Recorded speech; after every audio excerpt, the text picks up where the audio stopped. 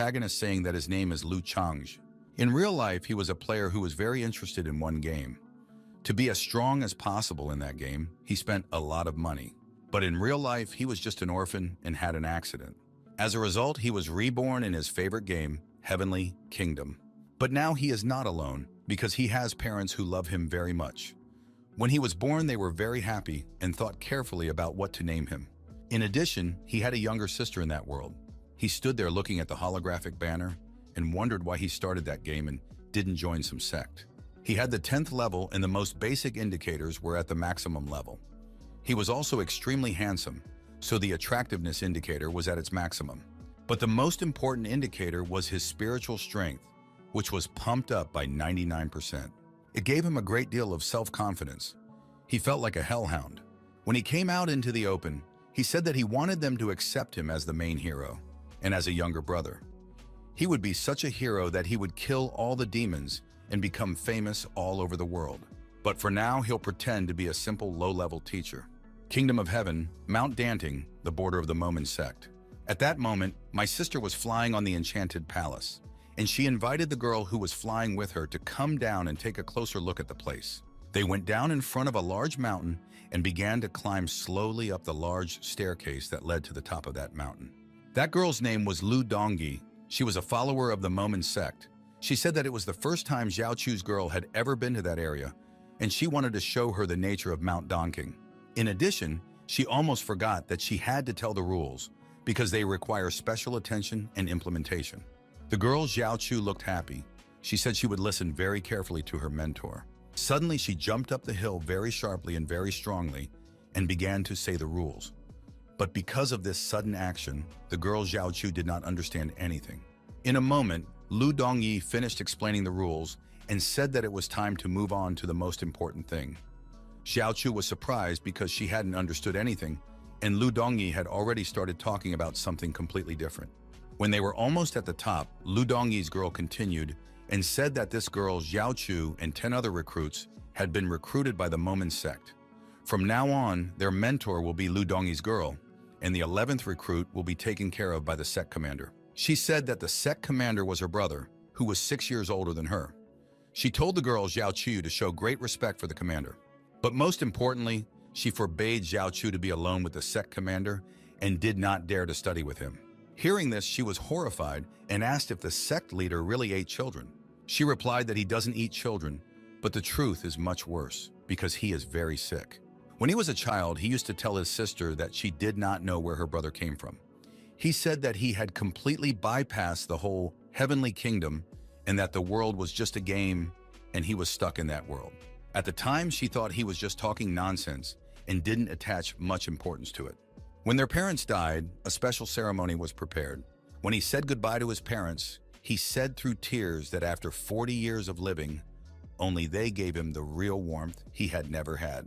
His sister at that moment told him with pity in her eyes that he was only 12 years old. After that, he always forgot how old he was and kept saying that he was a protagonist template. She couldn't understand what the death of his parents and the protagonist template had to do with each other. She said that her brother had problems with his head.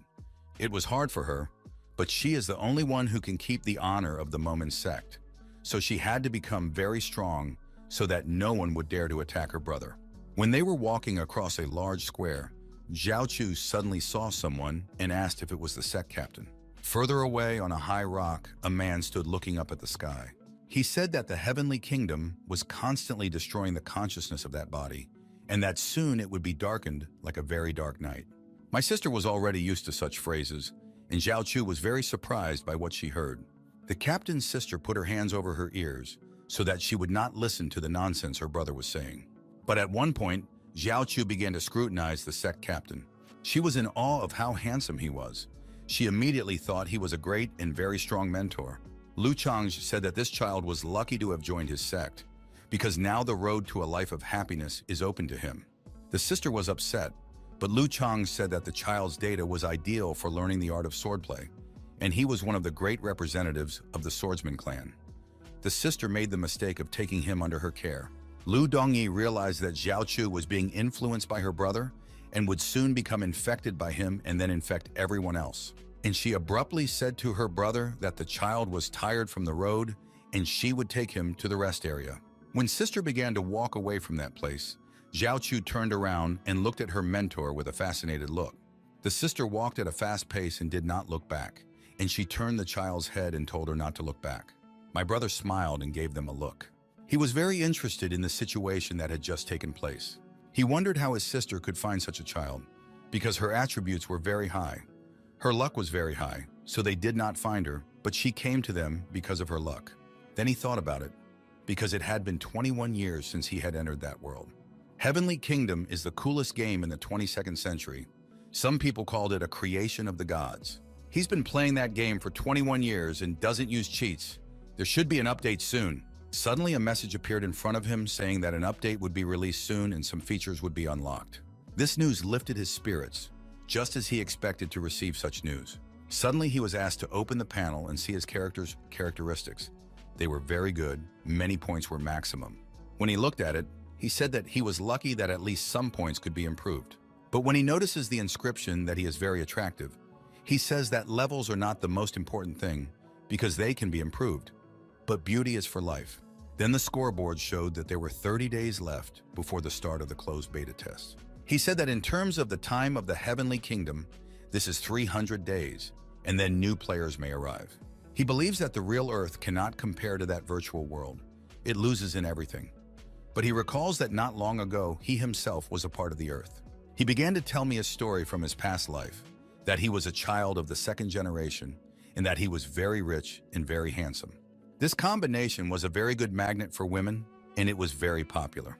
In that life, he loved to play different games, but there was one feature that distinguished him from other players. It was his wealth. After another successful game, he took off his helmet in high spirits and loudly said to his parents that he was hungry and that the food was ready. But unfortunately, no one gave him the reins. So he didn't hesitate to put his helmet back on and plunge into the game. His parents were very wealthy, and they didn't go home unless they needed documents during a divorce. Therefore, he considered himself an orphan. Although his parents did not abandon him, his only contact with them was through their money transfers and very rare calls, which also concerned money transfers. And as for his calls, they usually did not answer, and he does not even know where they are now. Because of this life, he quickly lost interest in everything that was happening around him. But you can lose everything, but you can also get everything back, and he plunged into the game. When he woke up, he felt as if he had been born again.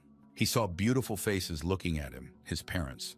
On the day he was born, the weather was beautiful, and the view from the window of their house was very beautiful. His mother looked out the window at that landscape and wondered what they should name their son. And in a moment, she said that his name would be Changho, and his full name is Lu Changho. He could not imagine that he would be born again and get what he had dreamed of so much in his previous life. In his past life, he had everything except love, and he hopes that in this life he will get it. Suddenly, he receives a message that he can start a clan task. He said that for the past 20 years, he had been constantly gaining experience, and only now he had the opportunity to complete that mission. He said that he could not refuse such a chance, and he decisively pressed the accept button. First, the system checked him and then gave him a task. He had to strengthen the Mo clan. He remembered his father, who had wanted to strengthen the Ma clan all his life, so he would be happy to continue his work.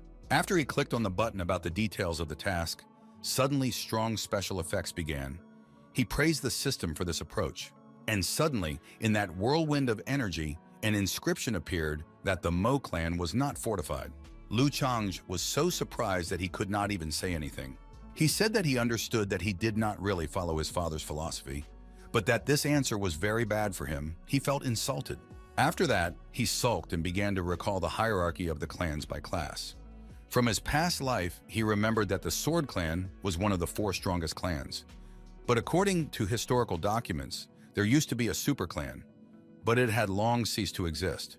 He began to think carefully about why his clan was rated 9th out of 10, and he even thought it might be a possible error in the system. Suddenly, he clicked on one item and was shown what conditions were not met.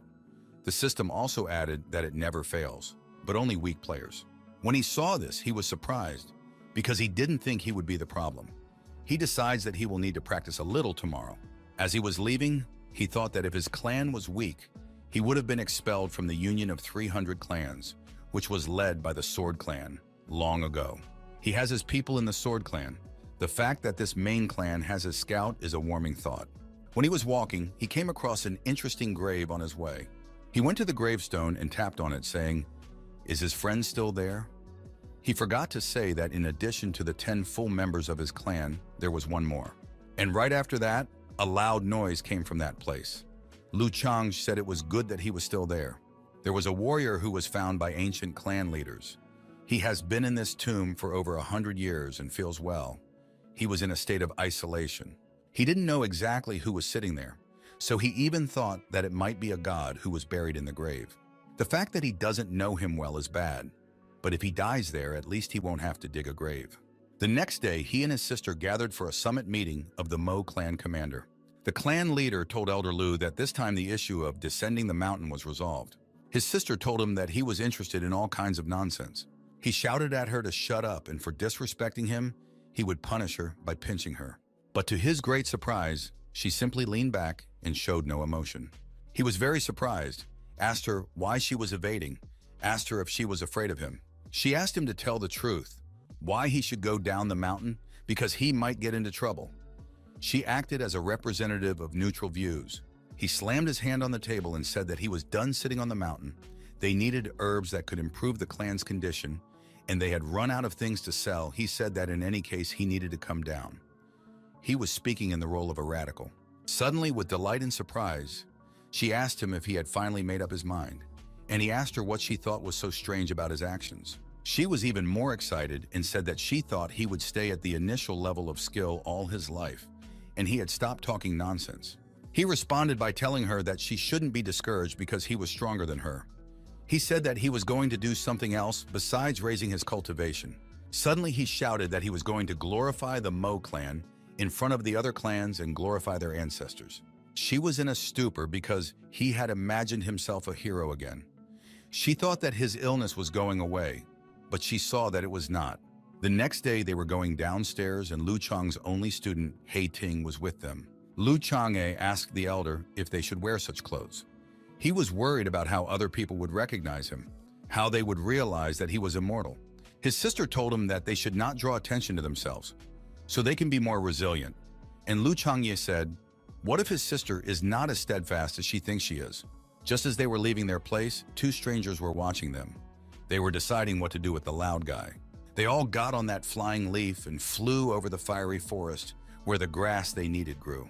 Zhao Chu asked Lu Dongyi what was special about that herb, and why did they go to get it today? She said that it is necessary for self-improvement, and the ability to meditate is very important for those who are self-improving. She said that Zhao Chu needs to study more to become as strong in the future. She was very motivated, and after hearing this, she had a great desire to start meditating to become stronger. At that moment, Lu Chang'e was in a very thoughtful state. He had 4 options for tasks and levels of difficulty. He recalled that in his past life, when he was playing, he also got such a task, and he was thinking, what should he choose? Most ordinary players will choose the orange level because it is easy and fast, which is why everyone loves it. The blue level is chosen by top-class players, and the purple level is chosen by professional players. And the yellow level quest could only be chosen by special players who were brave and desperate, but also needed money to complete it. It was called the death level. He spent some time thinking about all the arguments in favor of each level in order to make the most informed choice. And suddenly he was ready to make his choice. He made a decision and chose the most delicious thing for him to start with. He chose the orange level quest, which is a very simple quest for him. At the same time, someone was flying behind them on the same leaf, but they were in a special sphere that made them invisible. Those who watched them on the mountain keep flying after them. That girl said that there was a loud wind today. The guy asked her if it was possible to declassify them since they were close enough. The girl said that if she had stood in front of the starosta and shouted at the top of her lungs, she would not have noticed her. The guy said there was no need to add such explanations. She wondered if that guy was watching Lu Chang's movements with her out of curiosity or cynicism. He thought about it and said that if she really wanted to know, he would tell her. He assumes that she is watching him because of hatred. She wondered what Lu Chang had done to deserve such an attitude from such a strong sword warrior. Meanwhile, Lu Chang's team was getting closer to the place they needed. Lu Dongyi told them to get ready. Their task was to quickly find the herb they needed and increase their level of cultivation. She also told them to be careful because there are many dangerous animals out there. Chang noticed something and told Donghe why she was hiding her improvement level, as he noticed that her level was lower than last time. She laughed with an artificial laugh and said that this was impossible. He thought to himself that her face showed everything, so he needed to rely only on himself. Lu Chang said that they would start looking for the herb they needed, and his sister was determined to do her best. And he had a mission to destroy the boss, a level 10 monster. While they were walking, he thought it was just a task, but a level 10 monster is quite rare. And where can he find one? A strong boss is good because there are hundreds of ways to defeat him. Suddenly, the sister says that today they were lucky because they quickly found the first spirit herb. They were very beautiful flowers. They glowed with a special light. Xiao said that something smelled really good and it was very hungry. Suddenly, there was a sharp noise in the thicket. It was someone with angry red eyes. That thicket was right behind that grass. Lu Dongyi, she felt some movement in those bushes. She told them all to get ready because there was a monster. The students were very frightened. They had never experienced anything like this before. And Lu Dongyi prepared to defend herself. He told them not to move because he would eat the grass himself and no beast could take it away from them. Everyone was shocked by this, and the sister thought that her brother's pride would cause them great trouble. He was happily heading for that grass. He knew that he had extremely great luck, but in such a way that both the spirit grass and the monster he needed for the task were in the same place. The sister never ceased to be surprised by her brother's actions. She thought that her brother did not know whose land he was on. Xiao was delighted with the clan leader's bold actions. Lu Dongyi thought, if the monster is weak, she will leave it to her brother. And if it is strong, she will only have a couple of seconds to deal with it. She needs to be careful. As he approached, everyone froze in anticipation of something grand. Those who were watching them also saw it.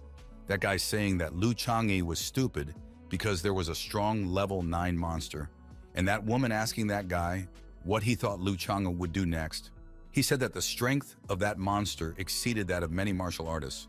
So the best solution would be to lure it out and destroy it with a single blow. And she agreed with him. He approached those spiritual flowers and deliberately bent down in such a way as to tempt the monster to attack as much as possible. The two who watched him said that he had no tactics at all. And when he sat down to start picking those flowers, he heard a sharp crunch of branches from the mountain. And in a moment, a level 10 super boss started attacking him from above, a black striped snake. It all happened very quickly, but he waited until the distance between him and the monster was as small as possible. The students who were watching from the outside were shouting at him to be careful. They were just in a stupor. And when there was only a moment left before the collision, Lu Chang'e activated his ring, and the energy began to materialize in front of him. And in an instant, he had a sword in his hand, and the monster snake was right in front of him, just within striking distance. Lu Chang'e turned around in a moment and said that the monster thought he was going to eat him, but he was going to blow his head off. Those who were watching him did not show any reaction to what they saw. But that guy was mentally wondering how Lu Chang'e still had such an instinctive reaction after all these years. He remembered a moment from his childhood when Lu Chang'e was bullying him and other children, telling them that he would become the strongest swordmaster. But the guy said that he was actually a real and perfect swordsman.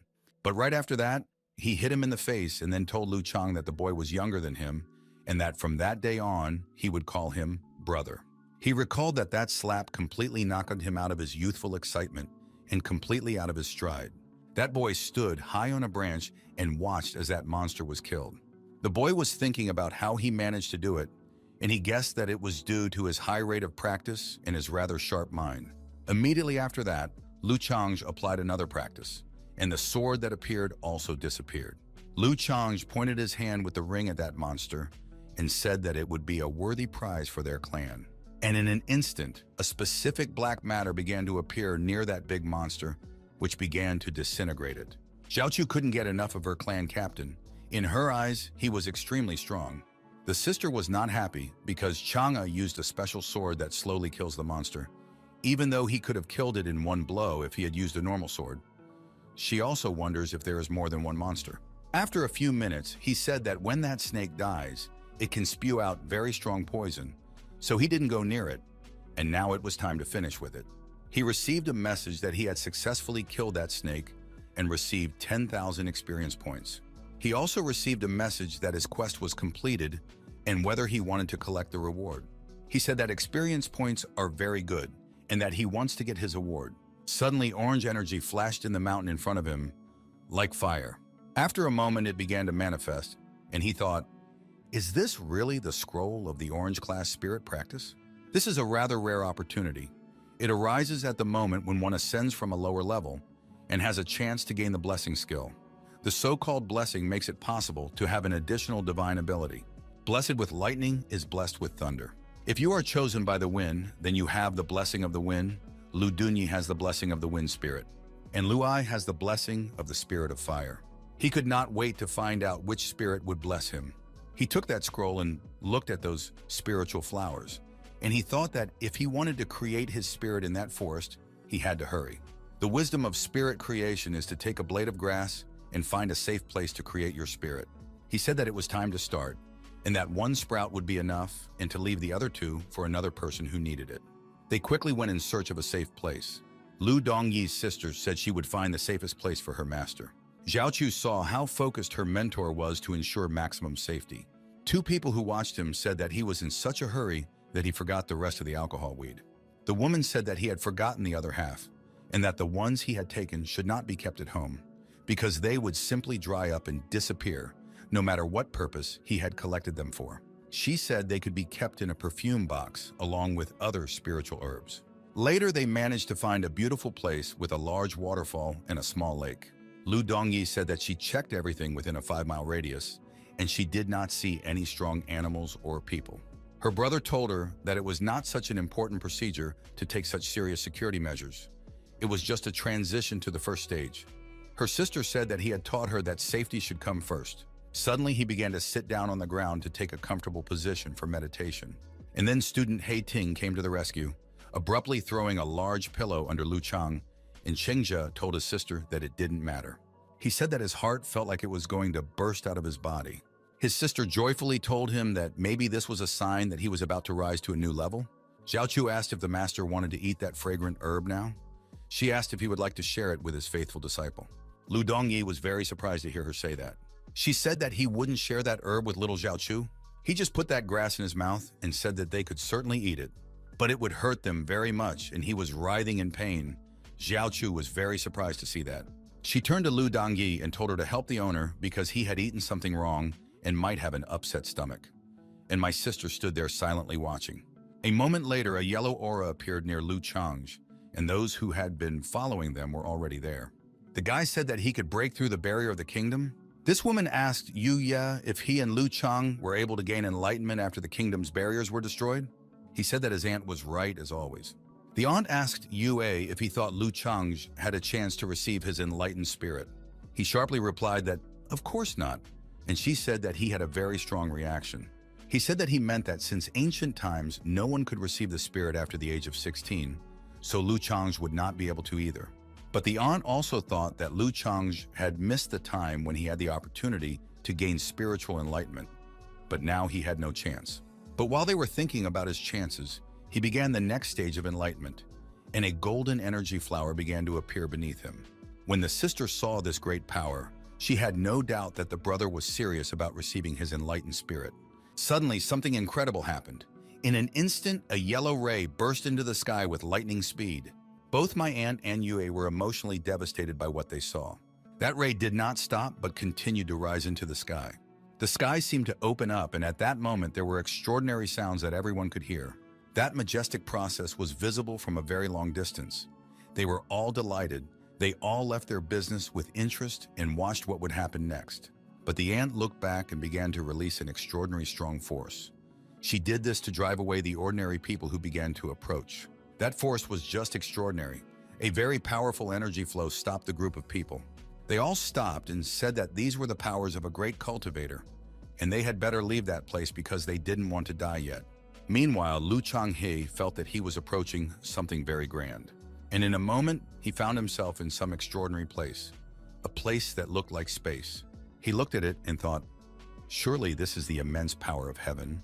While he was floating in the air, different spheres appeared in front of him, and inside those spheres were different elements. Suddenly he approached those spheres and wondered which element belonged to him most. But in a moment, those spheres abruptly moved away from him, and he was very surprised. He was left there completely alone, and at one point he didn't even know what to do next. But suddenly, he felt a presence behind him and abruptly began to turn around. When he turned around, he smiled because he saw something that belonged only to him, a unique gift that was worthy of him alone. The girl Xiao Chu was in a sleepy state and slowly began to wake up.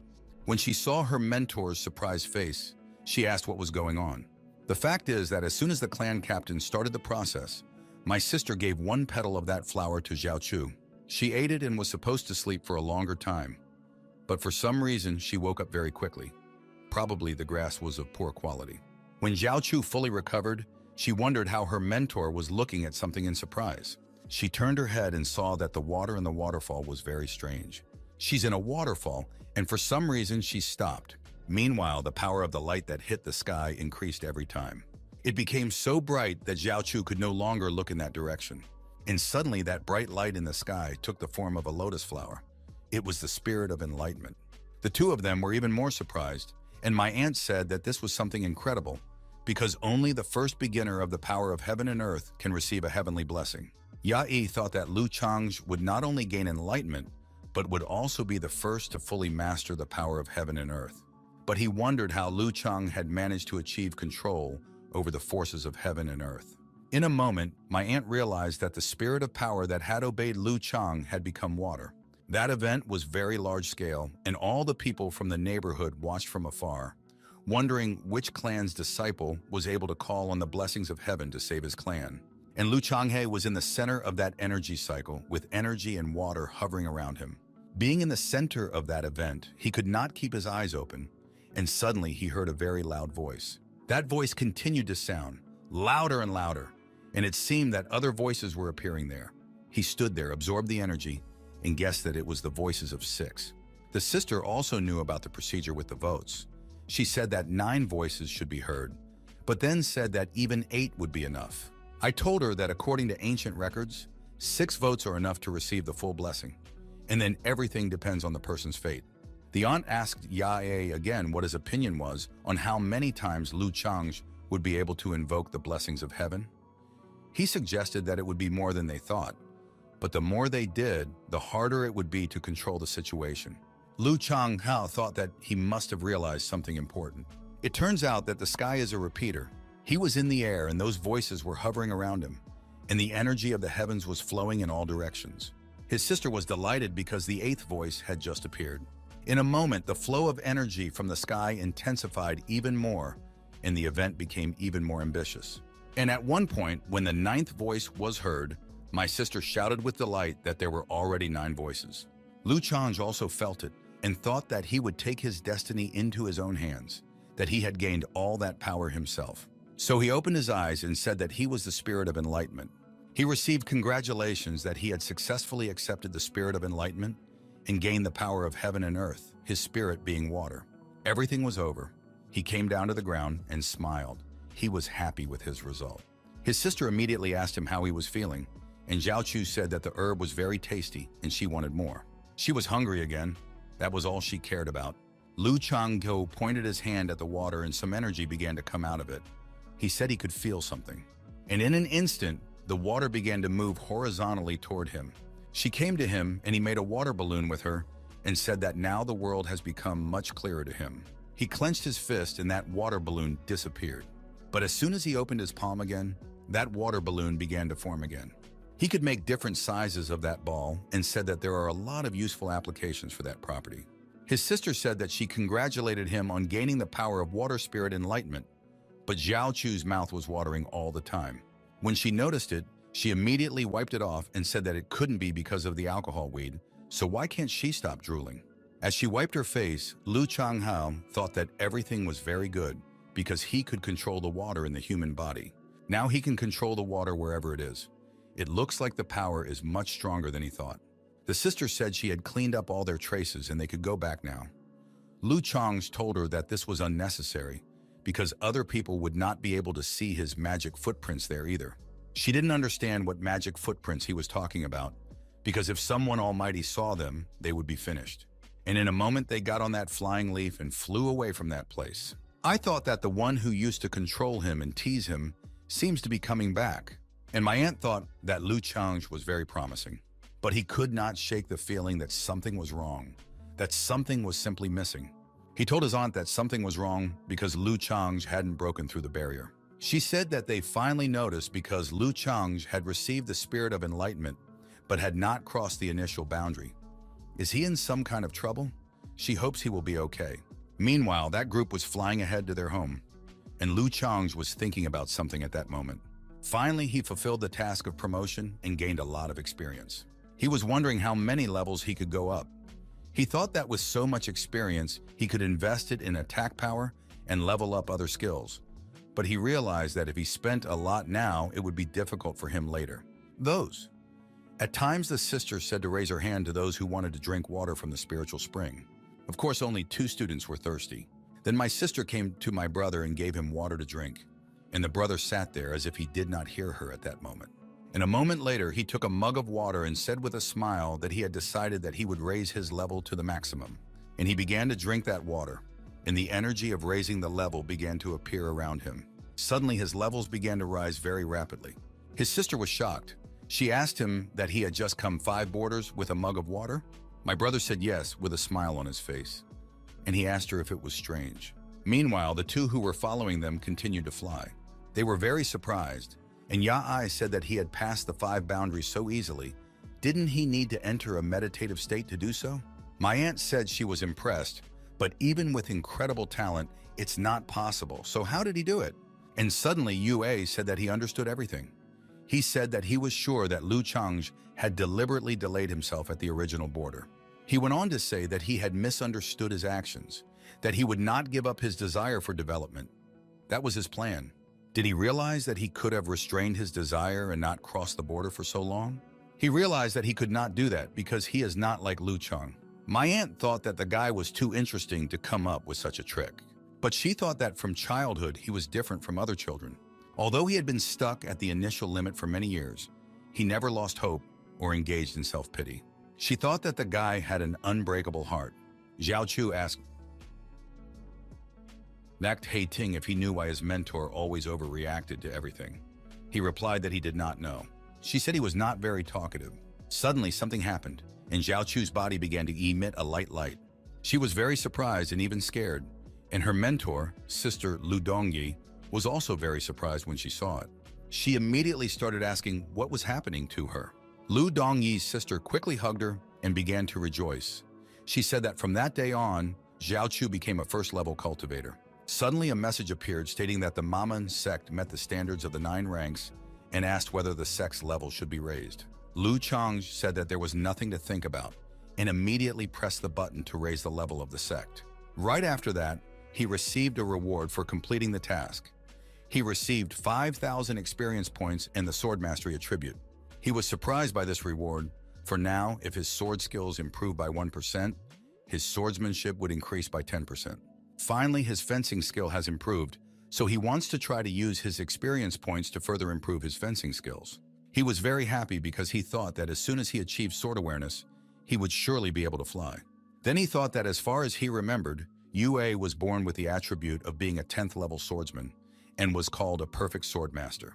And he has a charisma level of 10, so maybe he should call himself a perfect handsome man. Suddenly he received a message about a new task, Secrets of the 2nd level. He was surprised that he received the 2nd assignment so quickly. He needs to improve Mman from level 9 to level 8, and the reward will be 20,000 experience points and a sword mastery attribute of 1. There were certain needs. The sect had to accumulate 1,000 reputation points, and now there were only 307. Also, the sect must have at least 3 cultivators who have reached the 3rd level, and the number of disciples must be more than 100. He thought that the reputation had already grown enough, but the task itself was quite difficult. I also received a notification that he had reached level 15 and had a new feature unlocked, a mentoring system. He had almost forgotten that when you teach a student, you also gain experience, but it is only half the experience that the student has. When he clicked on the mentoring system, it showed him that his mentor, Lu Qingfeng, had already died. He remembered him. He was still alive when Lu Changhe was still very young. He remembered his parents and thought that they were so great, and how could they have died then? He remembered his parents and thought about telling them to be calm, because under his control, the Mman sect would reach great prosperity. Then he decides to look at the statistics of his students. He was surprised because he had completely forgotten that Ting was also stuck on the 10th level, and he thought he needed to help him break through. Lu Changhe looked at him and thought that he probably hadn't let go of that situation yet. Lu Changhe turned to him and asked him why he was still on the first level. Because as far as he could remember, he could have moved on a long time ago. Ting lowered his head and said nothing at his mentor's remark. Lu Changhe decided to ask him if he hadn't let go of that situation yet. A long time ago, he had a very unpleasant incident. Some crazy old man in the middle of the street in the presence of many people. He said that Ting was a great evil and had come from an even greater evil, and in the future, he would become a great terror. He told everyone to beware of him. He didn't just say it, he shouted it, and in a moment he turned around and started walking away. All the people who were there were surprised. He was just a child at the time, and the people from his village started discussing that perhaps his parents died because of him, and some of them started suggesting that he should be expelled from the village because he was already an orphan. Suddenly, someone shouted for everyone to make way for the reverend son of the Mman sect leader, Lu Changhe. All the people immediately looked around and scattered a little, confused. When they saw Lu Changhe, they thought that his body structure was not at all like a cultivator's, and some thought, who can call him a reverend? Lu Changhe came up to him and said that he had just heard everything that the crazy old man had said. Ting, being very young, did not understand how to react in such a situation, and tears began to come to his eyes. Zmina stretched out his hand and told him that he just lacked a squire. He said that the power of evil is good, and the coming horror suits him too. People were even more surprised. They said, what if that child really causes great suffering? They continued to persuade Lu Changhe not to do something that would bring trouble on himself. And poor Ting fell to his knees and became even more upset. But in an instant, Lu Changhe shouted to that crowd to shut their mouths. He said that from that day on, that child would be his student, no matter what happened. Everyone was just in a stupor, but Ting looked up and you could see the hope in his eyes. Lu Changhe said that he would be responsible for the future consequences. Ting did not show his emotions, but in his heart he was very happy. Lu Changhe turned around and walked forward, and life instantly became brighter. Zmina immediately gave him strict instructions. They were almost to the top, and Zmina told him to walk carefully because he didn't care if he fell. It was very difficult for him, but he was strengthened by his new life waiting for him at the top. Suddenly he stumbled out of exhaustion and began to fall. But at the last moment, Lu Changhe caught him. He didn't really care if he fell down. Lu Changhe told him to hold on tightly to his hand because the road ahead was difficult. At that moment, Ting was really happy. They stood there and Lu Changhe said that they say that to create a real devil, you need to give him power and a bad life, and then give him a ray of hope, and at the end, to take away that hope, he looked at Ting at that moment. He was not pleased to hear that. But then he smiled and said that Ting is not like that, because his ray of hope is Lu Changhe himself. Ting was very surprised. He did not fully understand what the leader of the Yotes had to say. Lu Changhe asked him if he thought that the situation was like a fog enveloping his heart. Because in that world, there is no fog that does not dissipate. Ting didn't say anything about it, but very important changes took place in his soul. They were already approaching their property, and the nature around them was extremely beautiful. Looking at that beauty, he was covered with a blue energy field and cried. At one point in 14921, according to the Tang calendar, a disciple of the Mman sect, Ting, looked up at the sky from a flying leaf and instantly passed the initial barrier. Immediately afterward, Lu Changhe received a notification of an award for his student's level advancement. He consoled himself and said that it was not surprising because he was a super mentor and a master of his craft. Xiao began to admire the captain even more. Yahello was again surprised by Lu Changhe's new power, thinking that the power of heaven and earth had other uses. At first he thought he would not be of much use to Lu Changhe's original spirit, but he did not expect that he would be able to break his student's inner demon with his help. My aunt saw Yui pondering and analyzing Lu Changhe's every move. Meanwhile, her sister told her brother and Ting that the two of them had overcome the initial barrier and would become very strong in the future. Lu Changhe said that as for his reward, he would like to receive his limited edition skyboat from Aunt Ning. Didn't my sister understand what he meant when he said limited edition? And Xiao asked if she could eat it. Suddenly a loud sound came from her stomach. She said she was hungry. Lu Changhe said that he was in a good mood today. He told his sister to find a place to land and he would show them his skills. They were all delighted with the proposal and were happy to support it. And suddenly they began to drop sharply at a high rate. Xiao didn't expect such a sudden acceleration. She caught Lu Dongyi's leg and held on like that. She asked why was she going down so fast. Lu Dongyi was very focused and said that when she tried it, she would understand everything. This phrase interested Xiao, and she wondered in her mind if the captain really cooked so well. In a moment, they were on the ground. Hing sat down to prepare everything he needed, and his sister said she was going to run and catch some fish. In a moment, there was a large table and many plates. Xiao was very surprised that the older student's bag could fit so much. Suddenly, Chang called her over to him and said that he would tell her about the path of cultivation. She was surprised because at first she hadn't spoken to the captain alone. But I couldn't refuse because the captain was very handsome. A moment later, her sister comes running in and shouts for her brother to see what kind of fish she has. She was very surprised to see Xiao sitting next to her boss, and he asked her what she should do when her opponent has almost lost but hasn't given up yet. She listened to him carefully and learned from his experience. At one point, she said that he was really trying to confuse her, but she was not that stupid. Lu Chang said that she was a very bright student. She quickly understood what was going on.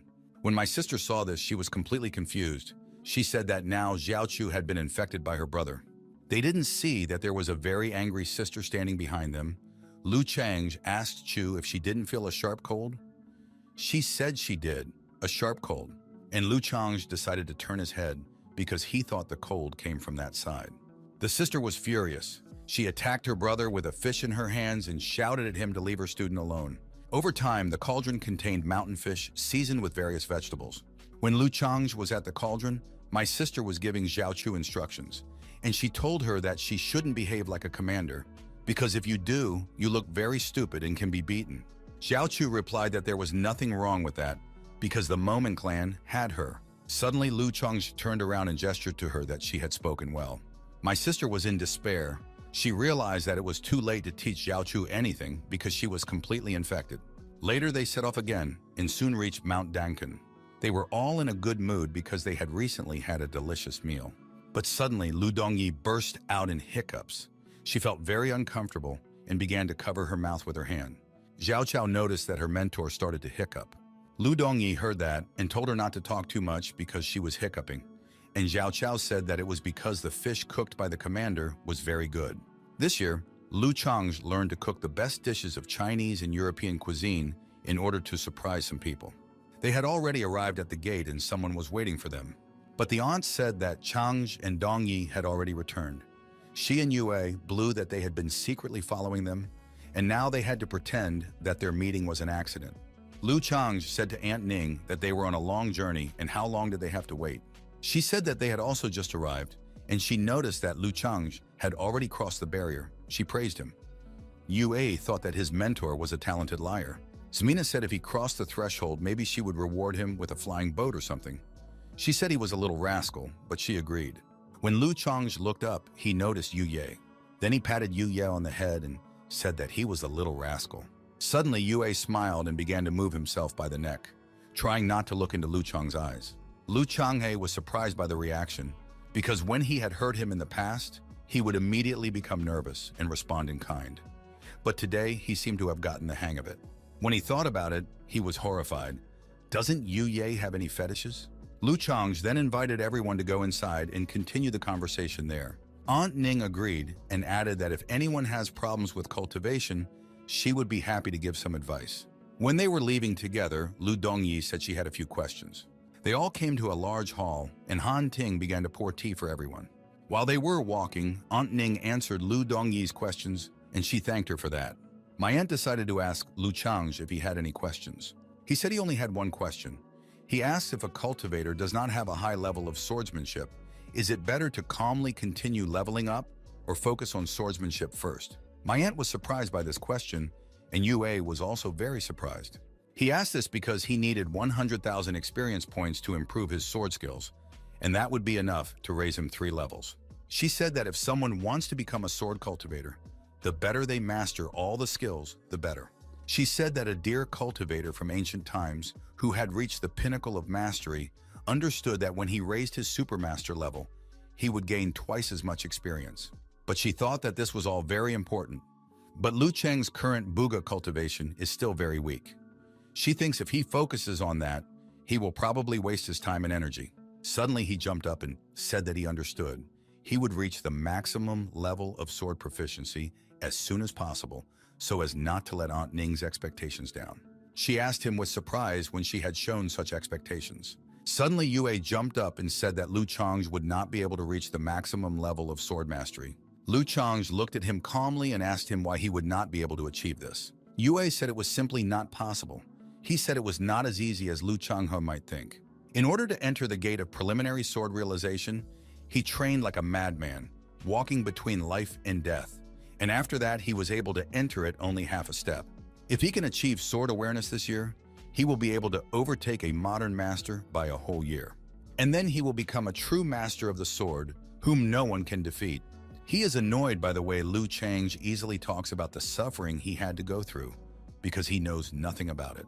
Lu Chang'e was beginning to get angry with Yu Ye that he was starting to contradict him. He was already having a hysteria in his mind because he started to contradict him.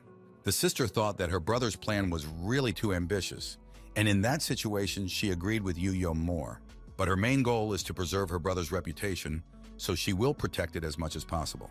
My aunt laughed and said that they must have had a heated argument. She said she heard that Yue had taken half a step toward the gate of maximum sword mastery. So she suggested that they solve all their problems in battle? They had a lot of anger toward each other and agreed right away. The weather was beautiful and the sun began to set over the horizon. Aunt Ning said that since Yue had already achieved some improvement in his sword skills, it was suggested that he lower his skill for the sake of equality so that the powers would be equal. He agreed and said that it was time to start and told Lu Chang to bring his sword. He began to pull his sword out of its holster, and as soon as the blade appeared, it immediately shone with a blinding red light. When Lu Dongyi's sister saw his sword, she was amazed at how he had developed it. And Aunt Ning said that when they started training, all three of them received identical swords. Lu Dongyi's sister was ashamed because she wanted to show that Yu Wei had a stronger sword and that it would not be fair. Zhao Chu asked mentor Lu Dongyi if that Uncle Yue was very strong. She said that he would be strong, that he was one of the best representatives of the young generation in Qingzhou, and that he was even the strongest among the young generation. It was very interesting to listen to Zhao Chu because she was just a child. And right after that, she said that their captain would definitely win. Lu Dongyi's mentor was surprised because she had just introduced Yu Wei as very strong, and Zhao Chu didn't seem to hear it. He asked Lu Chang'e why he didn't take out his sword. He said that he did not take his sword out of the holster because someone could die. These words made Yue even more angry, and he said that did Lu Chang'e think he was not worthy of drawing his sword? He jumped up and covered the sun that was hiding behind the horizon. He was ready for battle and could not wait any longer. He was filled with energy. He shouted for Lu Chang'e to get his sword. But Lu Chang'e said that Yu did not understand him. Lu Chang'e thought that he had not sealed his sword for 9 years for his sake. But he said that it was time to start talking, and he jumped into action. Yue began to attack, saying that if Lu Chang'e did not want to draw his sword, he would make him do so. They were moving around the square very quickly. The fire was fighting against the water. Although they were not very strong, the fight looked very impressive. Xiao Chu admired the captain more and more. In her eyes, he was very cool. Aunt Ning said that it was not easy to fight and to rely only on cunning tricks. And Lu Dongyi's sister also said that if her brother continued like this, he would not last long and would lose. At some point, Yue started throwing a crazy number of punches and kept telling Lu Chang'e to take his sword out of the holster. He continued to attack, but Lu Chang'e managed to deflect his blows. He jumped back at Lu Chang'e's last attack and said that Yue did not even begin to use the superpower of the sword, but insisted that he take out his sword. This angered him even more, and he said that he would now use force. Yue used his strength, and his sword began to release tongues of fire. It reddened and heated up even more, and now it burns all the time. Lu Dongyi was shocked because her sword had reacted immediately, and with that power, she now realized what the power of swordplay at the higher levels really was. But Lu Chang'e smiled and said that Yue did not do very well because his sword did not even feel it. After those words, Yue used even more force, and his sword began to burn very strongly with dark blue fire. The energy that burst out of his sword was simply unreal. He shouted at Lu Chang'e to be careful because it was his strongest technique. It already looked quite serious, The energy wave from his equipment filled the entire area. Lu Changhe calmly looked back and forth and thought that this was the difference between a sword wielder who possesses pre-awareness of the sword and one who does not. Now he is starting to act. He said he understood everything. He focused and said that the skills were unlocked. And the sword awareness skill was unlocked. He spent 1,000,000 experience points on it. He gained first level sword awareness of the sword. Yue released a crazy amount of power. It was all centered around his sword. He shouted that he was launching an attack. As soon as he went on the attack, I thought that now Lu Chang, I would have to catch up with him. Yue was already very close, but he stood with his eyes closed and did not move. Lu Dongyi's sister screamed at her brother to be careful, and Aunt Ning thought that if Yue had used the lone sword technique, there was no turning back now. She thought that he really deserved to become a successor to the art of the swordmaster. But as long as she's around, no one can hurt Lu Chang. Suddenly her look changed dramatically, and a moment later she opened her mouth in surprise, thinking, how much does Lu Chang want to surprise her? At the very last moment, Yu Ye's attack was stopped by a large yellow vortex of energy that looked like a shield. He was very surprised and thought it reminded him of something. Lu Dongyi's sister was also shocked by what she saw. Was she shouting that it looked like her brother had awakened sword awareness? Xiao was simply mesmerized by what was happening. She said that the captain was like a hero who had stepped out of a painting. When the energy from the attack weakened and it became clear what exactly had happened there, Lu Chang stopped the attack with his fingers. He stood and said with confidence to the sword realization. Yue was terrified, thinking that at that moment he felt a familiar sensation. Yue thought as he looked at Lu Chang, wouldn't it be enough if he just wasn't stupid? Lu Chang was smiling, and Yue was as shocked as possible, saying that he had no sword awareness. He fell into an abnormal quality and shouted that he did not believe. He kept shouting that he didn't believe it and started to launch another attack. But Lu Chang easily deflected that attack, using only his arm. Yue made several attacks in the hope of causing at least some damage. After such a sharp use of force, he was already a little tired, but he continued to say that he did not believe. And he rushed back into the attack with all his anger to show that Lu Chang was just using some kind of trick. But as he approached, Lu Chang did not even blink and repelled another attack with calmness on his face. This time he repelled the attack so that Yue's sword jumped out of his hands. He fell on his ass and stuck into the ground, and Lu Chang put his hand to his throat and said that he had lost. He stood there emotionally shattered, wondering why it all happened. He recalled how he sealed, cultivated, and perfected the art of swordplay. He trained with the greatest masters who knew super secret sword techniques. He fought rare and huge monsters to become stronger. He gave up so much for the sake of realizing the sword. And Lu Chang got everything so easily, he wondered why. He was emotionally overwhelmed, but he said that he had lost. But he wants to ask Lu Chang something and hopes that he will give him an answer. Meanwhile, Lu Chang's back was turned to him. Lu Chang came back and said he could ask what he was interested in. He said that he studied a lot of old records and talked to different masters, and they all said that until you pass the 3rd level, there is no point in thinking about sword awareness. Also, all the masters told him that with his data he could become very strong, but he doesn't understand how Lu Chang achieved that. He said that if Yue is able to ask advice from great masters and study ancient scrolls, it is as if he is standing on the shoulders of great giants. He said that when you stand on the shoulders of giants, why not try to look further? Isn't history necessary to change it? Yue was very surprised by this statement about history. My sister thought he must have messed up because he started talking nonsense again. Yue bowed and said he understood and that he was not as strong as his older classmate. When my sister heard this, she grabbed her head because she thought that now Yue had fallen under his brother's influence. Yue also asked Lu Chang how long ago he began practicing sword awareness. Lu Chang took his sword in his hand and looked thoughtfully into the distance. Then he said that he started training from the moment he received the sword.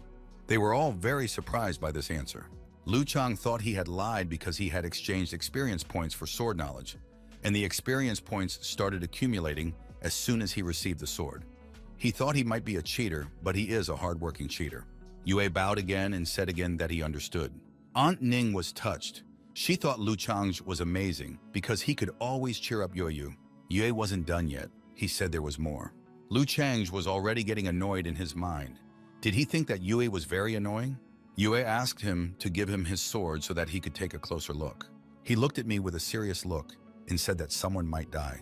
He said that it was too early because it had been in a holster for 9 years, and that sword was not being prepared for him. Suddenly, Yue remembered something and thought it must be because of that incident. In that year, some secret evil caused great trouble in the city of Qingzhou, but he suddenly met Lu Chang's parents.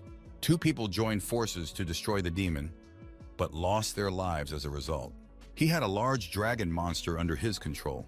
Therefore, the demon managed to survive the battle with his parents. Yue thought, if his sword was really meant for this demon, then all the energy for 10 years was locked in this holster. He thought that he was definitely not worthy of that. Lu Chang said that the day he took his sword out of its holster would be his day of revenge. It was nighttime when the moon was shining, and a large and beautiful moon was shining. He was walking along the path and thinking about the situation, because Aunt Ning and Yue wanted to stay with them for a few days, and he thought that was even good, because she was going to improve her flying technique. Aunt Ning was in her room doing some magic, and suddenly she beeped. She wondered who might remember her. She said that this was not important, but that it was important to put another protective seal on it, because Lu Changhe would be defenseless. As he was leaving, he suddenly remembered Yue, that he thought he had seen the light 3 times after the fight with him. He remembered Yue's words, and they seemed very strange to him. He was some kind of a strange protagonist, but he realizes that he has nothing to envy because he is a cheater. In addition, he has already crossed the initial level and new feats await him. He decided to go to that tombstone. He approached it with a stone and knocked on it, asking if the maid was there. In a moment, a spirit appeared from that hillock of earth. He asked her what was different about the head of the sect today. Although the maid is stupid, the legend says that she is very powerful and cannot help but notice the changes that have taken place in him. He waited for a second, and the spirit approached him, but nothing happened. He said indignantly, "Why can't she see anything? Can't she see that he's made a breakthrough?" Since he said so, if she ignored him, he would not give her a grain. Only out of respect that she saved his clan a few years ago. He thought that although the maid was a bot, she also had contact with their Mman sect. She was protecting them, and every head had to pay her. His father gave her 1 spiritual gem every month. He doesn't know how it happened, but when it was his turn, he gave her the most valuable thing a man has, his seed. In that world, they say that 1 drop of seed is equal to 10 drops of blood, and he threw that seed to that spirit. That spirit loved what Lu Changhe gave it and opened its mouth with joy. He liked it much better than anything else his father had ever given him. He was exhausted and thought it would be nice if there were cigarettes in that world. He said that if it hadn't been for her generous conditions, he wouldn't have given her his seeds. As soon as he said that, the spirit turned into a strong energy and the stone began to glow. And in an instant, a purple scroll appeared there. It was a chi absorption technique, the 2nd volume of medium quality. He was very surprised because he thought that she was not only guarding Mman, but could also give him techniques of the purple rank. In the heavenly realm, the blue techniques were great, but the purple one was much better. His technique was to disperse the surrounding energy and then suck it up like water. He said that that purple chi absorption technique is considered the most expensive treasure in Qingzhou. But suddenly he notices something that he had missed at first. Was it a medium-level technique? He was surprised to ask the maid, what if the equipment was of average quality? He asked her if she was mistaken. She didn't take any action. Did he think she was hanging? Is it possible that the technique the maid gave him has different volumes? If so, he became afraid. Then he wondered if it could become an orange rank technique in the future. In this case, he is not sorry to give a few more drops of his seeds. Did he offer the maid more of his seed in exchange for the remaining volumes? She made some incomprehensible sound, but he understood her that she would not give him anything else today. Then he decided not to disturb her anymore and started walking away from that place. But suddenly that spirit became active and began to wag its tail. Lu Chang said that she was now saying goodbye to him and that she was only so happy after receiving his seeds. Meanwhile, Lu Dongyi was depressed and asked how this could be. Xiao Chu calmed her down and told her not to worry, because the Mman sect has her. She said that this was exactly why she was disappointed. She thought that her brother was in their sect, but if the disciples were like him, they would be beaten as soon as they left the city. Xiao Chu suggested that it was because she was so one-of-a-kind. Lu Dongyi was in a stupor. She thought that her student had already mastered 30% of her brother's essence, and now there was only one way to save her. She took her by the shoulders and seriously told her that when she was going down the mountain, she should not tell anyone that she was a disciple of Lu Dongli. She should say that she is a student of Lu Cheng's. Xiao Qiao didn't understand why she was so focused on delivering that information. She kicked Xiao Chu out of the house and mentally regretted this act, but she had no other choice. She recalled how her brother used to tell her stories, and in those stories, there were always a lot of geniuses, but they always wanted to brag, and such a character trait always leads to problems. Xiao Chu ran away from her, and she thought that now she would hope that she would not be beaten because of Xiao Chu. She was worried about whether she had done the right thing, worried about giving her up to her brother, but she remembered her sweet face and thought it would be a bad idea. She realized that she needed to train Xiao Chu very well so that if someone came to beat them up, they wouldn't be able to. Suddenly, a light shone in her eyes, and she had a great idea. From that day on, Xiao Chu would be her last student, and she would no longer take on new students. Also, until Xiao Chu's cultivation reaches a high level, she will not allow her to get down the mountain so as not to get into trouble. She was very serious and said she swore by herself. But she immediately stopped herself from swearing to herself. In her opinion, this is an extreme thing to do. Then she came up with an idea and relied on her brother. Now she's done with that, she won't be teaching students anymore, especially those like Luo Bin. That girl played a big role in their lives. Lu Dongyi recalled that she was her student, but Luo Bing herself wanted to learn from her brother. She was special and very attractive. Meanwhile, Lu Cheng was sitting on a rock. He sneezed and thought, who could be saying bad things about him? He said that I needed to focus on improvement because experience points are the most important now. He closed his eyes in concentration, and in a moment his super energy manifested. While accumulating energy, he looked like a god floating in the air. He accumulated the chi energy of heaven and earth very quickly, thus gaining a lot of experience, which began to be reflected in his flesh. Suddenly he began to cough up blood. The energy he was drawing in relaxed his flesh. And when you thought about it, it immediately became very painful. So that technique was called torment. He abruptly stopped the technique and said that he was done for the day because you can die in this way because of the thirst for experience. He was very exhausted with streams of sweat running down his face. To return to normal, he lay down and said, why can't the experience cultivation technique be more pleasant? He thought, if that maid had given him the techniques, the cultivation, how much easier would it have been for him? He imagined that if this were the case, something strange would surely happen. He thought that he would probably be completely dried out after that. As he lay there looking up at the sky, he noticed something. He saw that Auntie Ning had come to see him. He asked her why she had come. She said that the artifact for him was already ready. They were going to return to the Sword Sect, so they decided to bring the artifact to him on purpose. And Yue was surprised that Lu Cheng didn't pay attention to him. He leaned against her and asked her sadly why she was in such a hurry. She said that she doesn't really have a lot of free time because she has a lot to do in the Sword Sect. She showed him that artifact and asked him if he liked it. It was a flying boat leaf of blue quality. He picked it up and thought that it was originally a yellow level, but Aunt Ning was able to add a hidden effect to it and upgrade it to a low-quality blue level. He thought that Aunt Ning really loved him. She asked him if he liked it and thought that with his level of strength, he shouldn't have seen the hidden effects she had added. Lu Chenghe said he liked it very much, but he had a feeling that the artifact was not quite simple. She told him to work hard on his cultivation and maybe he would be able to see. And she thought that with his level of strength, he could see something there. Maybe he had a talent for creating artifacts. He confidently said that, of course, for the sake of a long life, he would cultivate his efforts. The words about a long life surprised her. She didn't understand what he meant by that. He said that his goal is to live to be 500 years old, which is his biggest goal in cultivation. After he said that, Aunt Ning remembered the battle his parents had fought. Lu Cheng went on to say that his mother once said that she wanted to live to be 500 years old, but she passed away very quickly. They celebrate her birthday every year, so he has to live so that his mother, if she had lived, would have turned 500. After this story, she said she understood him. She decided to give him a scroll with 10 simple techniques for creating artifacts. She said if he was interested, he could study them, because given that he could see secret improvements, maybe he had a talent. Was Lu Chenghe shocked that he got a skill book so easily and for free?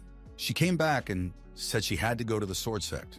He was pleased and waved at her with a smile and said goodbye. Yue asked Lu Cheng in confusion why he was not saying goodbye to him. He replied that he knew and that he was leaving. And in a moment, they abruptly separated, and he told Aunt Nin to come at any time. But suddenly in the sky, something sharply shone. Lu Chenghe was very surprised when he saw it. He could not understand what it was. And in a moment, that sword sank into the ground with great force.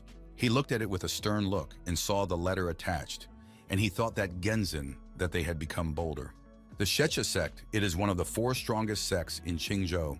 The sword sect governs 300 wards of sects. In turn, those 300 sects are divided into 3 levels: lower, middle, and higher. And the Mman sect is at the very bottom of the lower level of sects. Lu Chang's was furious. He didn't understand the point of dividing into ranks in the lower 100. Weren't all the weak equally weak? But he himself realized that, using the example of the Genzin sect, they themselves want to go to conflict because they are on a different level. That sect blew at an average level among the weaker sects. It's just some lower middle-class sect that dared to look down on a sect that is constantly evolving.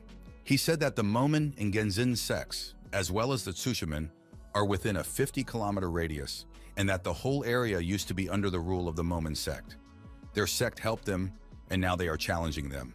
He threw away that sword and said that the Mman sect used to invite neighboring sects to various gatherings, and now that his father is gone, they decided to bend him over. He activated his power and said that they were not worthy of bragging before him. He used that power, that sword, and in a moment he waved his hand and that sword flew away. He told it to go back to where it came from. In a very short time, that sword reached Gengchen. The woman's name was Lin Long, and she told the head of the sect, whose name was Hu Tu, that sooner or later his sect would be the first within a 50-kilometer radius. He mocked Lu Chang and his sect because he had only recently crossed the entry level, and he said of Lu Chang that he was not worth fighting for the championship. In an instant, he suddenly felt an object approaching. He caught the sword with his hand and said that the answer came quite quickly and that the boy was probably very scared now. His wife told him to look at the answer because she thought it was a pathetic answer and he was asking for mercy. Because now is the time when the world is ruled by power. The chairman said he would see what the guy had to say. He was interested. In an instant, strong energy began to be released from that sword. The answer was very sharp and simple. They were very surprised because they were expecting something completely different. The chairman remained silent, and his assistant said that the kid behaved as if he was answering a letter from some assistant.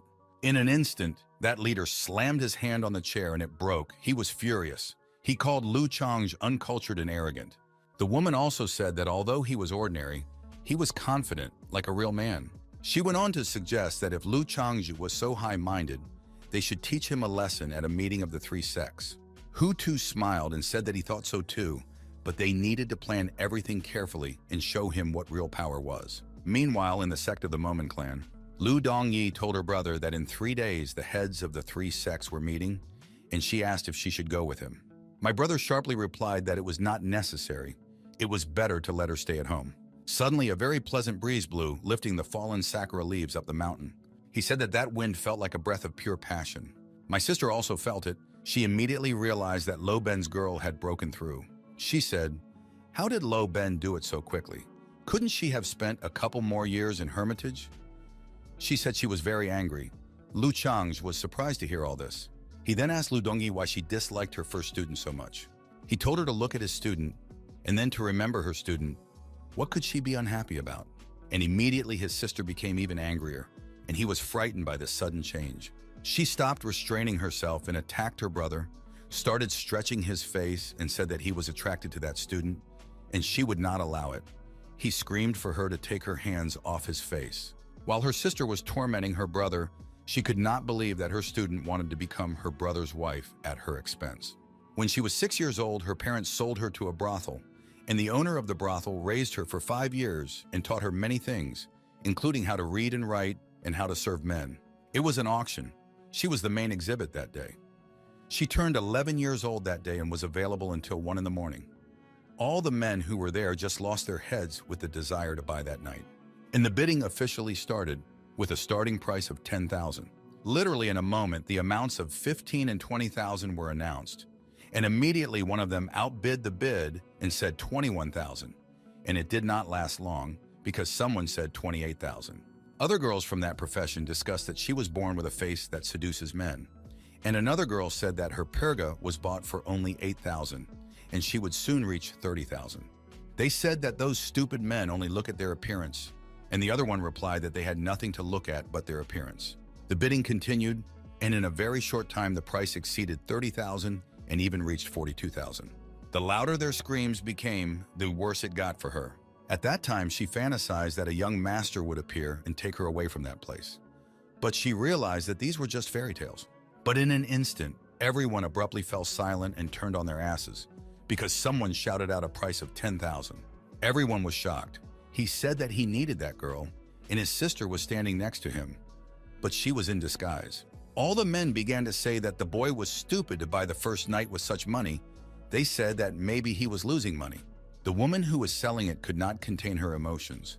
She began to tell Lu Chang that he had bought it for the first night out of 10,000 and that he had a taste for beauty.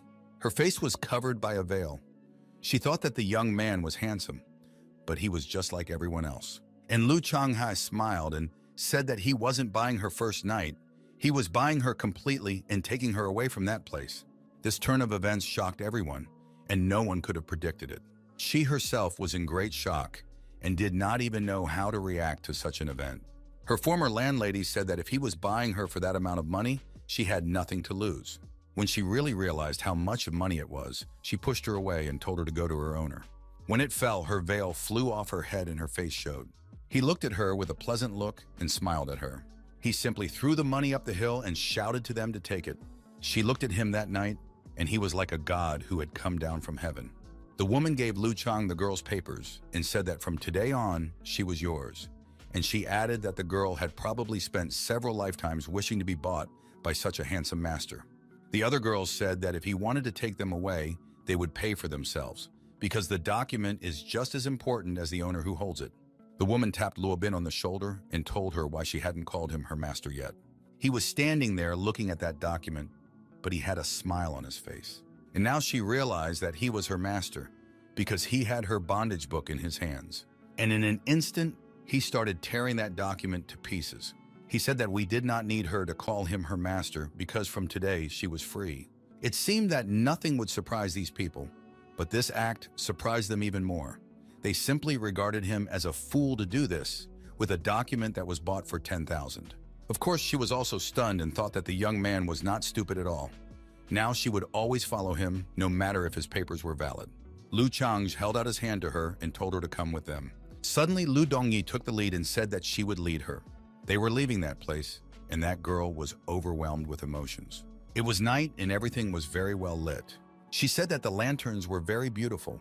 It was her first time since she left that house. Lu Dongye told her that she would see many beautiful things in the future, but she thought what she had already seen was what was most beautiful in the other world, and she looked at Lu Chang. Even then, Lu Dongyi began to notice that she was always looking at her brother, but never at her. He suggested that they take a walk, because it would be a pity if they did not enjoy such a beautiful evening. Lu Bo immediately agreed to the proposal, but Lu Dongyi was not happy about it. As they walked, Lu Chang asked his sister if she was comfortable walking the way she was walking now. She replied sharply that she didn't care. He thought he had hit the jackpot on that purchase and was happy, because such characteristics are not bad, but there is still an opportunity to discover a secret plot. Such an opportunity is a great treasure, and in total it is only 10,000, although it is money taken from his sect. Meanwhile, the sister continued to torment her brother and told him to be serious because their disciples would soon come, so that he would not sue them. Suddenly she felt that the wind of pure passion had become stronger, and it was time to run away from that place. As she walked, everything around her blossomed, and the leaves turned into butterflies. She was finally able to reach the first level and return. She had not seen her young master for so many days. She began to use the technique of invocation and sent impulses in Lu Chang's direction, telling him to come to that bamboo house and repeating it many times. She said that he was waiting for her, that he was the only one who was waiting for her. She said it was the earliest home delivery. Meanwhile, the brother and sister continued to discuss matters. He said that my sister should listen to his decision. She was outraged because he decided to take Lo Bin to the meeting of the three sects and not her. In an instant, he asked her if she was jealous of him. Was she confused and asked him the same question? And immediately after an awkward silence, she gulped down the hot drink. The student standing next to her was a little wary. She drank it all down and asked her brother clearly why he had decided to do so. He didn't want to explain it to her, but he realized that he had no choice. He said that those meetings of the three sects only looked simple, but he asked her what she really knew about the purpose of them. A paragraph, but she asked her brother in surprise what he meant by that. He began to explain that all three sects show their strength. If he took Ting, it would not be enough. And if he took his sister, she would definitely hide some of her strength. He thought long and hard, and the only way to show Mman's strength was for Luo Bing to go with him. She was surprised that this was the only reason. He said that the more beautiful the woman standing next to the head, the more the clan's power is shown. He also reminded her to think of other sect leaders, and that they always have their secretaries by their side and they are beautiful women. He named two clans, Taobao and Jingdong, and my sister was very surprised because she didn't know what kind of clans they were. Suddenly, leaves began to fly into the room. She said that she congratulated the owner and his sister. She combines the dark breathing techniques she learned in the brothel with the fatigue of a quick arrival. She is indeed a very skilled seductress. Her sister paid no attention to her, and Lu Chang looked at her and smiled. In such a situation, Hai Tai's first disciple looked like an empty space. Lobin was upset when she saw that Ting was there. Lu Changhe thought that every time he looked at her, he remembered the photos he had seen on the internet in his past life. Her temperament is exactly the same. She noticed that he didn't even flinch, and she used all the techniques she had learned in the brothel. She thought that it would be great if she could hide at the host sister's house and spend some time with him.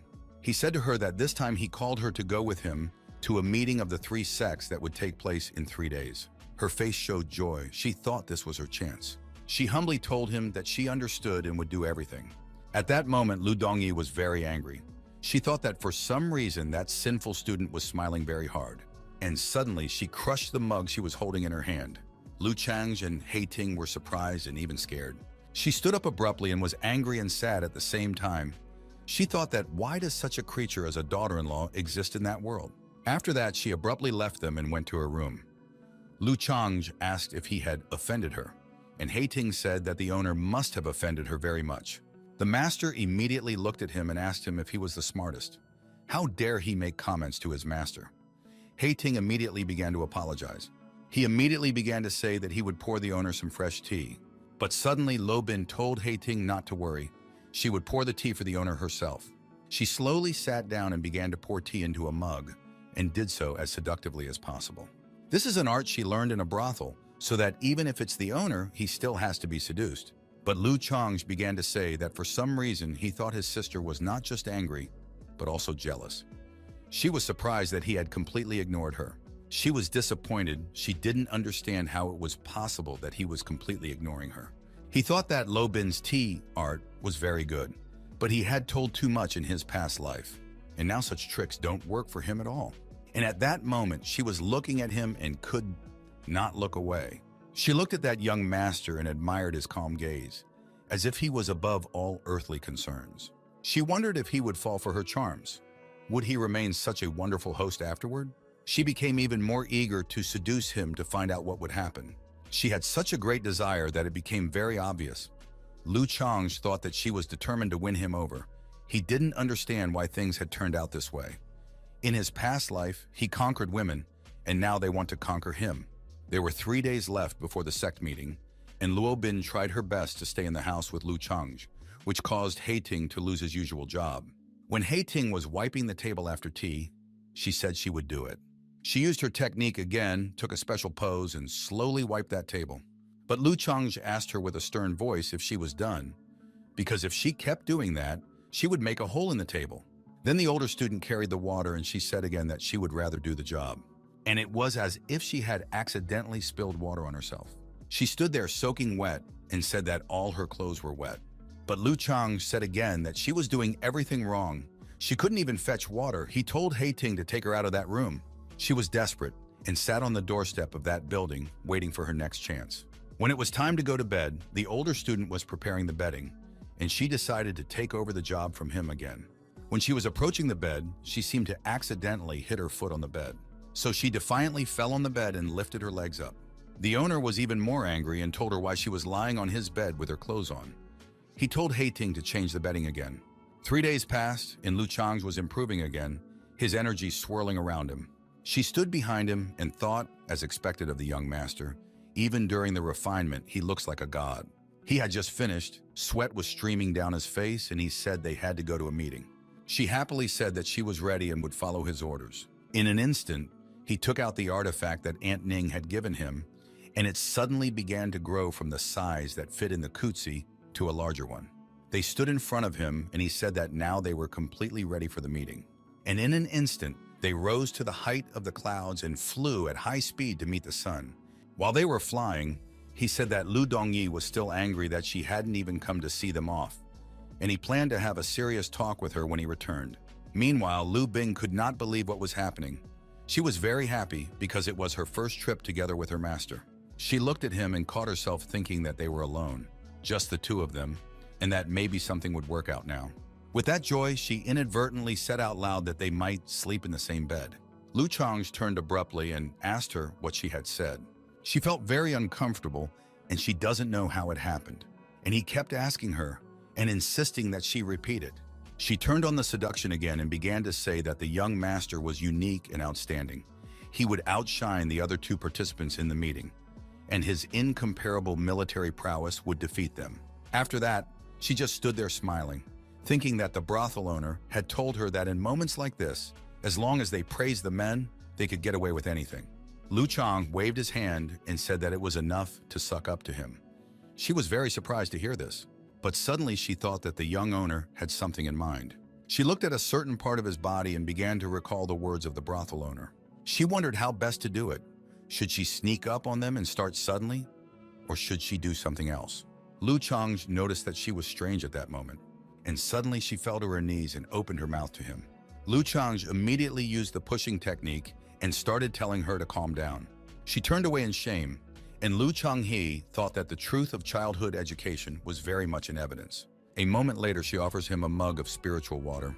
He looked at her and said she shouldn't serve him in that style. When he drank the water, he thought that he was really the one who had redeemed it once. He asked for another cup of water, and she immediately responded with the phrase, "Yes, you are the master." He decided to ask her if she really liked being called my master. She was wary because she thought he didn't like the way she spoke to him. And then she decided to change her address to him and said that it would be daddy. Lu Chang almost choked on what he heard. Immediately afterward, he told her to shut up, but he thought that the training had spoiled her, but men like to be dads. They were already approaching, and before the punitive peak, this place was chosen for the meeting. Lu Chang said that the meeting place of the three sects would be here, but no one had been there yet. He thought that he had rushed there at the appointed time, but it looked like they wanted to show their power. But a moment later, Lobin said someone was approaching. They came down as if on swords, very quickly. When Lobin saw them, she said they were very scary. Lu Chang told her not to pay attention to them because they were just students, sent on purpose to provoke them. She thought that those miserable people wanted to bend the young master over. Xiao looked at them and thought that he was going to show them his aura, but it seems that there is no need for that. Those two were sent by their master to teach that boy a lesson, and they are going to try to do that. They stood in a defiant pose, and the man asked if he was the head of the Mo sect. They were very surprised because Lu Chang simply turned his back on them. The technique of the spiritual branch was secretly activated, and the light shone on him, adding to his majesty. After that, they were completely knocked down energetically. They didn't understand what was happening because they hadn't yet managed to lower it the way they wanted to. They had a sharp talk with each other about what they would do next because he did not succumb to their tricks, and they decided to move on to another plan. They bowed their heads and said that disciple Zhou Shun and Jin Jin were greeting the head of the Mo sect. Taking advantage of the position of being juniors and latecomers, they politely greeted him so that he would not see bad intentions in their actions. The worst thing about this technique is that the more polite they are, the harder it will be for him to punish them for being late. He has only one chance, and that is to say, there is no need for a ceremony. And that's it. But Lu Chang continued to stand as he did and showed no reaction. They wondered why he hadn't said that phrase, as if he was stupid. But the woman said it didn't matter and they should warm up. But suddenly they felt very heavy, as if their bodies had become very heavy. They could not move at all, as if something was pressing down on them. Lu Changhe smiled and thought that they wanted to trick him, but he is the best master of tricks there. And the condition of those two was getting worse and worse. It was very difficult for them to endure. And in a moment, he said that enough was enough and stopped that technique. The strain they were under, as soon as he stopped the technique, they immediately fell to the ground. Lo Bin looked at this and thought that, given the fact that the master has the power of water, earth and sky, they were not yet very much affected. When they got up and recovered a bit, the man said that it was a simple trick, and he was not afraid at all. Did he come closer and invite Lu Chang to come into the gazebo and talk? And he continued to say that with regard to the division of land in the 50-kilometer radius, the head of his sect and the head of the Tsushimen sect had already discussed everything. The woman smiled and thought that their expectations had been met, that Lu Chang's cultivation power was small, and there shouldn't be any problems. And he went on to say that those two sects had already divided the land, and now the Mman sect, and he didn't finish because Lu Chang raised his hand in the air. He waved his hands sharply, so fast that the drops from his hand did not keep up with the movement of his arm. In a moment, that man felt something happening to his leg. He felt just a terrible feeling. He was just horrified by what he saw. And in a second, he was already lying on the ground, writhing in pain because his leg had been torn off, and the woman was also shocked and scared. She stood there shaking with fear, unable to believe that he had done this with just one finger.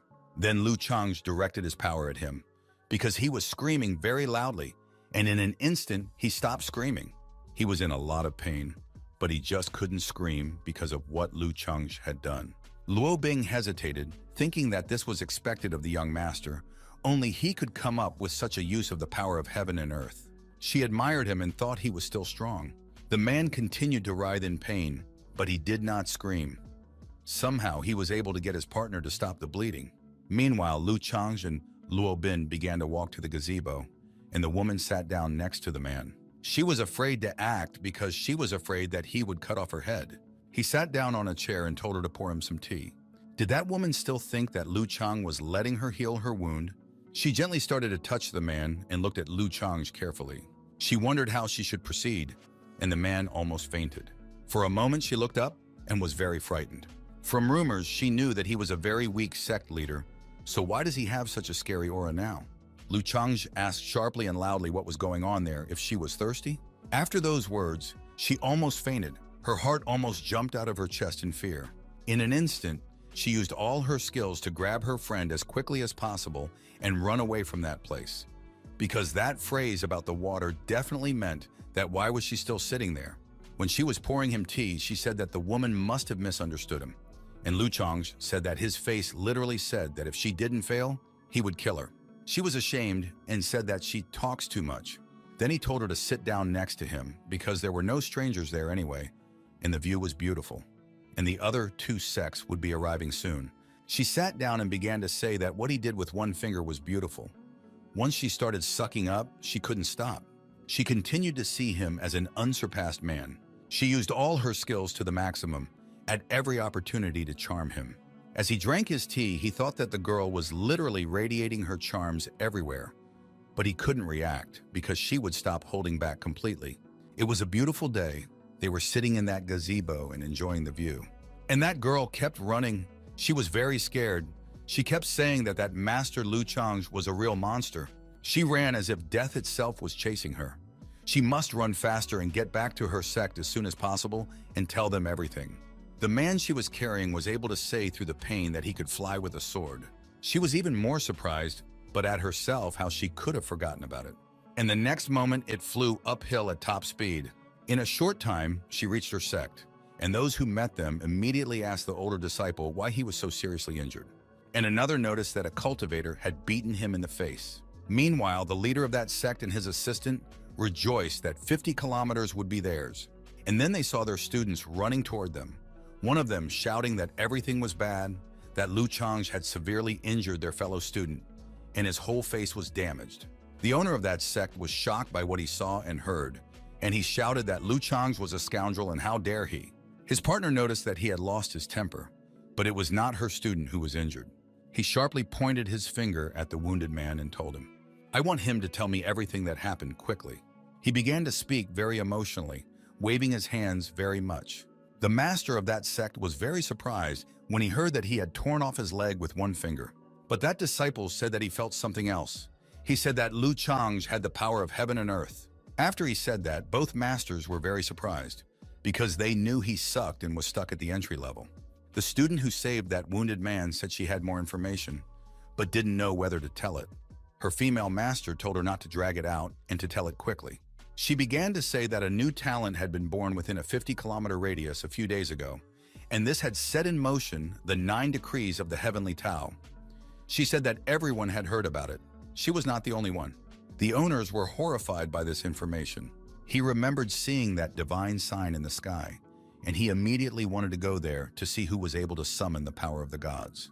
He flew there with maximum speed. He was very interested in who the person was who had called the decrees of the heavenly Tao. He thought that if this person was from a small sect, he would have to take him to his sect. But when he was flying there was a very powerful explosion of energy that brought a voice that some people were awakening there. And how dare he approach and spy? In an instant, it turned around and flew back. He said that it was a big cultivator, and he had to run away from that place quickly. And it was because of that cultivator that he was unable to get a closer look. Now he is standing there thinking that it could be Lu Chang's, that he provoked the decrees of the heavenly Tao. It is also possible that he has not only gained the power of heaven and earth, but also something else. In an instant, he realized that there was someone behind Lu Chang's, and he was very powerful. He sat down in his chair and shook with fear.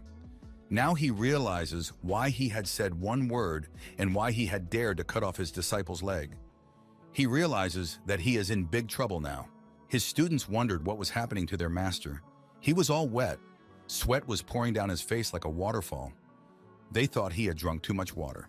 They even wondered if he knew how to go to the toilet over his head. The woman master thought that if these were really the 9 decrees of the Tao, she would need to take certain measures. Now she realizes that the Genzin Men sect cannot compare to Lu Chang's, and she is not even worthy of shining his shoes. And a certain plan was born in her mind. But she looks at her partner and realizes that he is now standing in her way. But she is confident that with her beauty and charm, as long as she is willing to pay that price, she will have no trouble winning Lu Chang's friendship. The sect master said that someone should call all the elders and calculate how much they owe the Mman sect. Those students were shocked to hear such words. They thought that perhaps their master had made a mistake. He yelled at her to shut up and do what he said. At that moment, the woman thought that all men were equally stubborn or very soft. A little time has passed since the last meeting with the members of the other sect. Suddenly, a message from the system came. Lu Chang'o was somewhat surprised because he did not expect to receive any messages. While he was busy, Luo Bing continued to admire him. She thought he was still the most handsome in the world. It said that the reputation of the Mman sect had become 501, and this applied to the old Ganzanmen and Sushimen. He was excited and thought that this meant they had already received his warning. But in a moment, the reputation score increased by. Then he thought that small sects give very little reputation. In half a day, it had risen only a little. The case of those two and their suffering was not even worth it. Then Vin started drinking tea and thought that he needed to come up with more fruitful ways, while Lo Bin sat and admired him. She did it very expressively, so much so that he paid attention to her. He decided to ask her what was wrong. Does he have flowers on his face? But she did not answer because she was in a trance. Then she came to her senses and said that it was nothing. She was just thinking. He was surprised by her actions, that she immediately gets very excited at any of his questions. He doesn't understand why she can't be a little more frank and not so harsh. It's just that a person like Lu Chang can't understand the feelings and cautiousness of lower-level people. And he still can't understand that some people value their secret loves like a thief values his precious ones. Meanwhile, in the Mman sect on Danting Peak, Lu Dong's sister was sitting there thinking that she didn't even know what her brother and the sinful disciple could be doing now. She thought that if they dared to do anything stupid, she would rip their heads off. But then she remembered the purpose of why her brother went there. It was to discuss land and resources, so he must definitely be focused on important matters. She said she didn't even know how the meeting went, but then she got very angry because she realized that those creatures called daughters-in-law would not usually be friendly to a man's sister. Xiao Chu asked her master to see if she was circulating the qi energy correctly. But Lu Dongyi, without really looking at her, told her to start all over again, and Xiao Chu was surprised to hear such a response. She was very tired of circulating the qi energy in her and decided to say that she was a talent and could do no wrong. So maybe it was enough? She came up to her and said that if she said to continue, then she should continue. She was dissatisfied because it was obvious that the master was distracted, and as a result, she was beaten. In a moment, she was covered with a layer of energy, and Lu Dongyi thought that she was really very talented and worthy of being her student, having mastered the qi circulation technique in just a few days. But in fact, Xiao was already very tired. Lu Dongyi was very happy. She patted her on the back and said she had potential. Xiao was very pleased with this praise and said that she was trying very hard, and maybe in time she, as a sister apprentice, could accompany the master when he came down the mountain. In an instant, Lu Dongyi's face changed. She thought, why does everyone want to follow his brother? And Xiao began to wonder why the master was angry now. But she recalled that when she was a child, she also always wanted to be with her brother, so it's not surprising. And she decided to tell Xiao that in simple situations, she didn't need to come down from above. She felt misunderstood and curious, and asked why she was not allowed. Lu Dongyi said it's because she is the last of her students. They are called closed-door students. Now she was even more confused. She asked why the last student could not go down the mountain. Lu Dongyi answered this question in a very original way and said because there are no doors. She stepped aside and was very depressed because she was in a situation where there were no doors for her. And Lu Dongyi thought that no one forced Xiao to follow a bad example, and now she would not come down from the mountain until she became a strong cultivator, so as not to cause trouble for her sight. But in a moment, she thought that Xiao was still very young, and she was very strict with her. Maybe she should feel sorry for her. As she was approaching her student, the latter stood up and surprised her. She turned around and said with a sly smile that she understood everything. Was this what the gentleman was talking about? Living alone? At that moment, Lu Dongyi was shocked. She immediately asked what else her brother had told her. Xiao continued that living alone is not important. But what is important is that people in the future realize one truth. Lu Dongyi was already feeling sick and asked what truth she was talking about.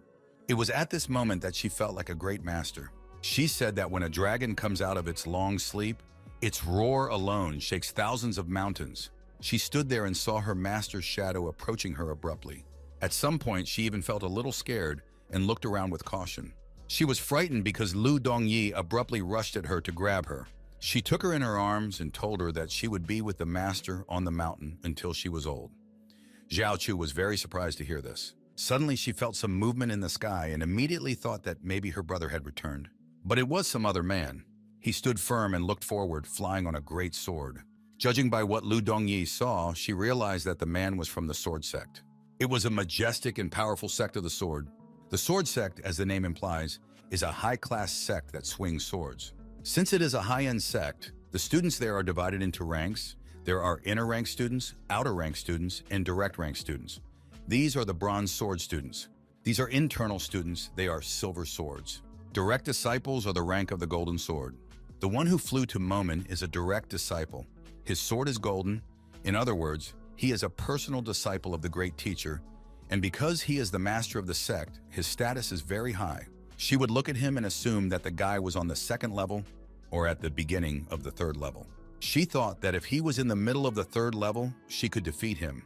She would first hide her power to see what he was capable of. Meanwhile, he flew over her and looked at her. She couldn't understand why he hadn't started to come down yet, but at one point he tapped his foot on his sword. Immediately afterward, impulses began to emanate from his sword and were directed downward. She understood that sword cry, but why hadn't they started to properly welcome the great disciple of the sword sect? She thought he looked like her brother, but when her brother brags, she thinks he's really special. And when that guy brags, she wants to beat him up. Xiao also noticed this. She said, why is that guy copying their master? She wants to beat him up because of that. These words made Lu Dongyi laugh. She said that she thought exactly the same way. She decided to play along and said that they were not behaving well and that they needed to meet the representative of the sword sect properly. This was a direct disciple of the Xiao sword sect, he thought.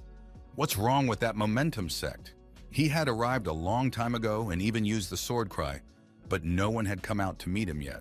He was furious because he was the sect elder's personal disciple and Yui's best friend. How dare they treat him so disrespectfully? He turned around and thought that this time they would not receive resources for cultivation. He flew there because Mman was on his way, and since they were so impolite, it was not his fault. But suddenly he notices someone flying past him. The girl Lu Bing radiated her beauty incessantly. When he saw her, he was just delighted. Did he immediately think that the beautiful woman looked like a snow lotus? But right after that, he also noticed him. He thought that, judging by his clothes, he was from the Mman sect. After that, He was happy because he thought his trip was not in vain. Lu Chang was simply magnificent, standing there with leaves flying around him against the backdrop of a beautiful sun.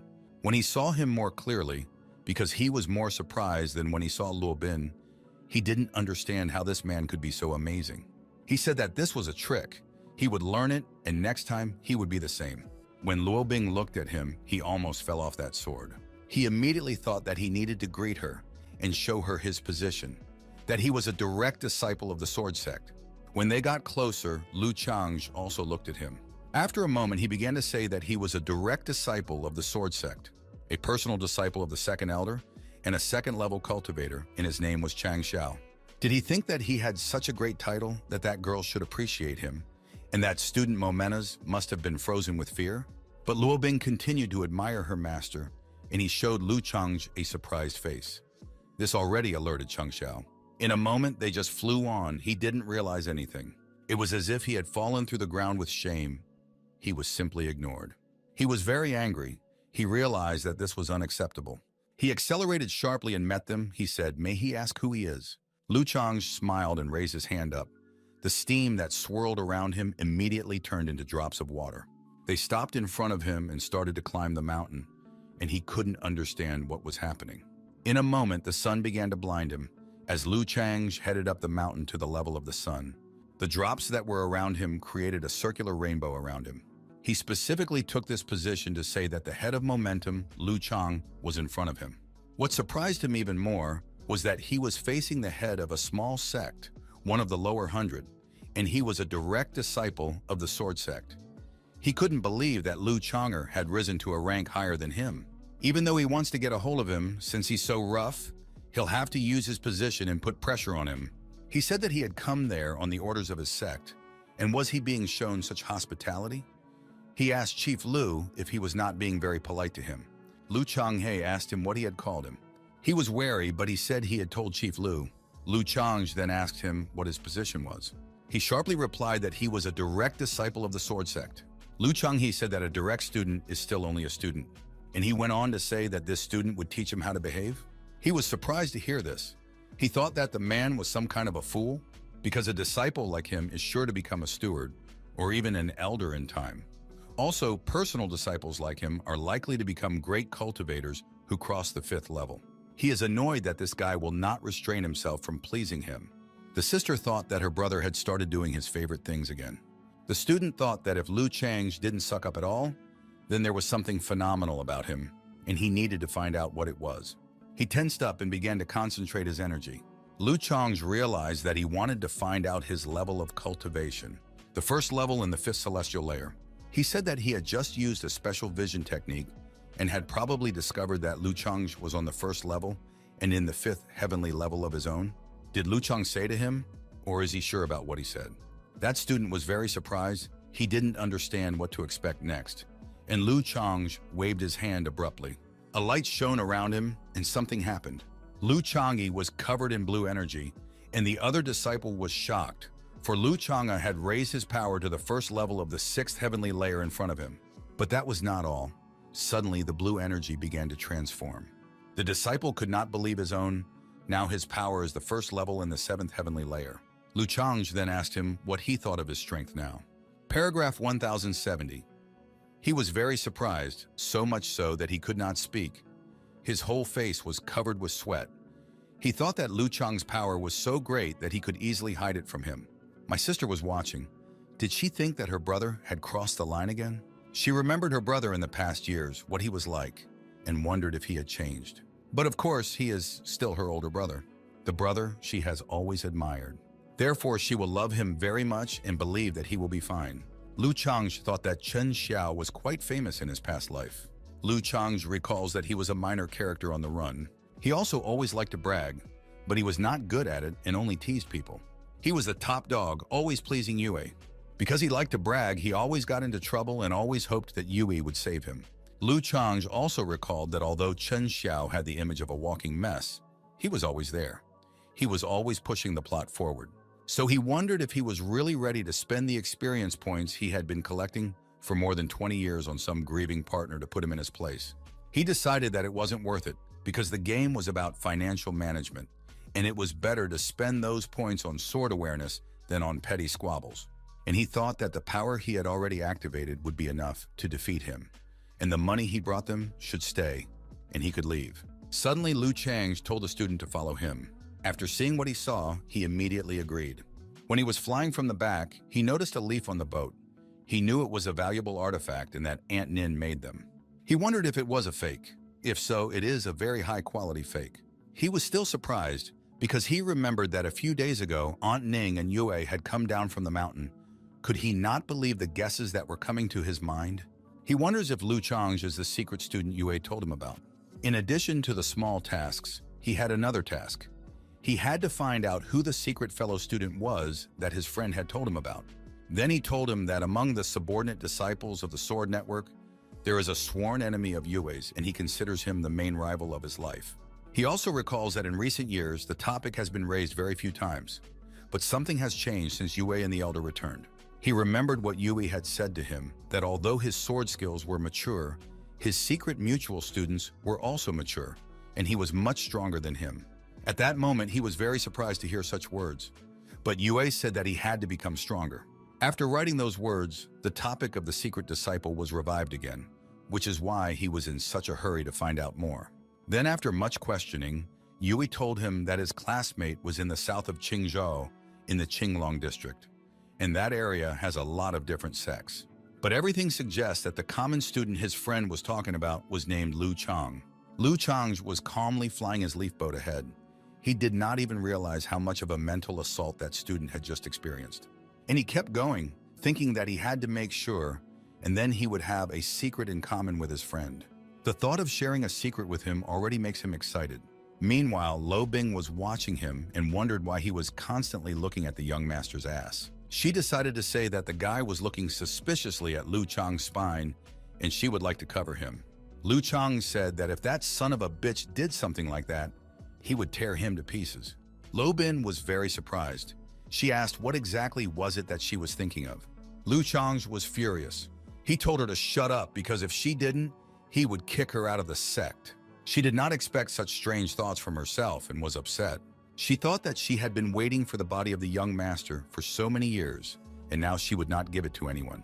But suddenly, out of nowhere, a large wing appeared above Lu Chang, like a large eagle. He was very surprised because it happened very suddenly. It was a huge bird flying very close to Lu Chang's flying boat, and on top of that beautiful beast, there was a girl in very beautiful armor, drinking water at that very moment. When Lu Chang saw her, he had the same reaction when other people see him. At one point, he even tried to pronounce something and say something, but he failed. In one moment, that great bird flapped its wings, and in a second, it was very far away, and it flew close to the sword student, who was also very surprised to see it. He wondered what it could mean that he saw that bird and that girl that day. But he realized that their fate must not have come yet, because if he appeared in that neighborhood that time, he would appear again. Meanwhile, Zhao Chu and Lu Dongyi were discussing and arguing about how that disciple would fall to the ground. They thought he would fall head first. A moment later, I heard a loud scream and saw the silhouette of a man falling down. They were both happy that their calculation was correct, and he asked for someone to help him. Meanwhile, the elders are meeting in Ganzenmen. The host said that they were constantly moving away from the main question, and they hadn't decided yet how much of their resources they would give to momentum. One of the elders said that he had a plan to give him enough so that he would not be offended, but also so that they would not lose much. The owner started shouting at him to tell him such a great plan as soon as possible, and why hadn't he said anything yet? His idea was that everyone would give away a little bit of their wealth, and to give it all to Lu Chang, they would send a good disciple. The owner and the other elders were very surprised by this proposal, and they asked him if he was serious. Because if he was serious and wanted to die, he should not get involved in that business. But the partner of that owner was deciding how she would solve the problem for her own benefit. She said that for a woman, it was a simple situation. She said that there is no man who cannot be dealt with using the body, and if there is something like that, then when you use two bodies, the chances are very high. Did she say who they would choose? Because the one they choose has to be beautiful inside and out. Some girls said that she could be because she had practiced in that field and she had met him before. But the head of the sect thought that the girl hadn't even thought about her. That girl thought that her boss in the sect would definitely choose her, She said to get her wet with rain, which is a very good omen. Suddenly, they saw a message on a sword flying toward them. But the girl thought that, judging by the look of it, it was a message from a friend of the master, an elder from the Middle Hundred Sect. But she wondered why he wrote the letter at such a time. When the chairman read that message, she was very happy, saying that she was friends with him for a reason. She said that they should go to the chairman of Genshinman because it needed to be discussed. They were reading and were very happy that a disciple of the Sword Sect and a direct disciple of the Second Elder had come to their region to dispel. They smiled at each other and said that their luck was good. That Gungzinman head told his own that they were putting a stop to the resource business for now, and that they should now throw all their efforts into finding a direct disciple of the Sword Sect. Another head of the sect also told her girls to find him, and she even allows them to use female favors to gain his trust. As students of both heads, they immediately agreed. Those girls were very excited to have this chance, and they started thinking about how they would become a Strishna woman in the future. Among them, favorites immediately emerged who were ready to do anything to complete the task. The men listened to what the women were saying and said that when they found him, they would first worship him. Because there is a saying that a woman is like a garment and a brother is like a body part. The girls turned on their charm and said that they wouldn't mind having a close talk with their brother who would come up to them now. The student who spoke about honor was very surprised because a lot of boys immediately ran to the girls. While those two sects remained in limbo, the Mman sect remained in the shadows. And so Lu Chang's and Luo Bin came down to the ground and were met by their sister and Xiao Chu. The sister and her student wished the brother well and welcomed him to the city. And that student barely pulled his head out of the ground after his grandiose fall. He watched how Lu Changhe was met and was very angry. He said, "How dare they?" But a moment later, he was stumped when he saw something. There were two girls from that sect standing there, and they just charmed him. He was shocked that such a small sect of Mman owned a dragon and a phoenix. Two such beautiful girls, he thought, but they revolve around this guy. Suddenly, he began to talk himself out of it because he began to be consumed by certain moments. He started slapping his face and saying why he was jealous of some small sect, since he was a great direct disciple of the second master and the best friend of the great UAE. He said that he could not see because of the protection of the head, but those students interested him. But when he used that power, he was very surprised by what he saw. He looked at Lu Dongyi, and she was at the second level and at the 9th heavenly layer. She had almost reached the great completion. He was in a stupor because Lu Dongyi is younger than her brother and has a strength that cannot be matched by the direct disciples of the Sword Sect. He thought that this Mman sect was hiding a lot of talent. My brother said to my sister that she was good, that she knew how to show him in a good light. He turned around and said they were all going to the main hall. He thought that now was the right time to conquer Chen Xiao. After all, he hadn't yet spent the money he had brought. Lu Dongyi invited him and thought that he was a small disciple of the Sword Sect. How could he compare to her brother? It was very beautiful and majestic. Everything was in harmony. When he was leaving, he noticed the beautiful architecture, because even the middle-ranking sects do not have such architecture.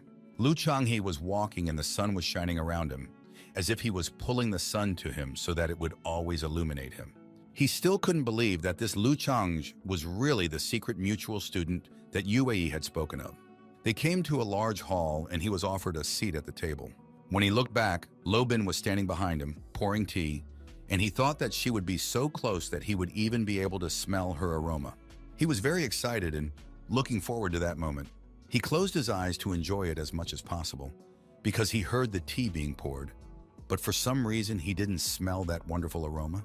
When he looked back, he was very surprised to see that she was so skillful at pouring that tea that she didn't even approach him. Everyone was surprised by this act. They thought he would suffer a psychological trauma. And he thought that this girl was very shy and cherished great moral values, that she probably behaved like this with all men, so he would not take it to heart. But a moment later, he sees her coming almost to the edge of Lu Chang's seat and offering him tea, which surprises him greatly. He felt very sorry for him, because he was such a wonderful and noble student. And wasn't he very attractive? Suddenly, Lu Chang's began to cough characteristically, as if to hint at something. The student did not understand and asked Lu Chang if he was all right. He sipped his tea calmly, and Lu Chang wondered why he hadn't given him the money yet. Did he really want to stay for lunch? And then Luo Bing decided to ask if the older student had come to them in Mman on some business. He replied that it was an important matter, and he thought that she had called him so respectfully, and that it was his chance to impress her. He stood up and began to say that he had been ordered by the head of the sword sect to transfer resources to subordinate sects, and that he had already prepared everything. He was holding an enchanted ring in his palm, which contained a spiritual stone, and miraculous medicines and materials for treatment were sealed in it, all for the Mman sect. Lu Chang's didn't show any excitement, but he was actually very happy because he could use the materials with the skill he had learned from Aunt Ning. He smiled and said that was very good, and started to use his water power. The disciple was very surprised to see the power of the water enveloping the ring. Did he immediately think it was the power of heaven and earth? That ring flowed smoothly through that water to its new owner. In a moment, he was already at Lu Chang's, and the disciple stood there and was simply amazed. He thought that Lu Chang was enlightened. He was overjoyed because now he was almost certain that the secret student was Lu Chang's. Lu thought that that sword sect had gotten very rich. He went on to say that he had received what he was given, but he said that that disciple, did he also mention any important assignment from the sword sect? Then he thought that the resources from the sword sect were a benefit, from the fact that the Mman sect was subordinate, and helping the sect's disciples is a duty. He said that this time, he also went on a mission because of the appearance of demonic cultivators. All the members of the Mman sect present there were shocked by this news.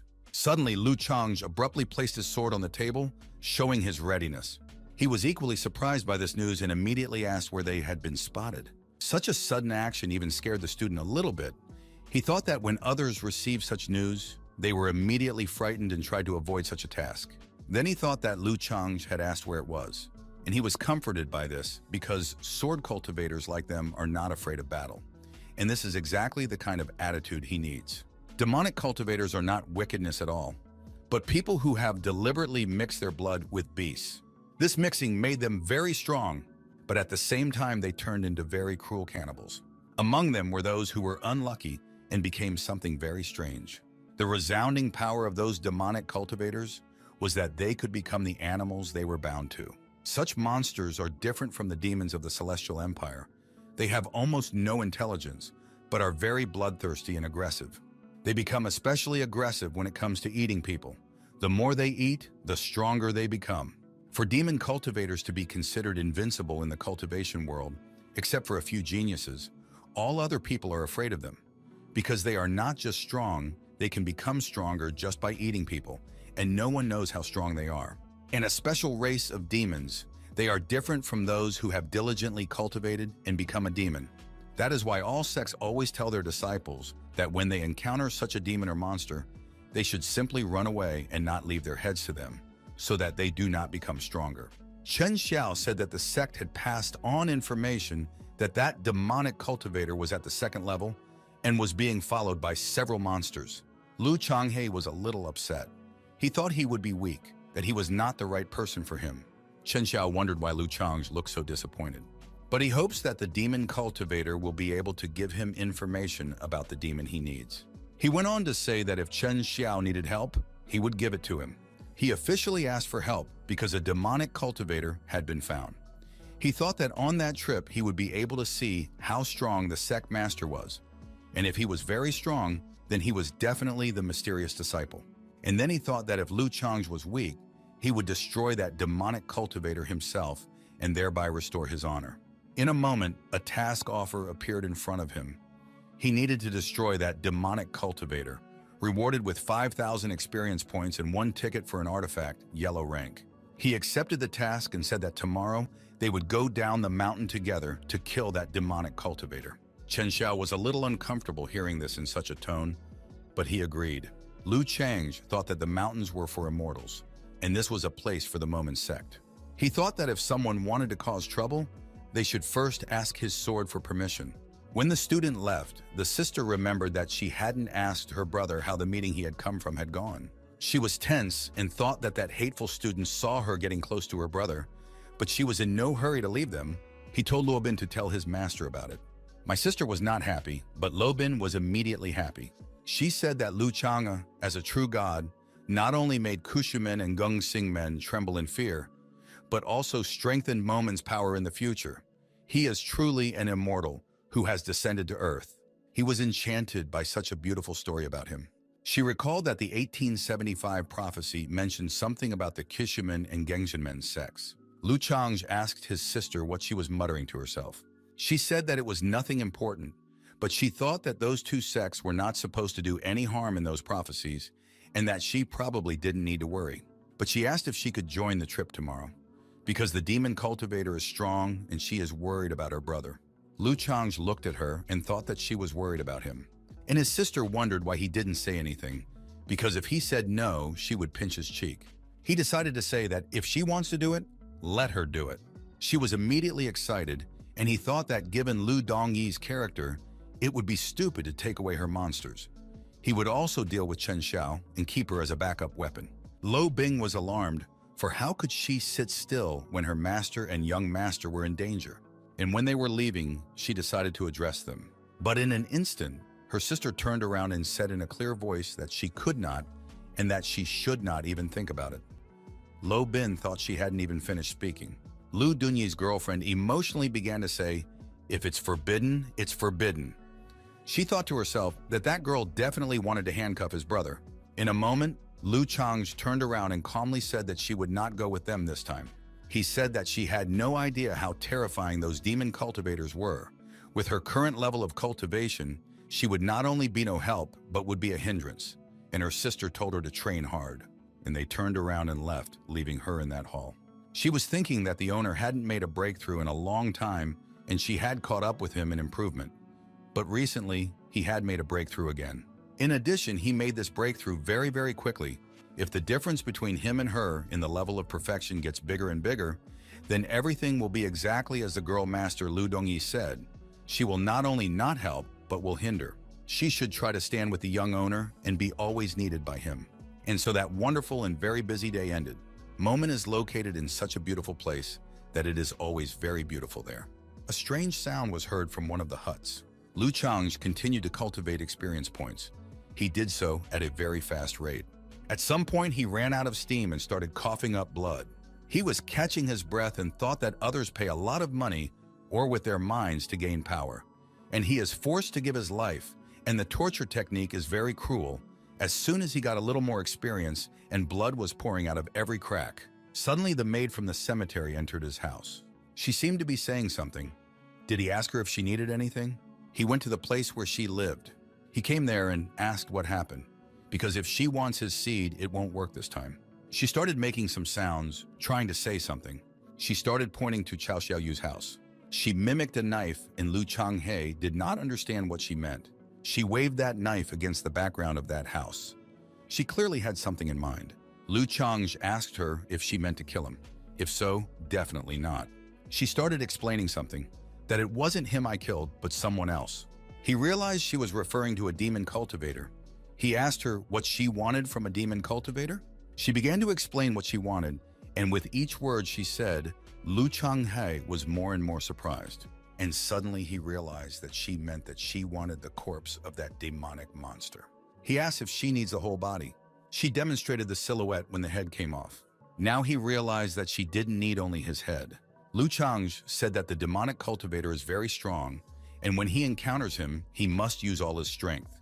In such a situation, it will be difficult not to damage other parts of the body. Then he said that if these are the criteria, then the fee should be increased. She seemed to be hanging up again. He said that she would definitely have to pay extra. And in a moment, she stretched out her spiritual hand and held an object in it. Lu Chang was pleased. He immediately told her to give him the item, but she abruptly took her hand with the object back. Did he say that she would give him the scroll only after she got the corpse? She may not be very smart, but she's not stupid either. In a moment, he had a very surprised face. It was an autumn school scroll, a sword technique. Low quality blue level, only medium quality sects could obtain such a rare sword technique. He was delighted. He thought that having such a spirit in his sect was like having a treasure. That liquid scroll was worth much more than the corpse of that monster. And given the reward from the system, he could kill two birds with one stone. He can't wait to get that reward, because in his past life he spent a lot of money, but could only get a blue level shooting equipment of medium quality called Water Dragon Enters the Sea. He said that the essence of that technique was that it was like a dragon coming out of the water. The technique she offered him was called Autumn Cicadas, and he wondered how exactly it manifests itself. He said that for the sake of their relationship, he would take on the task. She said, I think she said, good hunting. And the next moment, it flew back into the ground from which it had come. He became very interested in how much more wealth that maid had, and he had to do something to get more. He decided to start asking her why she needed the body of a demon cultivator. She made some incomprehensible sound. He said that she had gotten her way and now started pretending to be deaf. He decided to leave her and said that he could never have thought that he would be used as a thing. The night was over and a new beautiful day had come. Lu Dongyi came to his house and told him it was time for him to leave. He said that she was so eager for him to leave that she came to his door so early. She opened the door and said she just wanted to feel like a thief. He came out and said he was ready. She told him not to worry about anything because she had prepared things for sleeping, brushing teeth, washing, a secret weapon for the battle, and everything else she had already prepared. He said, what should he do with such a serious sister? And she said to tell Lu Changj to call that sword sect disciple so they could go. He said he was fine and started to concentrate. He activated a special power that transmitted information through energy waves. He began to say that the disciple was gathering at the main gate, and so on many times. He was still in bed and heard that message, and it made him very angry. He shouted loudly, so loudly that the ashes flew, that his name was not some student, but Chen Xiao. They came to that gate, and he thought that he had completely forgotten that the main gate of momentum had once been guarded by protective seals. But they came up empty and stopped working. His sister noticed that his brother was upset by the sight of those seals and told him that she had already begun to study the power of those seals and she would soon restore them. He remembered that his sister had a special ability to learn everything quickly. But to improve its properties, they need a lot of money and they don't have it at the moment. He hugged her and told her that he understood that she wanted to repair them to make them more comfortable on the mountain, and he was very happy to hear that. He said he would find a way to get the money for her. It is the duty of an older brother to fulfill his sister's wishes. She was happy that she and her brother had such a good relationship and that no one interfered with them. In a moment, the student was running toward them, shouting from a distance to make them remember that his name was not just any student, but Chen Xiao. And Lu Chang said that finally the student had arrived and they were setting off. Chen Xiao was a little surprised to see that the master had begun to launch the leaf boat. He stood up and defiantly said, "How do they want to go? They don't know where to go. They can't go without him." He told them to watch carefully.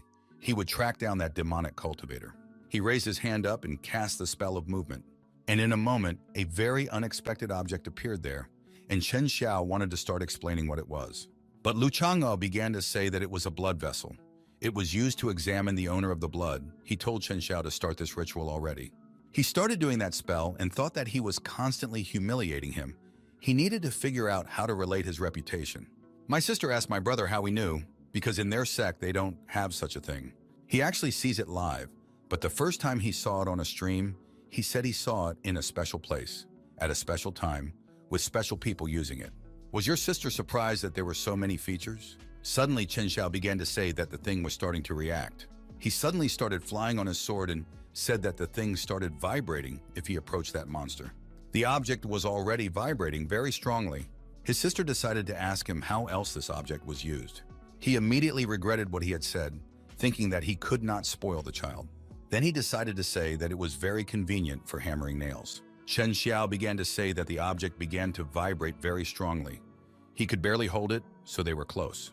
Lu Dongyi said they were approaching the forest of fire. She remembered that they had already been to that forest and that it grew a special herb. She said that there are a lot of monsters in that forest, and if that demonic cultivator is there, he could be very strong. But he told them to come down so that that demonic cultivator could taste the taste of his skull being cracked. The sister forgot that her brother was not afraid of anything at all. Chen Xiao also thought that the fire forest was teeming with beasts, and that if he started fighting that monster in it, it might be much harder. Because there are so many beasts that the demon can subdue and control, and as soon as the battle begins, they will be surrounded by monsters. He wonders what Lu Chang thinks about this. He looked back and saw Lu Chang smiling and telling them to go downstairs. Chen Xiao could not understand why he was so cheerful. But in a moment, he realized that they, as great cultivators, should be fearless. He thought that Head Lu was really not ordinary. And in a moment, they began to descend sharply into the center of that forest. He thought that there were various monsters down there and a large cultivator, which was the perfect location to gain experience points. A real man must be fearless for the sake of experience points. As they walked, he thought that all these monsters in the big cultivator were surrounded by him. He said that the vessel was vibrating very strongly, that the demon was very close, and they had better hurry. Lu Chang's said sharply and loudly to Chen Xiao to show him the way quickly, and he was very unhappy with this bad treatment, but he is looking forward to showing his strength. Even the heads of the middle-level sects treat him with more respect, and he is the head of the lowest sect. And how dare he treat him like that? They had been walking for some time, and little by little the monsters began to follow them. At one point the object vibrated so strongly that it almost jumped out of my hands. They were walking and Chen Xiao said that it was very close, so they should be careful. Suddenly Lu Chang's wondered, if he inserted that thing into the neck of a demon cultivator, would it fly up from the vibration? He is very sorry because if Mman had a blood vessel, he would have been able to track down the demon who killed his parents. Animals devour each other even if they are of the same species, and he thought it would be difficult for him to fulfill the task of a maid because the only part of the body that animals do not eat is the head.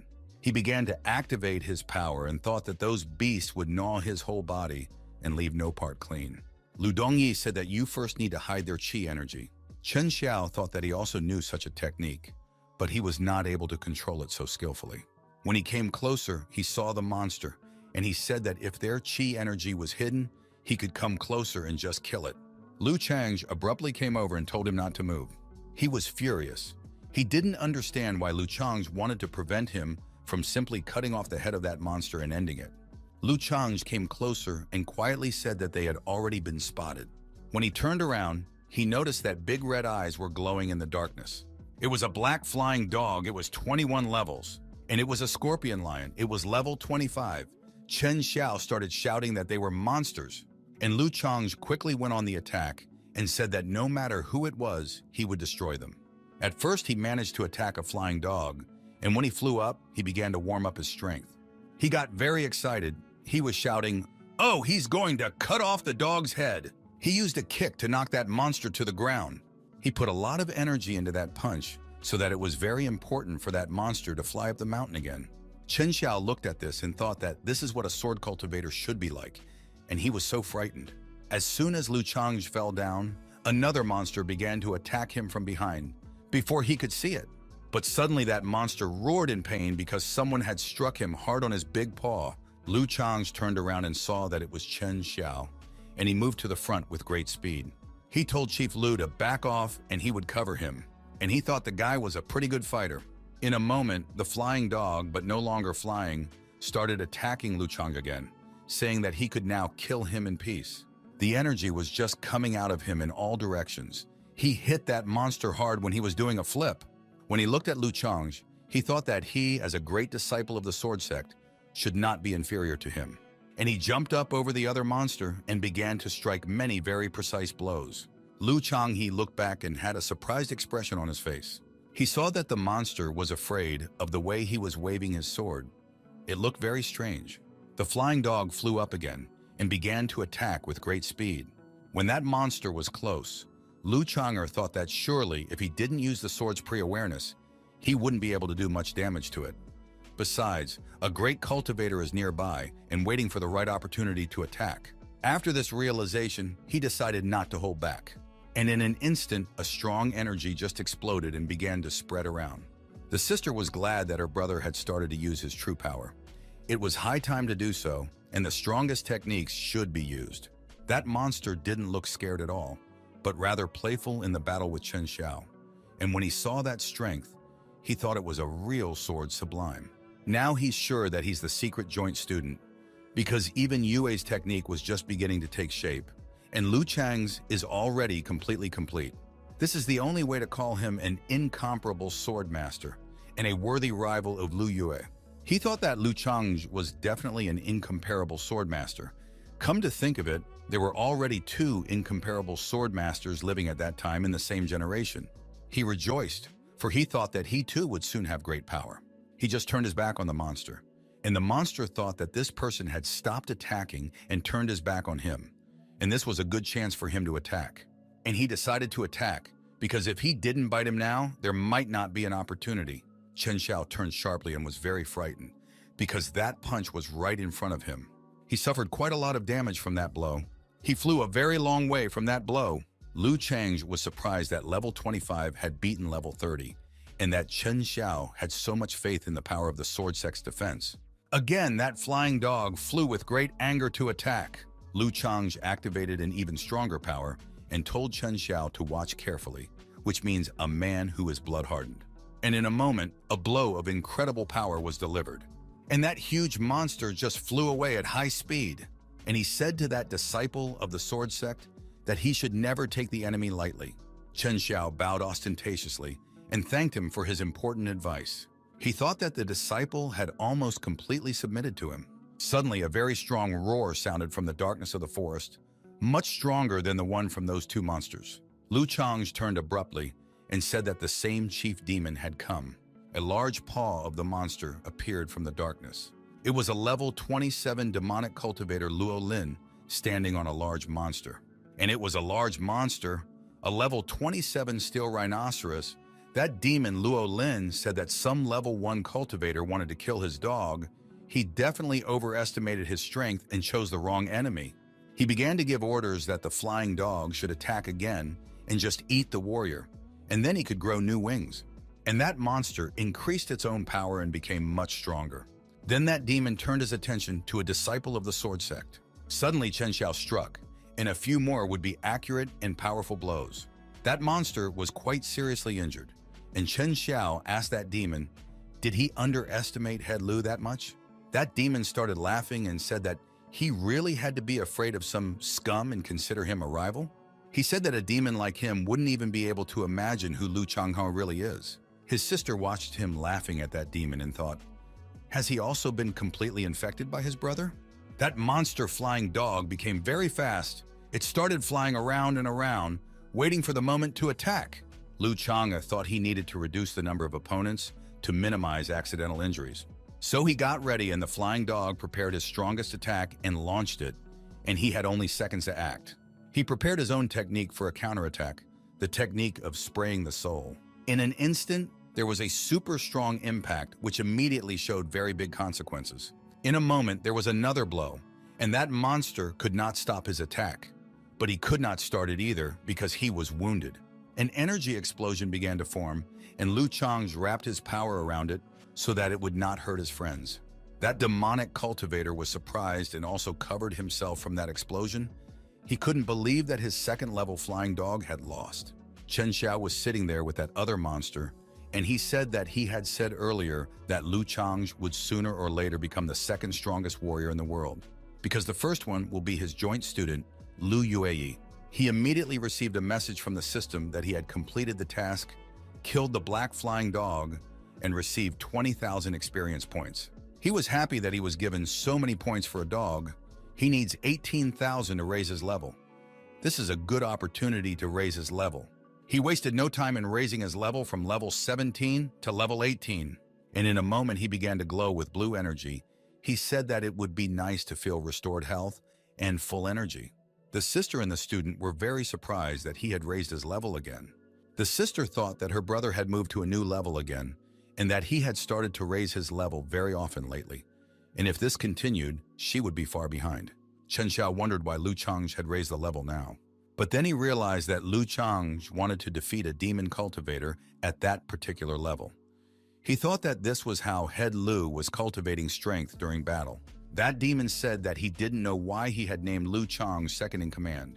But it didn't matter because they would all be part of him now. He said he would kill Lu Chang first and then Chen Xiao. Lu Chang shouted at him and said that he was a freak who hid behind a cloak and was afraid to show his face to people. That demon cultivator, he shouted. How dare he call him that?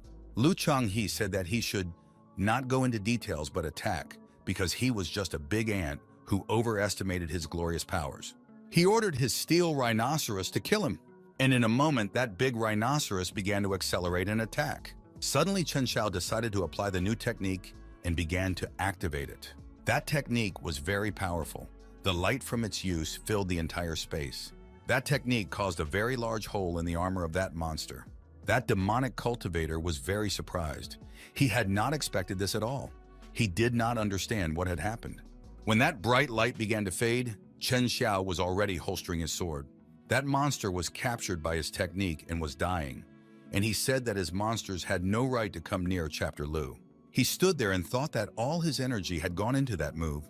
He thought it was very good that he had managed to redirect all the sweat to his back. He stood there showing off, and Lu Dongyi thought he used spiritual energy to redirect the sweat to his back so her brother wouldn't see. She thinks he is just as sick in the head as her brother. She thought that he had identified the essence of it. That demonic cultivator started shouting, "How could the steel rhinoceros lose, since he had promised to go all the way to the top of the demonic cultivation with him?" He was just crazy. He stuck his hand into that rhinoceros and said that the rhinoceros should rest in peace, and he would take revenge for him. Lu Dunyi and Chen Xiao were shocked when they saw this. Lu Dunyi's girlfriend said that it would be bad because that guy wants to get the demon crystal, and in general, demon cultivators eat each other. That demon began to activate the power of this crystal and ordered his rhinoceros to wait until he had dealt with them, and then they would use the blood of an entire village to restore his memory. He was really very scary. He was ready to eat that crystal. He was telling him to become a part of him and continue his journey that way. But Lu Chang's used his strength and reached out his hand in front, and it was as if a portal opened in front of him, and he was right in front of that demon. It was so fast that the demon didn't even realize it had happened. Lu Chang was already holding that red crystal in his hands. He said that to simultaneously mourn his friend and eat his corpse at the same time, their world of demon cultivators is truly terrifying. Lu Dongyi's girlfriend said that her brother's water power was getting stronger and stronger. Chen Xiao was very surprised that Lu Chang could pick up objects from a distance. The demon shouted at him to give him the yogic crystal. He used a special spell and sent the item to a special vault. He also said that he did not understand what the demon was talking about, because in a moment his body would be Lu Chang's, because the maid wanted it. The sister and the disciple were very intrigued when they heard that phrase, and Lu Changho told them to stop their perverted fantasies. That demon was very angry. He started shouting that now he would use another force. He released a very large amount of dark energy and told all the monsters of the Red Forest to awaken. In a moment, that layer of dark energy began to split into different particles and began to fly to different parts of the forest. There were more and more of them, and they were very angry. Chen Xiao was very worried. He said that all the monsters of the fire forest had woken up, and if they didn't stop them, they would have to fight them all at once. Lu Dongyi's girlfriend also panicked a bit. She counted those monsters, and there were more and more of them, she thought. If there is such a special situation, she cannot hide her power, because her brother's life is much more important. He shouted that everyone should be afraid of him, and after he killed them, he would go to all the villages within a radius of 50 kilometers and destroy them. As soon as he said that, a water balloon appeared in front of him. He immediately became very wary, and in a moment, a water hand appeared from that ball as if from a portal and flew at him. He was surrounded by dark energy, but that hand still caught him by the throat. He could not help it, for with his hands he controlled the monsters he had awakened. Lu Changhe held him by the throat and told him that he had forgotten a very important detail. Now there is no monster that can protect it. He realized that he was in a very bad situation and began to tremble with fear. He began to speak and swear that he would never appear again and would not do any harm to anyone. Lu Chang immediately remembered the moment of his parents' death and what the demon had said, and the atrocities he had already committed. Suddenly out of that water portal, he punched him hard. Those he has already killed have no future and no second chance. He bled from that blow and fell to the ground. The energy threads that controlled the monsters gradually began to dissolve. Lu Dongyi's girlfriend breathed a sigh of relief. She thought she had almost drawn her sword. That student was surprised and frightened at the same time, because when Lu Ding's girl was preparing to fight, she released a little bit of her superpower, and he felt it, and it was as strong as his teacher's. So he searched for his teacher. Then he came up with a very interesting idea. Did he think that someone very powerful was constantly guarding Lu Chang? But he immediately thought that this couldn't be, because the head of Lu is very strong and doesn't need protection. A moment later, he realized something important again. He started to cry and said that Chief Lu was worried about them. He pretended that he didn't care about the people nearby and sent that invisible protector to protect Chen Xiao from a sudden attack. Lu Dongyi's girlfriend saw that student thinking emotionally, and she thought, is he completely stupid out of fear? Or was he sick? Suddenly, he received a message saying that he had completed the task and whether he wanted to collect the reward. He said with confidence and a smile on his face that he was ready for the award. Yopu got a lot of experience points, which is because Xiao was just like a tool, so the system considered it a single mission. He stood next to that body and said that he would exchange it for a reward, and that the ring that the spirit had given him contained many useful items. He wondered if the demon cultivator had any other treasures, and he noticed that the system in the demon's hand showed something. It said that he could collect 2 things and open a hidden plot and get a hidden task. For a moment, he froze. He had not expected such a turn of events.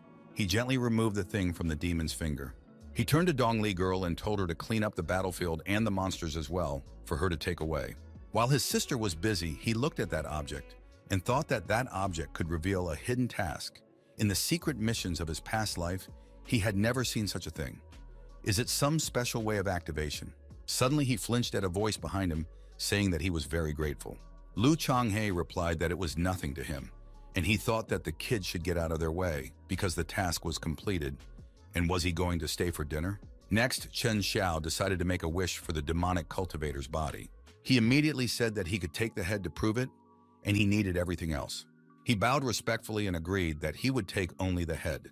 He thought that if it weren't for Head Lu, he definitely wouldn't have been able to kill the demon cultivator and wouldn't have fulfilled the Sect's task. In addition, he is that secret senior disciple, Yueya. Now that he knows his friend's secret, he wonders if their relationship will get closer now. Suddenly, Lu Chang's began to fly on his flying leaf and shouted at the student who was laughing like a fool. He immediately bowed and said that the student was on a mission. Lu Chang shook his head and told him he could go. But the disciple said that he did not want to leave yet because he wanted to learn from Lu Chang a lot more, and he also wanted to ask him something. But he told me to tell him on the way. They were already flying over the forest of fire, and the student said that he wanted to ask something. He asked why, during the entire battle, the head of Lu was never taken out of his spiritual sword by his holster. He replied seriously that the demon was not worthy of such a thing. This answer simply knocked that student off his feet. Now that he understood how Lu Chang was behaving, he thought that all sword cultivators should behave like him. And he thought about that disciple, that when he first appeared, his journey was supposed to be short, but now it has continued. And my sister was disappointed because now another one was finally infected. But as long as her brother is safe, she doesn't care. They continued to move towards their home. They had a little more to go. As they approached, they saw many people standing in the square. My sister said that these were the people, and he said that they were from the Genzinman and Sushiman sects. They were shocked because they saw that student near Lu Chang, and they were looking for him here. That head thought they were inattentive because Lu Chang's connections were much stronger than they thought. They all froze while Lu Chang and the others descended to the ground.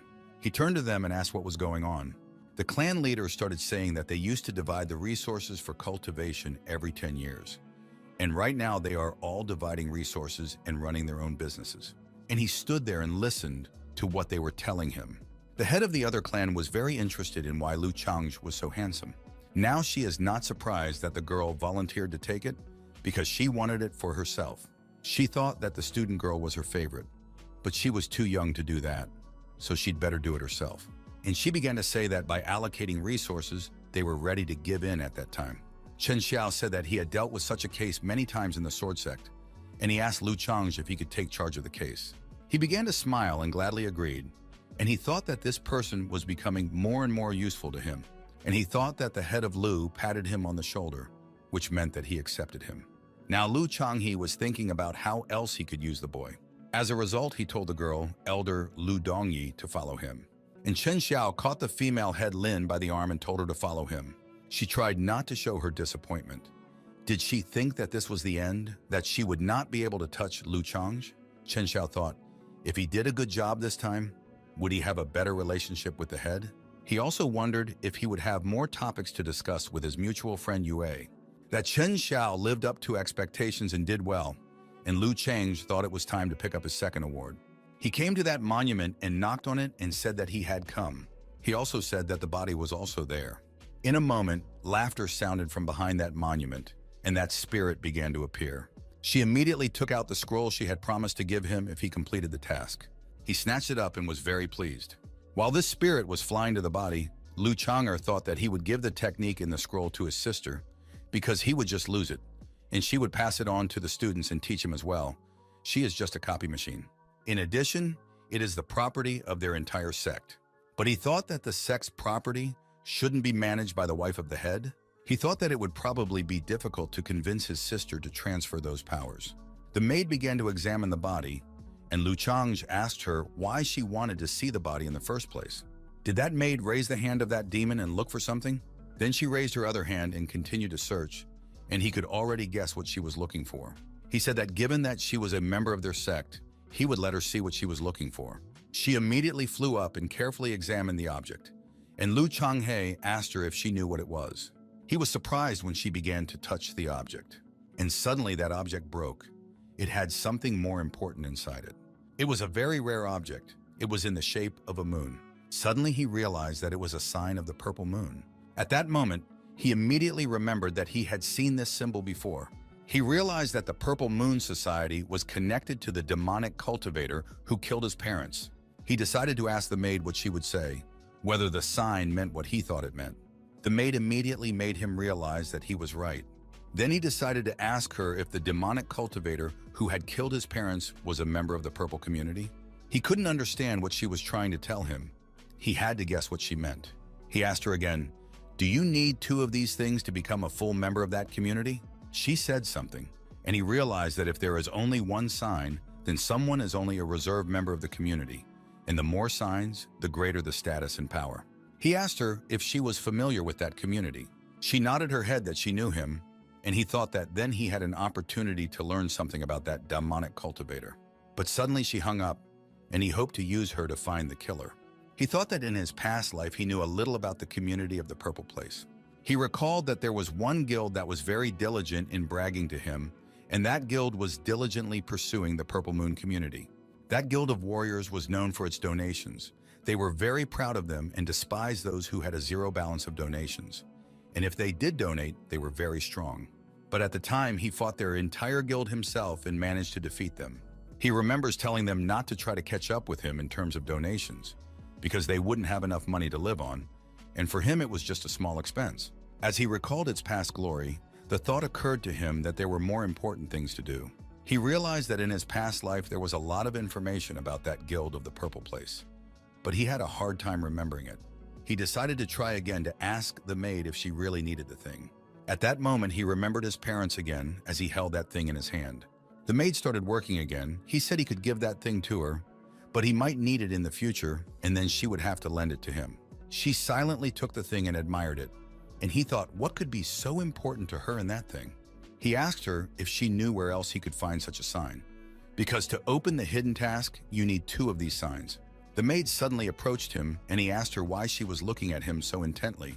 Suddenly, the maid snapped her energetic fingers, and in a moment, silhouettes of such icons began to appear there, and she looked very cool against them. Lu Changhe was simply amazed and at the same time very much surprised. His face was shocked, and he asked her if she really hated the Purple Moon Guild that much. And just at that moment, she lost her memory again and froze. Suddenly, he realized that she had many signs and wanted him to help her establish her lost memory. She came to her senses and began to gesture that he understood everything correctly. He said that it was good that he understood her, because he might have thought that she was the secret heated of the Purple Place Guild and was engaged in the wholesale sale of signs. He thought that if the system marked her name in red, he would definitely think that the theory about wholesale trade was true. Suddenly, she flew to him and hugged his arm. He said that he would help her with information about the Purple Moon Guild, because he needed it too. But he said he would help, but she had to lend him some signs. She was very surprised because not only did she not get as many signs as she would have liked, but she also had to give him some. He said that he was not deceiving her, that if she gave him a few of those signs, he knew a way to get the information, and then he would tell the maid. She gestured for him to take as much as he needed. He said that 2 would be enough for him. He has fulfilled the conditions to open the secret plot, and the system offers him to see more details. In a moment, a great holographic epic unfolded in front of him. He said that it was very impressive. He thought that the information that was given this time would probably be very impressive, but it was sharply reduced to a simple information sign, and he expected more. It said that this organization is very strong, it has many members, and if they started to act in this direction, they were up to something. These members of this community worship the Purple Place. They believe that if they can absorb the purple moon, they can get superpower. He was disappointed. He thought there would be much more information. They need to rely on their own reflections. Maybe that purple moon is some kind of object they want to absorb. Now he knows their peculiarity when they worship something and at the same time want to absorb it. A sudden message said that if he wanted more information, he needed 10 signs of the purple moon. He was surprised and thought that those 2 signs were the initial price. And then it was like in a bar. If you want a drink, you have to pay more and more. With a strange expression on his face, he stretched out his hand to take more badges. The maid saw him doing this and was amazed. Suddenly, she took those badges away from him, and now he is surprised by this act on her part. She was outraged and did not understand why he needed so many badges. He said that she was very greedy because when he shared seeds with her, he was not as greedy as she was. Now he has met the conditions again and can see more information. It's said that this community holds meetings every 3 years in different places in Qingzhou. The next meeting time, the day of the winter sun standing, is next year. This information surprised him greatly. He smiled and said that these demon cultivators are just as stupid as ordinary players who open a counter to buy and sell things. He realizes that he has to develop a lot by then. He imagined standing in front of them and telling them that they were all finished. But they just laughed at him and didn't take him seriously. He realizes that if he is not strong enough by then, he will be finished. Suddenly, the maid became more active. He thought he had already forgotten about her. He thought he needed to reveal a little more of the heavenly mystery to her so that she would be interested. Suddenly, he threw those icons very hard in front of him. He wants to use a special technique. A special holographic image appeared in front of them, and these icons were distributed in a circle. Lu Changhe made sure to set up and prepared to start the technique, and he snapped his fingers to start the technique, but the maid could not wait for any result. She still thought that in a moment she would get what he had promised her. But nothing happened, and Lu Changhe told her that heavenly secrets cannot be revealed. That maid had a fit of misunderstanding and despair. In a moment, she opened her mouth and very quickly started collecting all the badges. In another moment, she began to push Lu Changhe very actively. She was driving him away. He could barely say that it was not because he didn't want to, but because he needed to collect his thoughts. She was very angry, and he said that as soon as he thought about it, he would tell her. He had never seen her so angry. In the end, Lu Changhe smiled and said goodbye to her. In fact, she was disappointed because this time Lu Changhe did not understand her at all. He came to his house and looked at the map. The place he needed was quite far away, but the road to destruction was never close. He stood up and thought that the winter sun would be up for a long time. Time passed and winter came. He trained very hard and diligently. He thought that if he continued to train like this, he would stop feeling pain. Suddenly his sister came to him. She had already changed into winter clothes. He said that one more winter sun stood and their girlfriend Lu Dongyi became another year older. He also changed his clothes and they went down the mountain together. Lu said that everything was ready and they should have a good time on that day of human transformation. They went downstairs and went to their ancestral home, where they cooked and ate delicious food and discussed interesting topics. They recalled how they used to spend time with their parents that day. But now there are only 2 of them left and they have to run the sect themselves. The next day came and they walked slowly home. Lu Changhe told his sister to accompany him to the same place the following year for a winter sun standing. She asked where to go because she didn't want to go far. She wanted to stay on the mountain and cultivate that day. He said he wanted to take her away and kill someone. She was wary but agreed to his proposal. Did he say it would be dangerous or was she not afraid? She said that as long as her brother was with her, she was not afraid of anything. Then they need to hurry up because there is a lot to do. They need to increase the strength of their sect because soon many new disciples will come. There are 250 days left until the start of the Kingdom of Heaven beta test, and players will soon register and enter the game. In that place, there was a sound of someone looking for Lu Changhe. Lo Bin said that she didn't know because if she did, she wouldn't have wasted her time standing there with him. He was not pleased to hear this. He thought that she only had Chapter Lu in mind, but he hoped that he still had a chance. He continued to look for Chapter Lu. He only needed to ask him about one thing, and then he would be 100% sure that he was the secret senior disciple. He was very happy when he noticed that the head had entered the main gate. He quickly ran up to them and said that he had come to say goodbye. Lu Changhe said he was fine to go. Chen Xiao expected a completely different reaction. He asked me lightly if I could give him Lu Chang's greetings to Aunt Ning and Lu Ai. Chen Xiao thought that if he said yes, he would know them both, and then it would be 100% confirmation that he was the same person. Lu Chang's realized that he was testing him, but he thought that Momena's reputation was stuck, and there was probably nothing wrong with opening up to him a little bit and maybe getting some bonuses from the Sword Sect. It would be super to improve the reputation in the mainstream Kenjiang sect. He told Chen Xiao to give his regards to Aunt Ning, and for Yue, he thought that he was younger and he could not give him his regards. He was very surprised because now he has no doubt that it is he, the secret shared tune. He was pleased. He said he would do everything right. In an instant, he flew happily to the Sword Sect, and Lu Chang's thought that he would not disappoint him. His sister asked him what he was looking at for so long. He replied that he was looking at a flying advertising brochure. When he was flying, he thought that Chief Lu did not mention Yue's name, and Yue did not mention Lu Chang's name, so they must think alike. He understood why they both wanted to hide their friendship and rivalry, only to one day reveal themselves and shock the world. He swore he would never reveal their secret. 7 days have passed. Lu Chang thinks that he probably hasn't arrived at the Sword Sect yet and has probably flown somewhere else to show off. It had already been half a month and Chen Xiao still hadn't returned, and the Sword Sect needed to work on discipline. A month passed after that, and Lu Chang was already very angry. He said that the next time he saw him, he would squeeze his head to pieces. It's been a wild, majestic sect of the sword. Chen Xiao met Lu Wei and began to tell him something very emotionally. Yue was very surprised. He couldn't believe that Lu Chang had moved to another level so quickly. He thought that at this rate, he would quickly become a higher level than him. Chen Xiao continued to tell everything, and Yue thought that he was in danger of becoming like in his childhood when he could not catch up with his shadow. Yue Gong could not believe it. He started shouting that this was not possible and that this could not be. Chen Xiao finally paid attention to him and asked what happened to him. Suddenly, Yue said that he needed to leave Chen Xiao because he had important things to do. He needed to do cultivation. And the moment he flew away, Chen Xiao thought that Yue was a brilliant swordsman who could receive an ascension at any moment. He also flew and thought that he also had an important mission. He had to spread the theory of the dangerous secret senior student. But at the same time, no one must know who he is. The secret is the main point of his mission, and he will not reveal that secret until he dies. Time flew, spring came, and Chen Xiao finally died in the heart of Lu Chang. He was lying on his chair and thinking that he needed to come up with a new plan because there were 212 days left before the beta test started.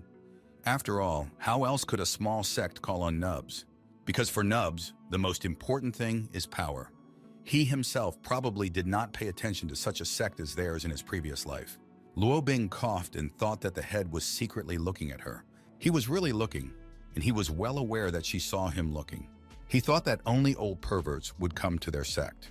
But he wants to develop his clan, and what good is a bunch of perverts? He needs only skillful and courageous players. Only then will their sect have a future.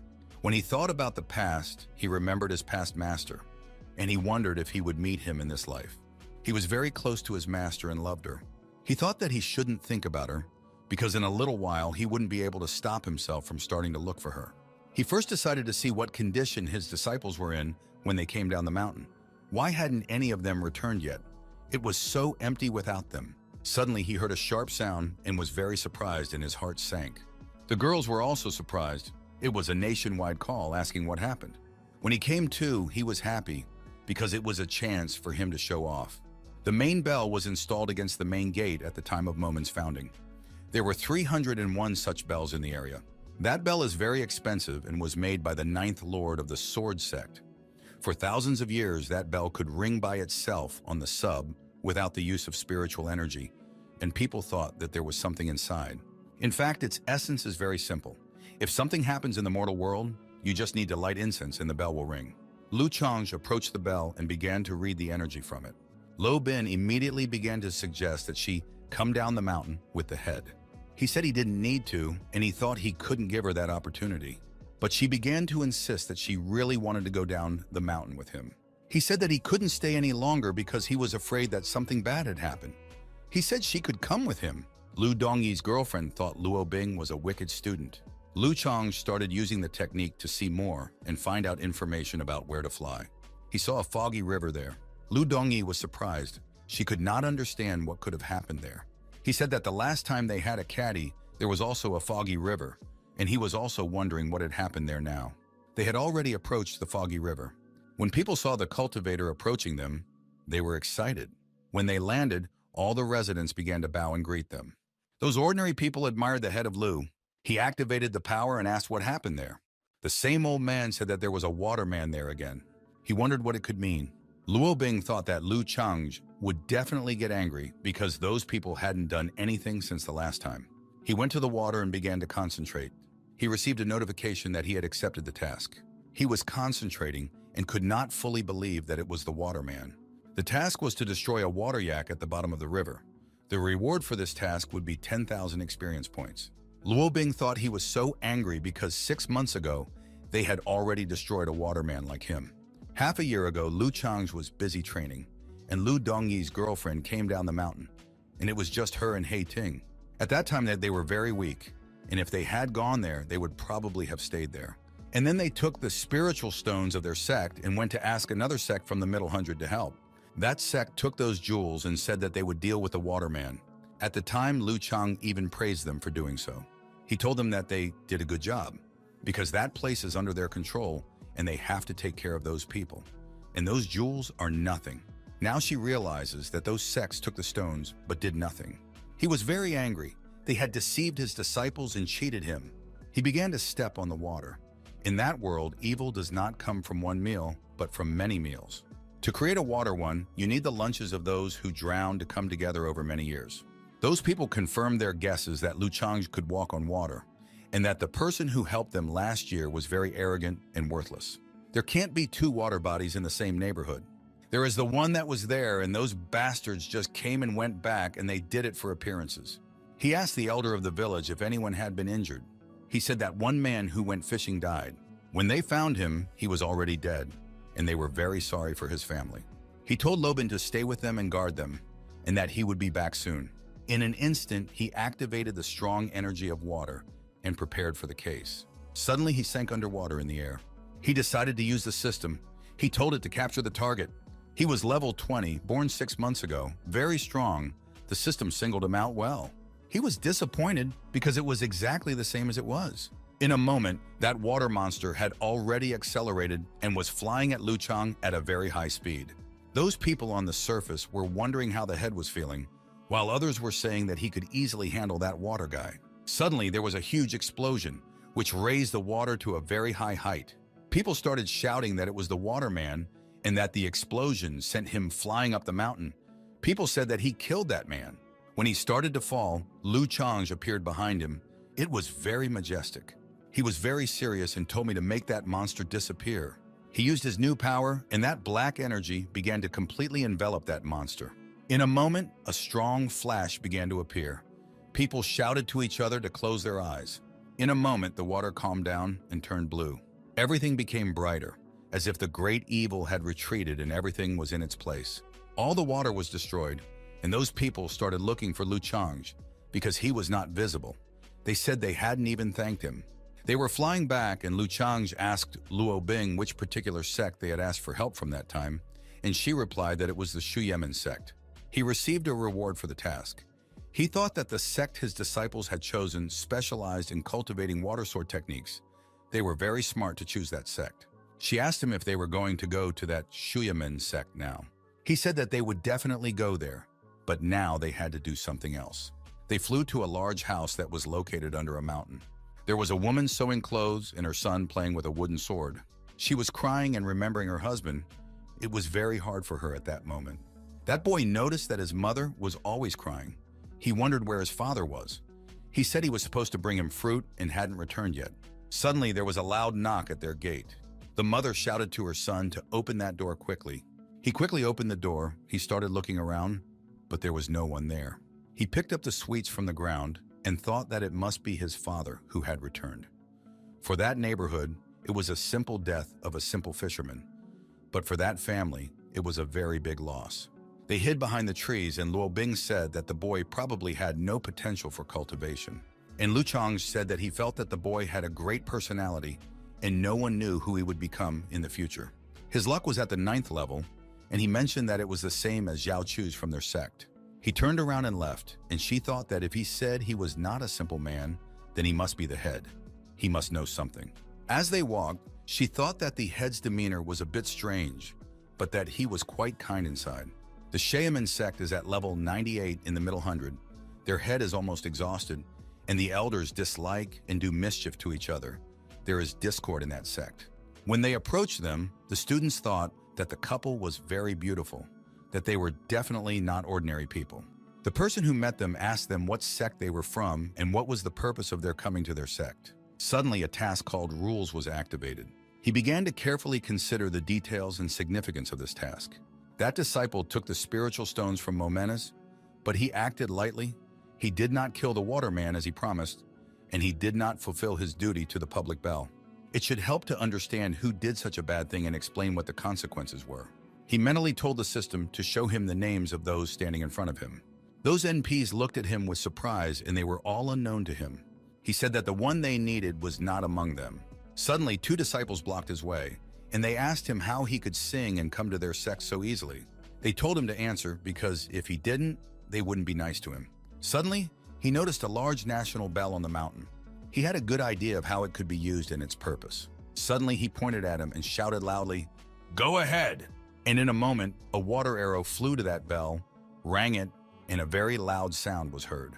That bell was very powerful, and the impulses from it went in different directions. Those disciples were shocked, and they pulled out their swords and began to tell him how dare he. But Lu Chang'e didn't even lift a finger. His gaze was very mysterious and frightening. Those students were already quite frightened. They thought that his gaze was like looking at small pests. One student was already trembling with fear, but decided to ask him again what sect he was from and why he had come to them. And he said that the national bell is ringing and why no one is answering its call. When they heard him say that, they were very surprised and even more frightened. They began to discuss and praise Lu Chang'e's clothes and how he was very handsome. They figured that he was a disciple of the sword sect and someone who kept order. Now they were doomed. They said it was hard to negotiate with someone like him. They began to think about who would report to the management about him. Meanwhile, Lobin noticed them looking at each other and felt sick to her stomach. He asked them if they were done looking at each other. He said in a sharp voice that if no one took action, then no one should blame him for his ruthlessness later. And in an instant, they all jumped up and ran to report to their elders. Luobing asked Lu Chang'e that they had come here to teach that bad student a lesson. Lu Chang'e said no, he just wanted justice for that family. A little while before them, 2 men arrived at the main gate on swords. They simultaneously said that the 2 elders congratulating him were the 2 elders whose head was now cultivating. They were at odds with each other because they saw what the sect was doing to create discord so that they could take the place of the head. Suddenly, they both went down onto the ground. He said that he did not come there to watch their melodrama. He is the head of the Mman Lu Chang'e sect. When those students heard that, they breathed a sigh of relief because they thought they were already in big trouble. At first, they could not even remember what kind of sect it was, and then they remembered that it was in the bottom 100. Lu Chang'e went on to say that he was looking for one person from their sect. They both thought that he was very weak and dared to come to them, and he was also looking for someone to hurt them. He was irresponsible in their eyes. And the older man asked me anxiously who he needed. He replied that he needed a disciple of the Shu Yemen sect, Meng Feng. He was immediately tense because this was his 3rd student, and it turns out that Lu Chang'e was lucky and ran into his teacher right away. That disciple was very wary. He did not understand why the head of Mman had mentioned his name. He thought that maybe the stories about his beauty had spread beyond their sect. But he quickly rejected that option because he said that his appearance was already being glorified by everyone around him. But suddenly he remembered a very important detail. He recalled how 2 people came to him and asked for help with the water. Even then, he mocked them and told them to kneel down. At the time, they discussed among themselves that it was very offensive to them, but they had no choice because there was a problem in that village. Then they said that they were asking him for help and offered him precious stones as a sign of gratitude. Then he told them to go back and he would do everything. It was just a water thing. He would destroy it with 1 finger. And he went to the girl's house and said that he was in a very good mood and wanted to spend a good time with them. Then he exchanged those spiritual stones for money and spent it all. And he just blew it off and didn't even mention the murder of the waterman because his mind was immediately focused on money. He is already sure that Lu Chang'e definitely came to him because of that incident. He finds it strange that some distant sect would involve the head himself in such an incident. He went down to the ground and thought that it was just a waterman, and if he killed a couple of people, it was nothing at all. And in general, he is now becoming a very strong cultivator, and he is not comparable to some ordinary people. But since he has already come, the student cannot allow his teacher to be humiliated and must betray himself. In such a situation, the best strategy is to admit his guilt right away, and then he won't have a reason to scold him so much. He came up and said that he was supposed to do it, but his strength was not enough, and the waterman escaped during the battle. He said that Lu Chang should punish him, and he would return the gems in double amount. His teacher thought that he was good, that he did not shift responsibility to others, and that it did not have twice as many spiritual stones. He thought that this would be the end of it, because what could such a poor sect need but resources? But Lu Chang said that a fisherman had died in that village on the foggy river, and at that moment, that guy's face immediately changed. He immediately realized that the man was trying to get more money. The disciple said that in that case, he would give 3 times as many gems. He was angry that the life of a fisherman was costing him so much. He waved his hand sharply and a little bit of his strength was released. He said that compensation was ridiculous. He sharply told the disciple to name the 16th rule of the sword. He was very serious and told him to speak quickly. That student was very frightened, and all his audacity disappeared in an instant. He was trembling and began to say that the one who accepted the task threw the national bell, and if he disobeyed it, a person died because of it. That elder still thought that Lu Chang was blackmailing him, and the other elder thought that there would be a real performance and that he didn't need the stones. That sword sect's punishment consists of 6 strokes, 3 thunderous blows to the body, and 3 heart strokes to the heart of the Tao. Thunderstorms are not very scary. It will hurt, and you can get big injuries. But in that world, everything can be cured. But heart blows are quite different. The whip strikes directly at the heart of Tao, and if the heart is not stable, it can split. If this happens, the cultivator will no longer be able to move forward, and even his strength may decrease. The disciple looked at his teacher with great fear and asked him to save him. His fear was obvious, for even the most powerful cultivators would not be able to heal such a wound. That elder was angry. He thought that now he had to give him resources and then think about how to take them away. Only then would he leave his disciple. He invited Lu Chang to come over and talk a little bit. Lu Chang completely ignored the elder. He began to tell the disciple that he had 3 choices. The first option was 6 lashes, the second option was a sword fight with him, and the chief seemed to fall through the ground with shame. That student was scared to death. He could barely utter the question, "What is the third option?" Chairman Lu smiled and said that there was no third option. He was just joking with him. But because option 3 could be both the first and the second at the same time, that teacher shouted the name of Chairman Lu sharply to stop bullying his student. That junior teacher wanted to sprinkle salt on his wound and said that the senior teacher had wanted to pay him off at first. But that was also a violation of the rules of the sword. What would their heads say to that?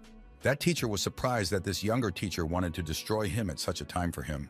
That student again asked his teacher to say something to save him. The young teacher wondered in his mind if he could say something, because if he openly violated the rules of the sword, that sect would become his. Fear completely took over that student, and he looked at his teacher and realized that it was over because his teacher had abandoned him. Suddenly, Lu Changyu said that if he didn't choose anything, he would choose option 3 for him. That student screamed in fright that he was choosing a fight. He immediately grabbed his sword and prepared for the fight. That student analyzed the state and strength of his opponent, and he saw that he was enveloped in blue energy. He thought that Chapter Lu was 1st level and 8th celestial layer, which was almost the same level of strength as him, so his strongest blow would not be serious for him. In any case, it was better than the 6 lashes of the sword sect. He was already standing in a fighting position, and Lu Changhe said that he told him when he was ready and to relax because he would not pull his sword out of the holster. This news surprised the student very much, and he thought that if so, he could still injure him badly, and he would not be able to train in the future. The older teacher thought that Lu Chang was just teasing him, but that he was actually ready to make a proposal. The younger teacher could not understand the point of not taking the sword out of the holster, and in a moment, that student shouted for Chapter Lu to begin. He looked at him with a menacing look and told him to get ready to take the hit. And in an instant, he activated his power and it completely filled the entire space around him. The 2 teachers were shocked when they saw it. They said it was the power of heaven and earth and the pre-awareness of the sword. That student had already said goodbye to life and decided that he had nothing to lose. A huge force was coming at him, and he began to try to restrain it and possibly fight that force. But that force was just incredible. He tried his best, but it didn't work. It defeated him. In a moment, his sword simply broke. It could not withstand that majestic force. As a result, he was thrown back with great force on his butt. He was badly wounded, his clothes had simply evaporated, and there was thick smoke everywhere. His teacher started shouting to him. Was he shocked by what he saw? Lu Changji said that he probably could not withstand his punch. This teacher considered Lu Changyi to be kinder, but he dared to be so cruel. One of the students who gave him first aid said to the teacher that the heart of the student's sword was broken. That teacher was furious. He was shouting Chairman Lu's name again. Lu Chang said that that disciple would be able to cultivate, but he would not be able to cultivate his own heart. He also added that the student would stop training. After that, that teacher could not stand it anymore, and his anger and his own power just exploded in him. Another teacher said, I can't believe that someone would break the rules of the sword for the sake of his own student. And in his mind, he thought that the older teacher would go and fight Lu Changji, and then he would break the rules, and then that sect would definitely be his. That teacher turned his anger on his partner and weakened the power of the lust. He said to Lu Chang that he was so young, but he already had such a strong technique. And the younger teacher could not believe that his partner had put up with that. He went and said that the senior teacher was flattering him. And Lobin looked at it and thought that this was real sword cultivation. She said that he was the understanding, handsome, intellectual cultivator. He is the young master whom she loves with all her heart. But she looked at that wounded student, Meng Feng, and thought that they asked him for help? Does this mean that Chief Lu took out his anger on him instead of them? That younger teacher thought he was disrespecting the older teacher and mentally called him an old rag. He couldn't let this opportunity go to waste. He looked back at that student and thought that he had to add fuel to the fire. He abruptly approached him and began to tell him that he had very serious injuries and might be left disabled. More than 10 years of the first teacher's efforts were destroyed in an instant. When he looked back, he saw that the first teacher was again filled with anger, and he was happy because his plan had worked. Then he took him by the face and said that there was a lot of blood in his mouth and many broken teeth, and he was afraid that now he would only be able to eat liquid food. He said that this poor child was treated like this, and no one even stood up for him. The senior teacher's anger in lunches peaked even more, his strong energy just bursting from the inside. Lu Chang noticed that he was about to be used, and he asked the elders, according to the rules of the sword sect, whether Meng Feng had the right to resist. The two teachers were surprised by this knowledge, and they thought that if he had resisted, Lu Changji would have had the right to kill him. He asked the following question. If Meng Feng had withstood his blow, would everything have gone smoothly and without incident? That mean teacher asked himself, what does this guy want to do? The senior teacher believed that a duel was indeed a better option compared to whipping, and he added that it was not his punishment that was strong, but their sect that was very weak. He added that they were just lowlifes, and that was their biggest problem. It was just an incredible blow to the honor and self-esteem of those two teachers. They were both angry and thought that the kid had insulted their entire sect. And that senior teacher said that being the head to attack a simple student with full force is not a worthy act. Lu Changji said that since they knew he was the head, according to the rules, he was half a rank higher than them. And he went on to ask them why they did not bow down when he came to them. The two of them were simply speechless at the turn of events. Lu Changji went on to say that they should remember that they are not yet the heads of the sect. The two of them were very angry, but they couldn't help it. Suddenly someone started clapping and said that this was all very interesting. She said he was actually very interesting. The two teachers were surprised and wondered why she was there. Lu Changji was also surprised and had the same question, why is she here? She quickly jumped downstairs to talk to everyone. She looked very good and was wearing armor. It was Li Nanwei. She was from the sword sect and the daughter of a sword teacher. Lu Changji thought that her status was much higher than Yue's because he was only a servant to the sword master and she was his daughter.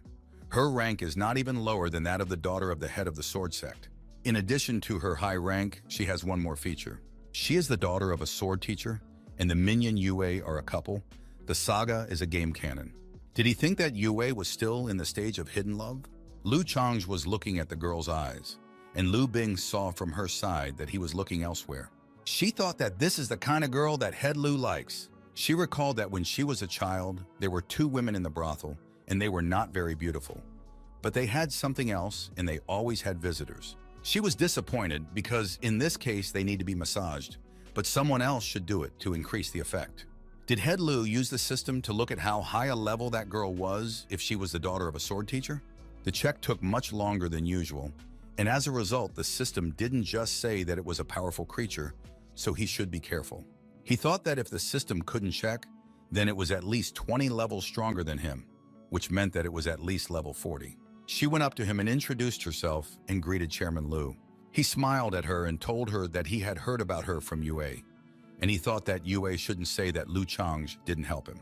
Could these two teachers not believe that he was the head of some distant sect, receiving an honorable greeting from the daughter of a swordmaster?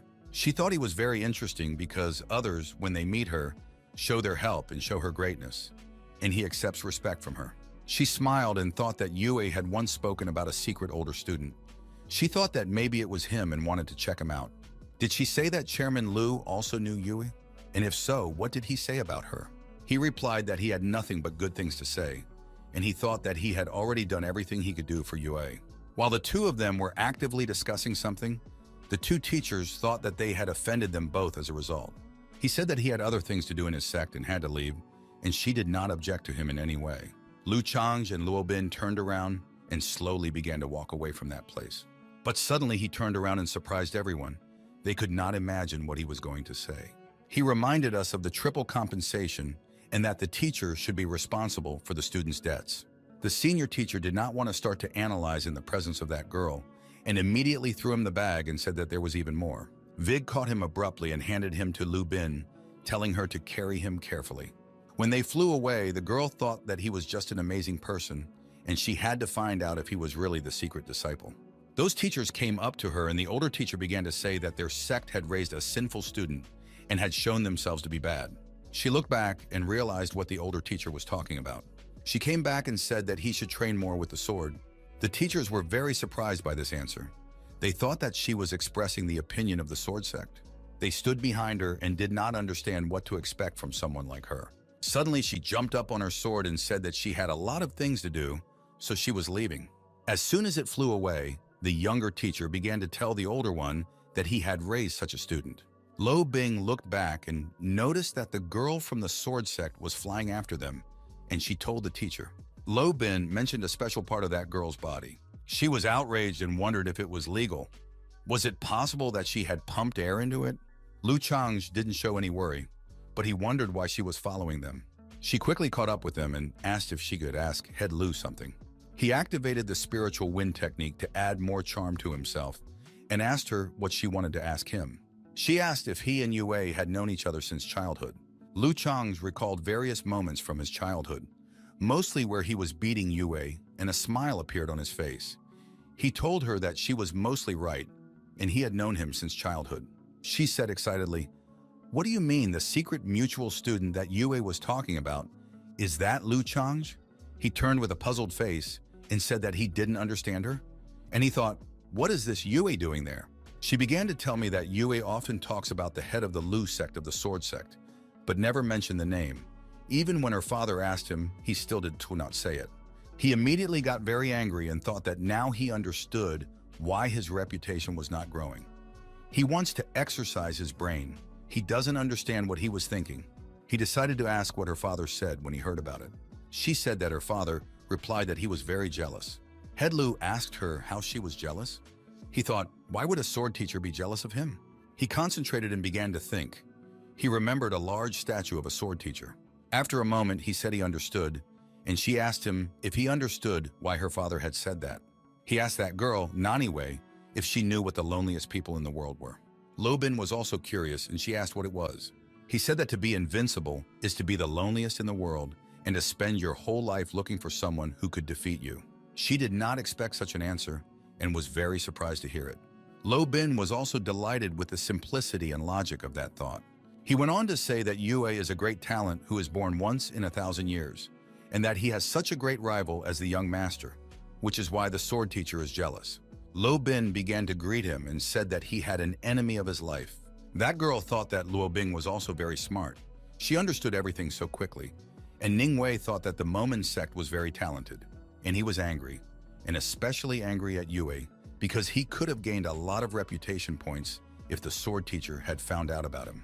He asked the Nanwei girl if she had anything else to ask, because if not, they would fly on. And she thought that she would deal with him next time because she had to go back and get the rewards for the task. She was also very surprised by the phrase, "If not, they leave," which was the first time she had heard it. Usually, wherever she appears, any sect immediately falls at her feet and wants to please her. But this time, she even mentioned her father. She decided to ask him if she could stay for a couple of days in Momentum. She thought that this man was completely different and not like everyone else. He didn't want to get close to her because of her high status. He was also very handsome. He looked at her with suspicion and thought that she had no resources and no task, and she wanted to come back to Momen with him and stay there for a couple of days for free. He thought that she should continue to dream, and he also thought about how to send her away. But suddenly he notices something, and it is very valuable. He notices a very interesting object on it. He immediately changed and said that of course she could, because she was the daughter of a sword teacher and Yui's senior student. Luobing thought again, for Head Lu had never liked outsiders. So why did he do this today? She thought he was looking there again. She has definitely decided that she will start implementing the massage plan tonight. Later, they began to approach Mount Donkin. He showed her where the guest house was and told her to make herself at home. When they came down to the ground, he told Luobin to take care of that mother and boy in her free time so that their lives would not be hard. And now he is ready to receive his award. He is very interested in what kind of thing he will get this time. He went to his house and sat in his seat and said to the system that he wanted to receive his gift. He began to say that some special effects had started again because the last time they were there, he was not satisfied with the award. He got 20,000 points of experience. He said that it's not bad and let her continue. He then received 82 reputation points for the task. He wondered what he had to do to get 100 points. He must have realized that in order to get more points, he needed to defeat not just any student, but for example, those two teachers. But suddenly he notices that he already has enough points to raise the level of the sect to level 8. He decided to check the last criteria to get to the 8th level of the sect. He has fulfilled 1 point, 2 more remain. He needs another level 2 cultivator and 92 new students. He said there should be no problem with the second point, and he had accumulated a lot of points recently. Then he decided to raise 2 levels and immediately take the second border. His energy grew and he raised the level after level. My sister felt that strong energy and thought that my brother had again raised 2 levels at a time and moved to a new frontier. That girl also practiced energy cultivation, but she also felt the same way as Lu Dongyi's girl. She said it was a great completion of the first border. She thought that 2 levels at a time would not be so difficult, but it turns out that in the sect where she met him, he was really on the first border and on the 8th heavenly layer. When she realized this, she was shocked. Because how could she form a premonition of the sword on the first boundary and on the 8th heavenly layer? She recalled that even her father said that there was no need to waste time on such things until the 3rd codon. She thought that even a flawless incarnation of the sword appears once every 1,000 years. Yue was only able to form his preliminary awareness of the sword after the 3rd limit. She smiled wickedly and wondered if she should grab it for study. But she needs to calm down, because how can she, the daughter of a sword teacher, do something like that? But it was hard for her. She had a strange psychological attack. There was a strong energy in the middle of it that went down to the bottom. And she repeated to herself once again that this is the pre-consciousness of the sword that was formed right on the first boundary. And she really wants to try something. She's just obsessed with swords. She suffered all night. She thought he was still breathing, and she just had to wait until morning to grab him. Oh, she made the mistake of asking him. Yue had already experienced her obsession. It was not the first time she had done this. She caught him and tied him up. She said she wanted to study him, what his secret was. That night, he screamed for the older student to save him, and when he was unconscious, he kept talking about him. At that time, Lu Changyi was not resting at all, and he had a sly smile on his face. He was once again given the opportunity to take on a new challenge. He was happy that there was another such task. He loved it. He again had 4 colors to choose from. The previous time, the orange level gave him a certificate for awakening spiritual energy, and he wants to choose it again. He chose a level-up task. The difficulty level is orange. In the task, he had to kill a demonic cultivator who was a member of a secret organization. He had a smile on his face and said that it would probably not be a quiet year. Suddenly, a countdown appeared, and he had 2 days to complete the task. He was very charged and ready. He said the hunt was on. The demon must also appreciate the last hours of his own life. He was shown the point on the map where he was, and he said that these were the last hours of his life. Early the next morning, he was on the mountain doing super cultivation before the battle. He cultivates every day. It's a habit for him. He believes that hunting a demon will not interfere with the work he does every day. He opened his eyes and said that it was already light. Suddenly, there was this girl in front of him. She stood there very strangely and said that he had a very interesting technique. He looked up and she began to smile at him. He clearly said that doesn't Miss Nianwei know that it is not cultural to disturb a person while cultivating. He turned his head sharply to the side and thought that he shouldn't be too nice to her because she might start to overdo it. She immediately bowed and said that she realized the mistake she had made. Although she is obsessed with swords, he has a charisma of 10. He needs to be careful and cautious. He said that he had business outside the mountain, and she could move around momentum without hindrance. She told him to wait because she wanted to talk about something. He started flying and told her to talk, and she flew after him. She said that her father had said that no one could form sword awareness before the third boundary, and yet somehow Chapter Lu was able to do it. How did he do it? He looked at her and thought she was scouting something. He went on to say that this meant her father was wrong. This answer threw her into a stupor. She was shocked to hear the words that the sword teacher was wrong. Anyone who could hear the words that Lu Chang just said would think that he was crazy to say such things. She had that feeling again, when it's hard for her to control herself. And again, that energy flowed down into her body. But she thought that even though she was a representative of the path of the sword, this did not mean that she had fully mastered the art of swordplay. She smiled and said that if he met her father, he would definitely like him. Meanwhile, Lu Chang flew away from the area. He had an open card, and he was wondering what reward he would get for completing that task. The thought of a reward makes his heart beat faster, but he hasn't even found the goal he needs yet. He was screaming for his little demon to wash his neck and take his treasures with him and prepare to die. That demon is unlikely to be small because he is always accompanied by demonic beasts, and they can be very large. And there are monsters that are very difficult to fight alone. But Lu Changhe is not like everyone else, because he is a bit of a cunning man. It was a simple village called Jinyu, and it was also located at the foot of a mountain. Ordinary people lived there who were not interested in the great affairs of the sects. A small river flowed to the side of the force. Its waters were clean. Suddenly, a seemingly beautiful girl emerged from under them. She immediately started looking at the settlement she was near. She had a strange tongue and a mark on her neck, and she was happy to find that village. And suddenly, some strange silhouettes began to appear behind her. They were big monsters, and she asked them if they were hungry. She sent them on the attack and told them to eat fresh meat. She was salivating at the smell of people. With great speed, those monsters headed toward that village.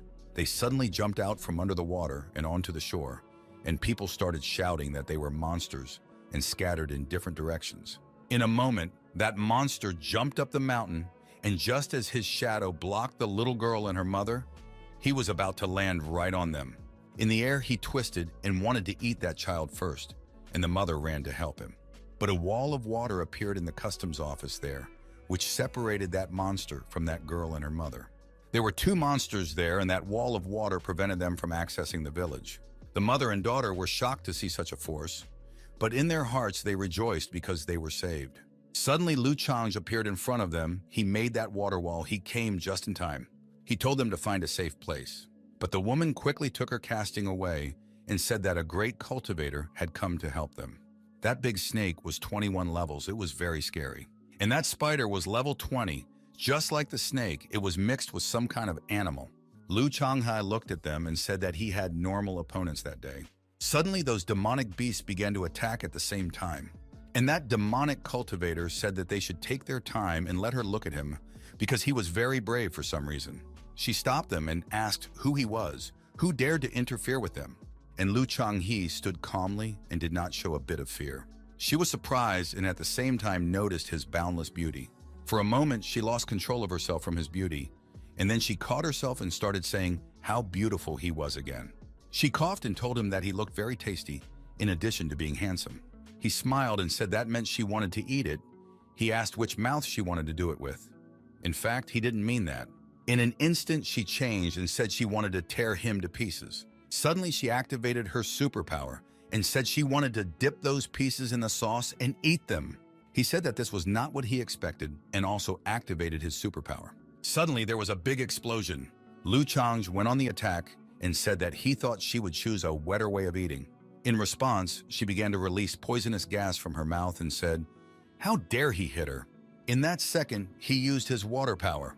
He used this technique to close her mouth with water, and she was very surprised and thought that this was the water power of heaven and earth. At the moment when she could not let anything out of her mouth, he attacked rapidly and had already told her to paka. But when he was about to reach it, the snake suddenly appeared and flew ahead of him. His plan failed, and he had to dodge that swift attack. He jumped up the mountain. While he was still in the air, another spider appeared very quickly behind him, and he did not expect such a combination from those beasts. People from that village were watching that unequal battle, and the girl he saved was screaming at him to be careful. In a moment, the spider would have hit him, but he managed to tell them not to worry because he was very strong. He was preparing a strong counterattack, and at the last moment, he waved his hand and his super strong black energy, which was an extension of his hands, repelled that spider's attack. All the people were very worried about him and said among themselves that this uncle was in a difficult situation. And that girl said that he was very handsome and he was not an uncle but a brother. He landed well at a safe distance from that beast. He thought that the level of that beast was not great, and when he used the black energy technique, his energy reserve for skills was greatly reduced. Therefore, he needs to keep the fight short. That demon cultivator girl was furious that some weakling in the initial boundary dared to tease her demon beasts. She did not want to prolong the fight and angrily ordered her beast to tear him to pieces. Those beasts immediately began to attack with even greater force and at the same time. At that moment, he smiled and thought that this was a very decisive attack. But in fact, he wanted it. He started teasing her and telling her to attack faster because he couldn't feel anything. And at that moment, he started a technique that sprayed a thick fog. Those animals had to stop their attack because they lost visual contact. She lost her temper and shouted with great anger that her beast should quickly look for him because he wanted to hide from them. When he heard her screaming, he smiled and said that his main goal was not to hide. As soon as the fog cleared around him, he used another technique from his arsenal. It was called water pressure. And at that very moment, the beasts fell to the ground with great force and were as if glued to it, for they were pressed down by the fog. Great, he has immobilized them and now uses a different technique, a percussive technique. And in an instant, an invisible needle pierced the snake like lightning from above. She did not stop there, but went on to the spider beast and pierced it as well. They fell in different directions and Lu Chang went to the demon girl. He said that finally she was alone. He boldly asked her that maybe she had already stopped eating him. She turned herself into a beast out of anger and said that she would tear him to pieces and keep him conscious so that he could see her eating him. He said without a bit of fear that it was very cruel and reminded him of his foreign friends who eat frogs. Suddenly it began to release poisonous gas from its mouth and scream for him to die. The gas was flying at him at a very high speed, but he did nothing.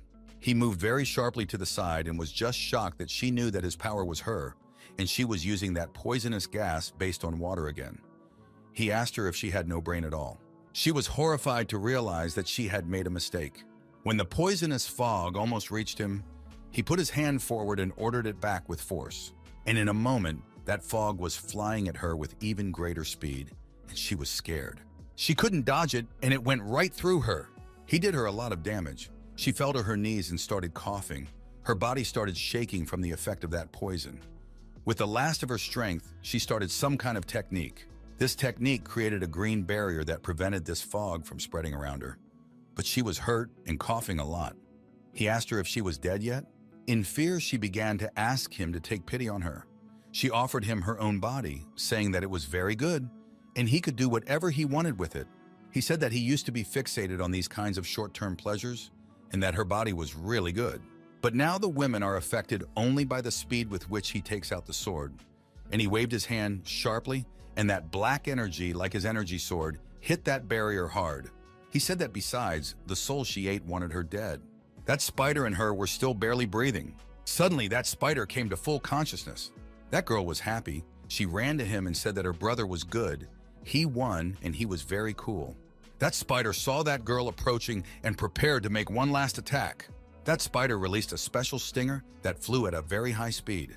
That girl was scared to death with only a few seconds left in her life. And at the last moment, Lu Chang appeared in front of her and he took over the girl's life to save her. That spider continued its attack to finish off Lu Changhe, but a second after that, he waved his hand and the black energy flew right at him with great force. But the counterattack was very strong. It just cut that spider into two pieces. He said that he had injured himself, and because of the pain, he abruptly pulled out that specific sting. But the girl immediately started crying. She said that her brother was wounded because of her. He sat down abruptly and made a drop of vinaigrette that was in the air. He told her to look. In a moment, he made a lot of such drops, and she was simply mesmerized as she watched and forgot about that unpleasant incident. She was delighted and said it would be beautiful. In an instant, he abruptly disappeared, and people ran after him. They all began to kneel down and began to bow to him and thank the great cultivator for saving them.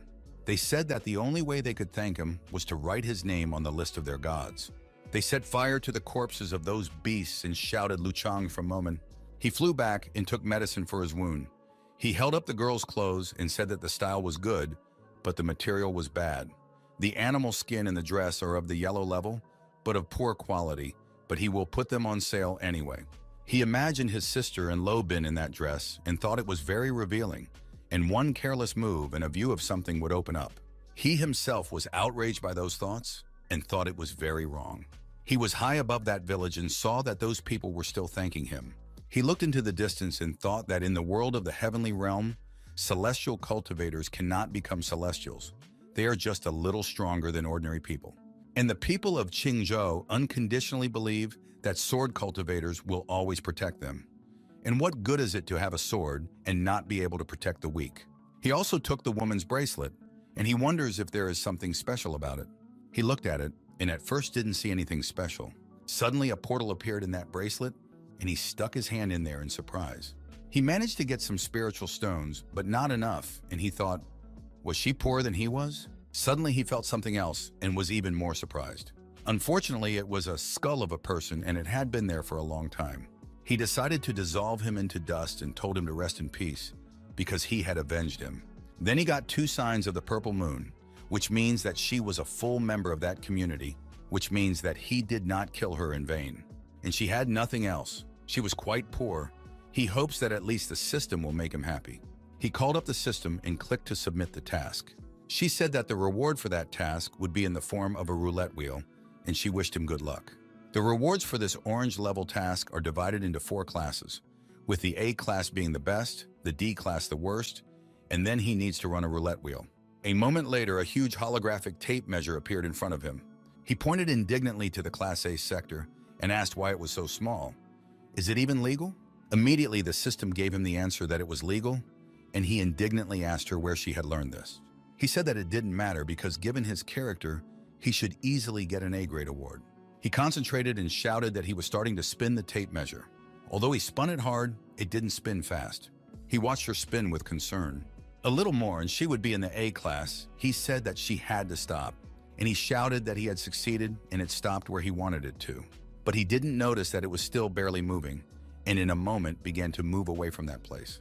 It was behaving very strangely. He couldn't understand why it was moving from one side to the other. As a result, it finally settled on the Class A he wanted. He asked the system what it wanted to play with him from the very beginning. She told him not to think about any nonsense. She started to. His reward was coming down, he said, so that she wouldn't lose his reward. When he picked it up, he was very surprised. It was a special copying scroll. It could copy any object that Lu Changhe touched in the other world, but only once. He thought that this was a treasure at the level of super tricks. He only needs to touch the object to the super valuable item, and he can get it for free. He remembered that the main character's attribute was now at his house. That item was the property of the main characters of the 4 worlds of the heavenly realm, and that girl had one. This thing definitely contains great secrets, for it came from the ancient times of the great founder of the heavenly one, Tao. He happily said that if the main character had such a thing, then he, the one chosen by heaven, must have it. He hid the scroll in his hiding place and thought that he would soon return and help the girl touch the object with him. He quickly flew back and thought that there were 4 kings of heaven, but in fact there should be 5, and he would be the 5th. Also, while he was flying, he decided that it was time to upgrade again. The energy entered the vortex and it rose from level 20 to level 21 and broke through the first boundary. He felt a strong surge of power, After 20 levels, his basic skills multiplied, and his water control became much better. Now, if he encounters a level 20 demonic cultivator, he can tear it to pieces with his bare hands. Because he practices the purple level technique, he wonders if he will be able to get a better purple volume in the future. He said that now in that world, purple level techniques are the pinnacle, because orange level techniques were created a long time ago, at the beginning of time, and they are not available now. Since ancient times, many different talents have lived in the heavenly realm. They are like stars shining brightly. But if you ask anyone which one shines best, they will undoubtedly say that it is the founder of the heavenly unified Tao. According to the legend, the parents of that founder were a human man and a demon woman. The combination is quite difficult, and the child will be either human or demon, but he turned out to be half demon. He was weak and suffered from a severe illness. His body was constantly cold. No one thought he would survive because he was born and carried misfortune with him, but he not only survived, but also launched a new era of cultivation. In those ancient times, the threshold for cultivation was much higher than it is now, and most ordinary people, and even those with basic abilities, could not begin to cultivate. He created a technique that improved Qi, which could be practiced even with weak abilities, so he gave many people the opportunity to be. On his own, he changed the fate of ordinary weak people. This is a gift that he gave to the whole world. The essence of that heavenly unified Tao was that the power of one person is close to the true Tao. It was a majestic sect of the heavenly one Tao. It is worth noting that that sect at the time was in the very neighborhood where he lives now. In addition, that person was only half human and half demon. The demon on the 8th border could be called a sage, and the one who crossed the 8th border was called an emperor. Therefore, people began to call him Emperor Qi. A little time passed and he returned to Mman. Meanwhile, that girl cultivated on the mountain and waited for him to return. She noticed that he had returned and was very happy that he had done so quickly. She jumped down from that mountain with great joy and kept looking at him. She immediately began running to meet him and shouting his name with great delight. Did he think that that crazy woman was waiting for him in that place all that time? When she approached, she was suddenly very surprised. She asked him what he had done again. She thought it was the second time in one day. She thought that the speed with which he was raising levels was very fast, the best result in the entire sword sect. Even she and Yue were not that fast. He coldly asked her what business she had with him.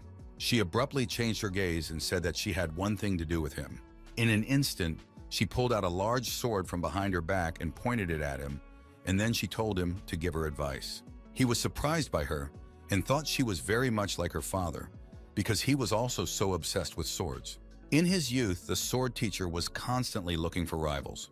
He was filled with determination, and everyone thought that he was easy to defeat. But when he reached the top, everyone changed their minds about him, and later said that they had also competed with the great sword teacher at the very beginning. Therefore, when faced with a challenge from the swordmaster's daughter, Lu Chang's must accept it, and he sees what he needs. He thought it over and said he agreed. The girl was immediately very excited and filled with excitement. Lu Changhe immediately said that he had conditions. She immediately changed her mind and said that if those conditions do not cross the line, then let him speak. He said that he would draw his sword only once and that they should not overdo it. She was comfortable with these conditions and thought that the sword would definitely satisfy her. She couldn't take it anymore. Her desire was overwhelming. A man who wields a sword on the first frontier, it's beautiful. She thought how much she wanted to cut him.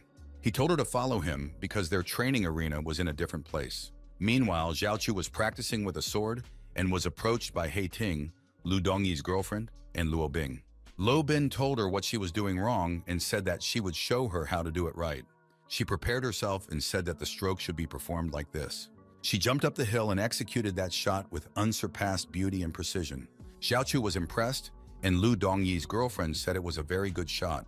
They came up to the bottom of the line, and that girl said to Lu Chang that the atmosphere and momentum was enviable. He showed her to go to the front and take a position. As soon as they approached, everyone immediately began to greet Chairman Lu. Luo Bin continued her work.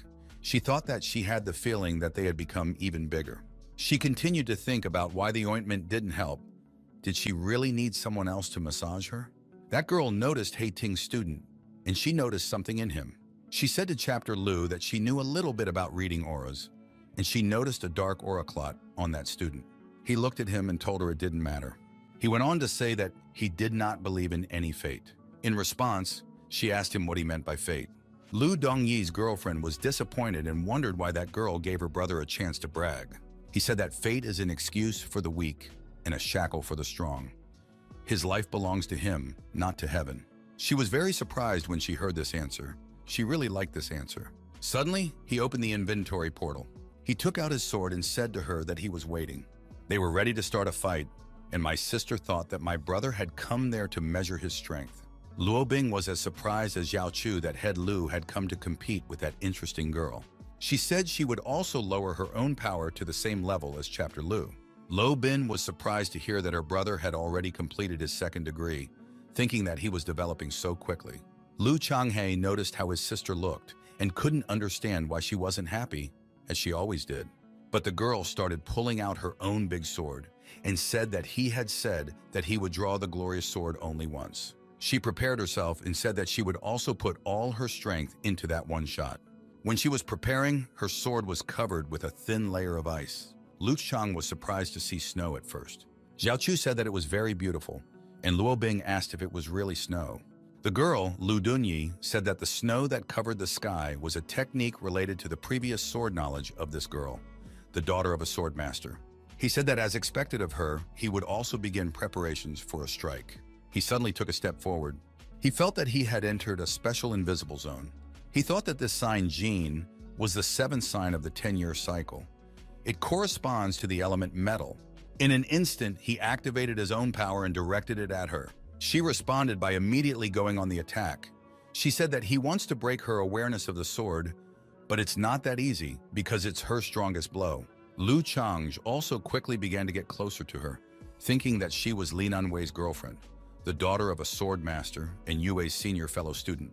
She is a cultivator who reached the 4th frontier at the age of 10. She is very close to becoming a great cultivator. But he smiled and thought that she didn't know that he was looking at her weakness. Everyone knows that in Yue's past life, Li Nanwei and the girl Li Nanwei fought a battle of enormous proportions. And it was after that battle in the past life that they became a real couple. So he started that battle for the sake of that pendant, and the two of them flew with great speed and strength to attack.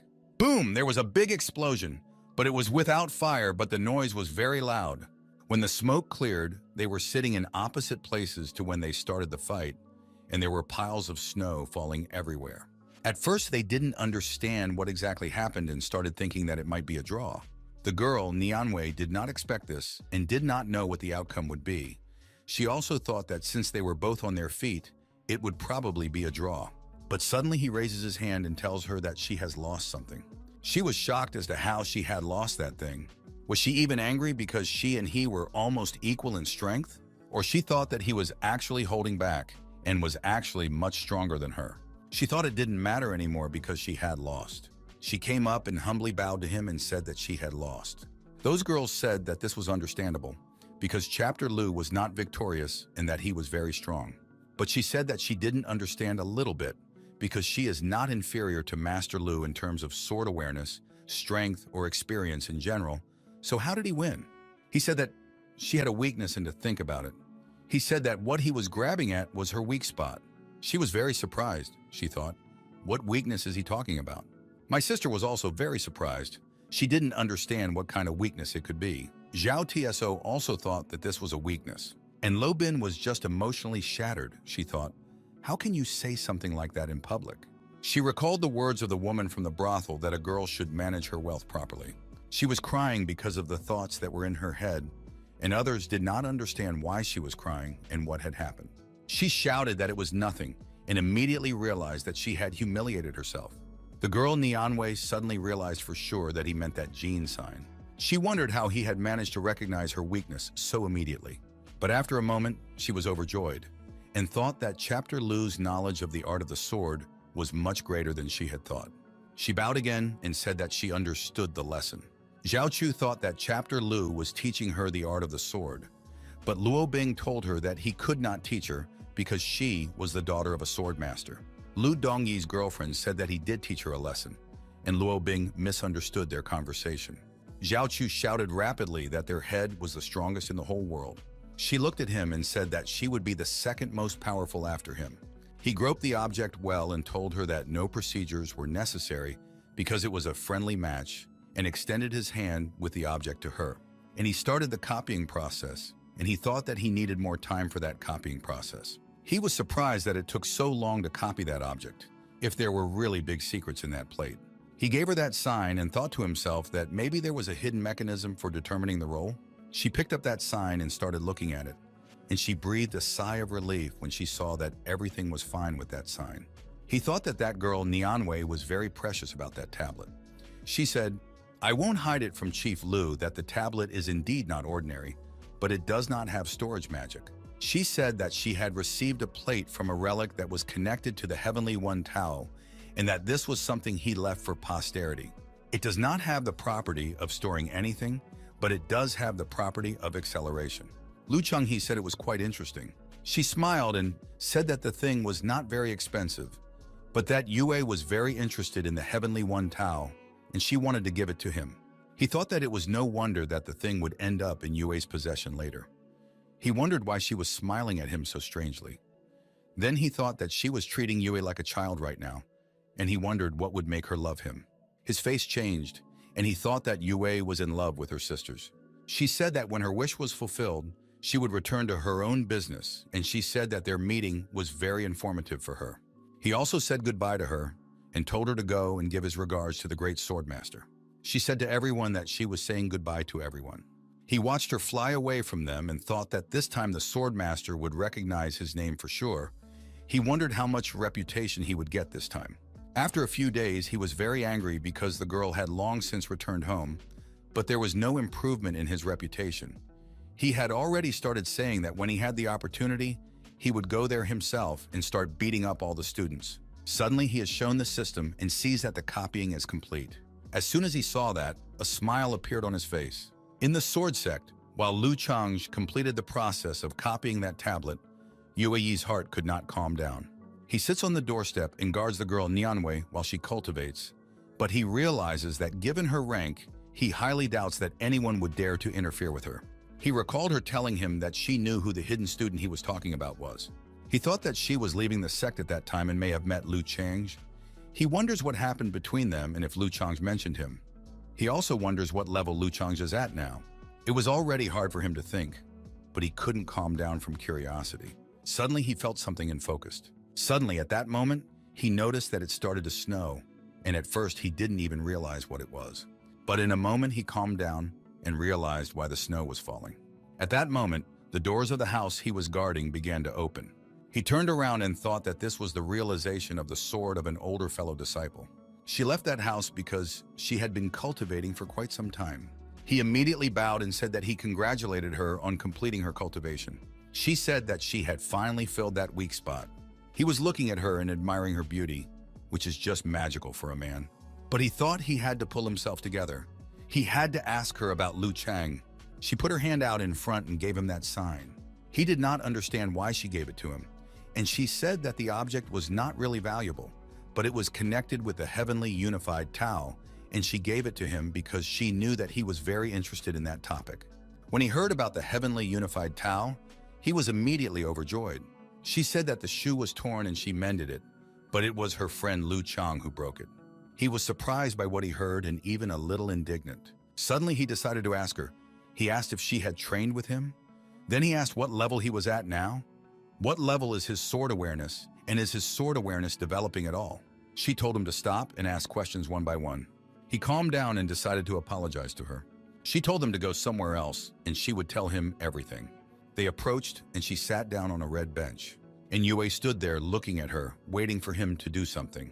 She smiled and told him to sit next to her. She said that he raised several levels before he could blink. He said it was amazing how strong Lu Changhe is. In addition, less than 4 months after it passed the previous level, it has done so again. Suddenly, he remembered an important detail. He asked her when she came back, she saw her father, a great sword master. He asked her if she had told him about Lu Changhe. Without hesitation, she immediately replied that she had not told him about him.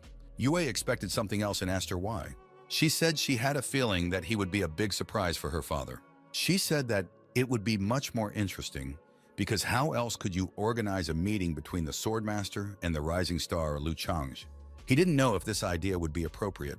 At the time, Lu Changhe was looking at the sign he had just copied, and he said that it was nothing special. He said that none of this mattered, because as long as he had her, he became the fifth of the four heavenly knights. He decided to look at her through spiritual consciousness. He entered a special mode and began to look at it carefully, and in a moment it began to manifest. That light was rapidly increasing with each passing second. At one point he was surprised and said that it was very spacious inside. He was very surprised. He was not sure whether he was already in the middle, because there was even a very large space. That little dot was his spiritual consciousness. Suddenly his consciousness just came back from that place. He was very interested in it. He wondered if he should try again. A moment later he re-entered and tried to move into the depths of that emptiness. But suddenly he came out of that spiritual view. This continued several more times. After a while he went in and out a few more times and got bored. He thought that there were no interesting ways to use that object. And he remembered that Li Nanwei had said that the thing also had a calming effect. But he didn't understand the point of that. But suddenly he realized that maybe all the main characters could enter that space. If this is true and they can do this, then it turns out that this is a legendary spiritual connection. He thought, if this is true, then it turns out that that space is like a program for correspondence in the heavenly realm. He likes this much better, and now Yue has a sign like this, so he thinks maybe he should try it? He turned the sign around and started running his finger over it. He wanted to check something. The scribble he drew appeared in that space. In fact, he painted exactly the same thing. At the same time in the Sword Sect, Yue sat us on a flying island and cultivated us. Suddenly, something began to glow behind him. He was scared because the sign that his older student gave him started to glow strangely. He took it in his hands and began to examine it in detail. And at one point, the idea came to him to use spiritual consciousness and look at it. He concentrated and looked directly at the center of the sign where the light was. He showed up there and was shocked to see where he was. He didn't understand what kind of place it was. He saw the inscription and said that it was a phrase of the great emperor and was very surprised. Could he not believe that the legacy of a great emperor would be left in such a small tablet? He said that that emperor was the strongest in the history of the heavenly realm. Even his 5 disciples were those who reached the 9th border. He could not believe that he had managed to find that great legacy of the emperor. At the same time, Lu Chang's continued to work on that case. He was upset because he wrote so beautifully, and no one answered him. He chose the name Nobody, and he wondered what other people's names were. He decided to write to him again because he does not believe that he did not see that message. Did he write, or did they come to their senses? Yue did not fully understand what was happening there. He did not understand whether there was anyone else who was chosen. Suddenly, some yellow guy wrote a symbol. He noticed that and made sure he was not alone. Lu Changhe saw that message. He was angry that someone had the good sense to choose a nicer name. Did the yellow guy write that he just needed to write on that sign and then his message would be seen? He smiled and thought that the boy thought they were talking in private. Lu Changge decided to make sure that the 3 remaining men would also prove themselves. Did he write whether the 3 remaining men had regained consciousness?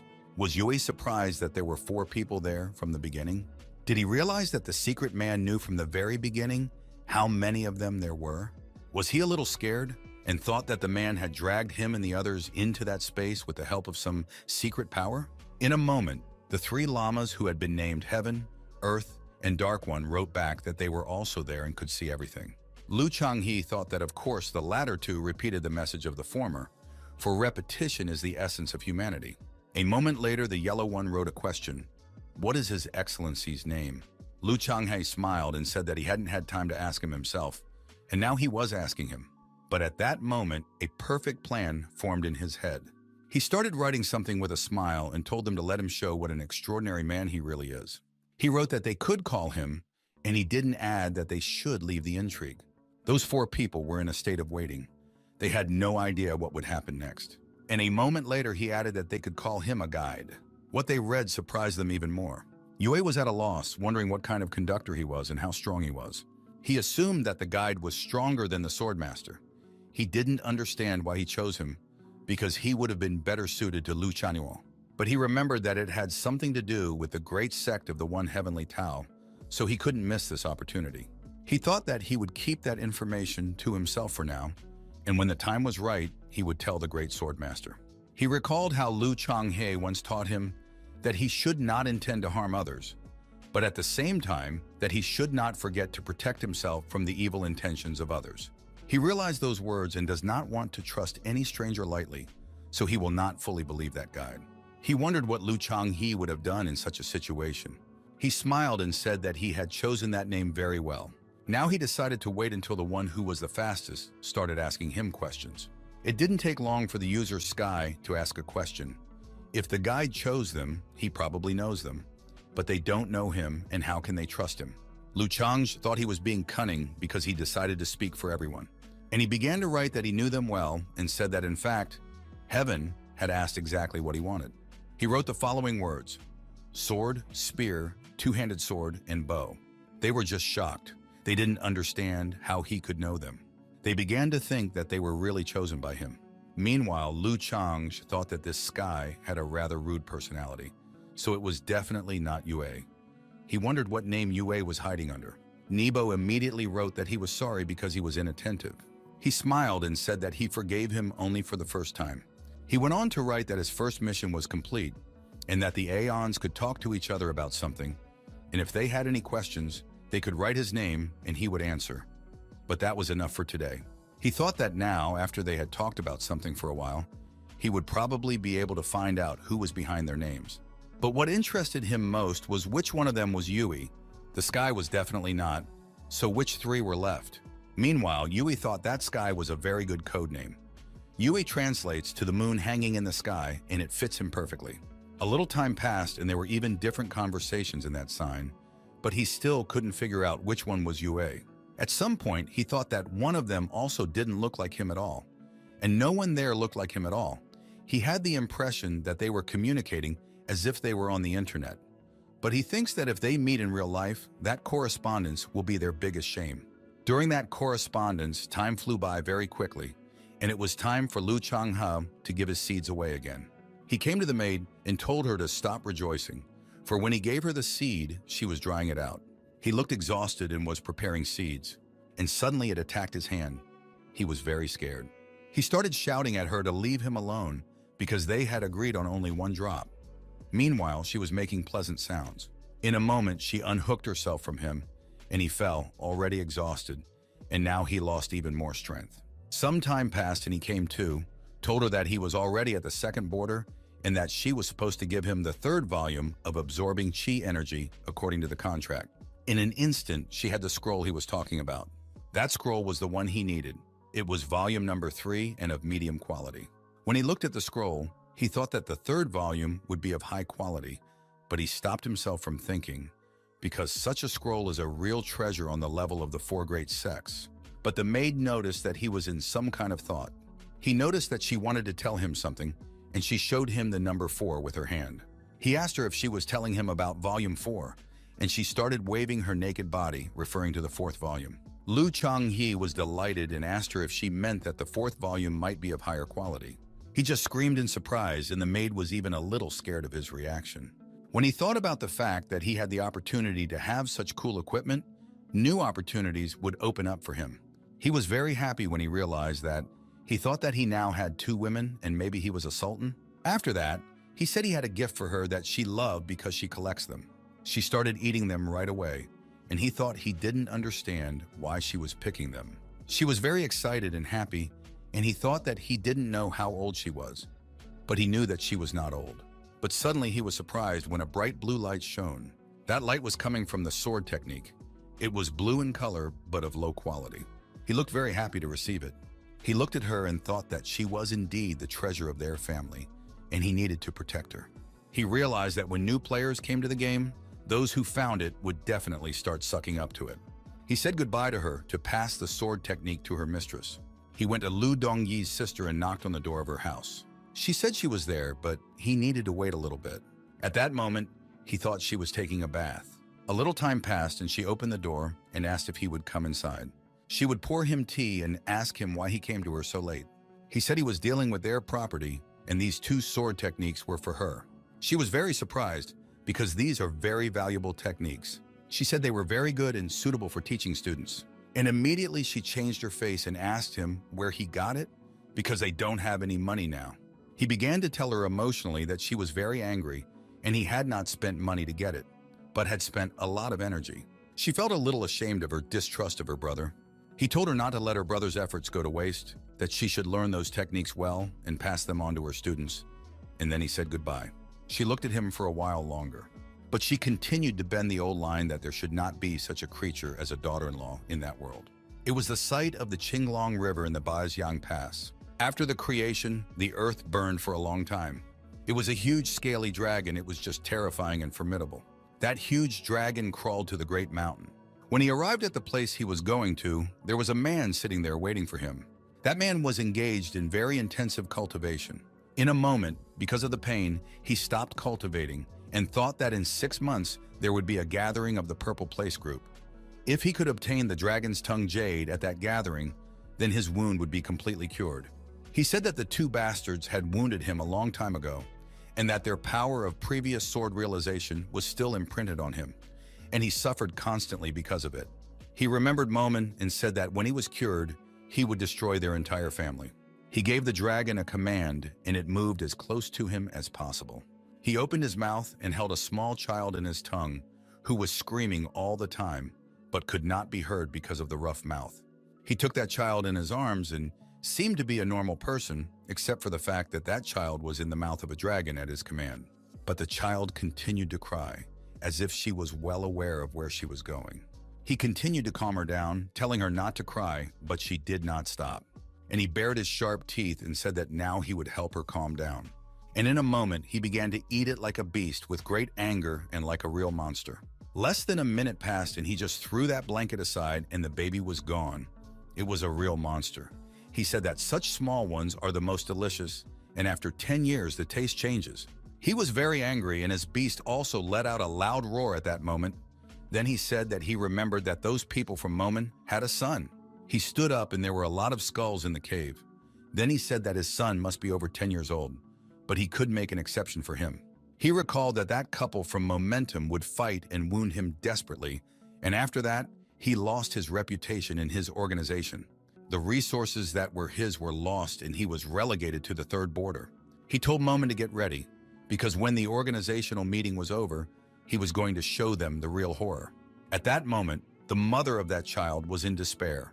She went to the dragon's droppings and screamed for them to give her child back. Suddenly, at a time when she was suffering greatly, someone came up to her. It was some guy who thought she had lost her mind. His name was Mo Dongfang. He abruptly stood in front of her and cast a spell of purification of the mind. He said she must be from a village nearby and he would take her there. Later, she started to panic again, saying that the snake had kidnapped her child. She said and cried that this was her only daughter. She said she couldn't lose it and she couldn't become someone who didn't have children.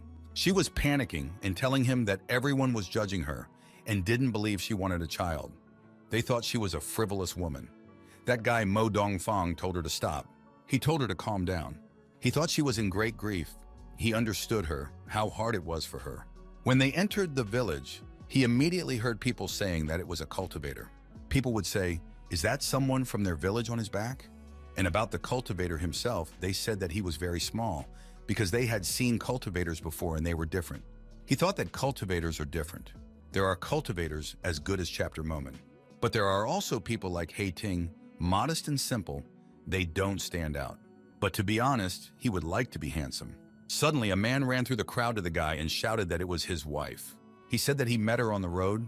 He thought she was attacked by a monster. At one point, that Mo Dongfang was shocked to hear the man say that that loss was not important. He took his wife away and said that she was just a daughter and that she was no good. He thought it was terrible and the head would never do that. He recalled a moment when he was sitting at the table with Chairman Lu, and he said that if he had several wives, he would like a daughter.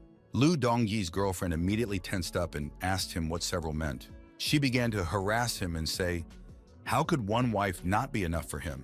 And Mo Dongfang thought that one day he would have a little sister. He walked away from that village and looked at those mountains, and he thought that the snake was hiding there. And if it was not eliminated, it would cause disaster in that village again in the future. He was holding an object in his hand and was thinking, should he go and find out information? Suddenly, there was a big explosion. People started shouting that it must be a monster. It was a big red snake. People were screaming to run away because it would destroy everyone. Mo Dongfang was shocked. He stood there, and while he was looking at that monster, he was thinking about the feeling he had at that moment. It was a feeling of great pressure because he had not even crossed the initial border. He was not sure whether he could defeat that snake. Suddenly he came back because the woman started screaming again that it was the snake that had stolen her daughter, and the woman's husband told her not to do anything stupid, but to run away from that place. She was desperate. She cried and said that she would not go anywhere because she needed her daughter. He said that she was a stupid woman because she would die, but he dared to stay with her. He decided to stand confidently and fearlessly, just like his head Lu. That snake was already preparing to attack. It was determined to destroy that village. He remembered the words of Head Lu, who told him to hold his sword with confidence because the whole world was waiting for him outside the sect. He knew that he only had to hold out a little longer until help from other sects arrived. And in an instant, that huge red scaly snake jumped up and with a very loud roar rushed to attack. He also started screaming and was preparing for a fight. But did he think that he didn't know how impressive he looked at such an important moment? Meanwhile, in Chinjov in the Mman sect, Lu Changhe was doing the procedure with the book. He wanted to increase his strength with a special ritual. A moment later, there was a rather loud bang in his house, a small explosion. He was surprised and felt very sad.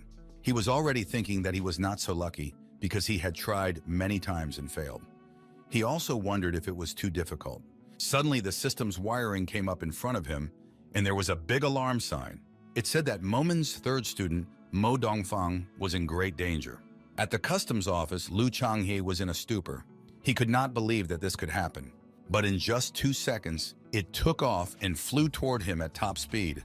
He was in a very strong tension because he already knew that he had to fly to the Banyan Pass, and it would take more than 4 hours to get there, even at maximum speed. He was flying and thought that he didn't even know if luck was on his side now. He recalled that when that kid joined the sect, his characteristics were very low, but he had one peculiarity. His character was simply unknown to anyone. That's why sometimes his temper is very unpredictable. He had a moment when he played the lottery and won a lot. Sometimes his luck would leave him completely. And there was a case when he went outside the gate of the sect and a durian fell on him, right out of the sky. He hoped that luck was on his side now. He reached top speed and tried not to slow down. Meanwhile, Mo Dongfang continued to hold his ground and fought heroically against that big snake. Another attack of the snake, he hid behind his faithful sword. The heat of that snake made everything he touched catch fire. In a moment, the snake stepped back and roared with a very terrible roar. It pointed its tail in the other direction, and it was heading for those people. If it hit them, they would die immediately. And the snake turned around sharply, and where the tail was, there was an explosion from a strong collision. He managed to notice that they were in danger and moved to them. He put up an energy block to repel that attack, but unfortunately, that block could only withstand one hit. He said that he probably wouldn't be able to continue fighting anymore. He was exhausted and his vigilance dropped because the snake started a counterattack, and he could not even do anything. He just stood there. His strength just left him. He could barely stand on his feet, let alone fight. He resigned himself to the fact that it was over. But in his heart, he was happy because he knew for sure that he had given his best. But in an instant, when there was a split second before the collision, an object fell from the sky with great speed and force and stopped the snake's attack. The snake's face showed great surprise. When the smoke cleared, we could see the spear that had been thrown into the ground to stop the snake's attack. Mo Dongfang was also surprised, but because of his condition, he could not react sharply to what had happened. Meanwhile, the serpent turned around and ran away from that place. The spear scared him very much. Mo Dongfang lifted his head up the mountain and saw something there. It was quite large because the shadow completely covered the sun. It was a big beast, a big bird that soared over that village. At some point in the battle, he hoped for a miracle, but he no longer believed that it would happen, but it did. Some girl asked him what sect he was from. He said with the last of his strength that he was from the Mman sect and his name was Mo Dongfang. After he said that, his legs no longer obeyed him. That girl was standing next to him, and he just fell to the ground from exhaustion. She was wearing beautiful armor and said she had never heard of such a sect, but she said he was not a bad cultivator. He was lying on the ground and said that he knew he was a good warrior because his head had told him that he looked like a great wise man. His eyes began to close on their own, and the girl asked him who the great sage was. Had she never heard of him? Memories long ago in the same village, Mo Dongfang spied on Lu Cheng's story.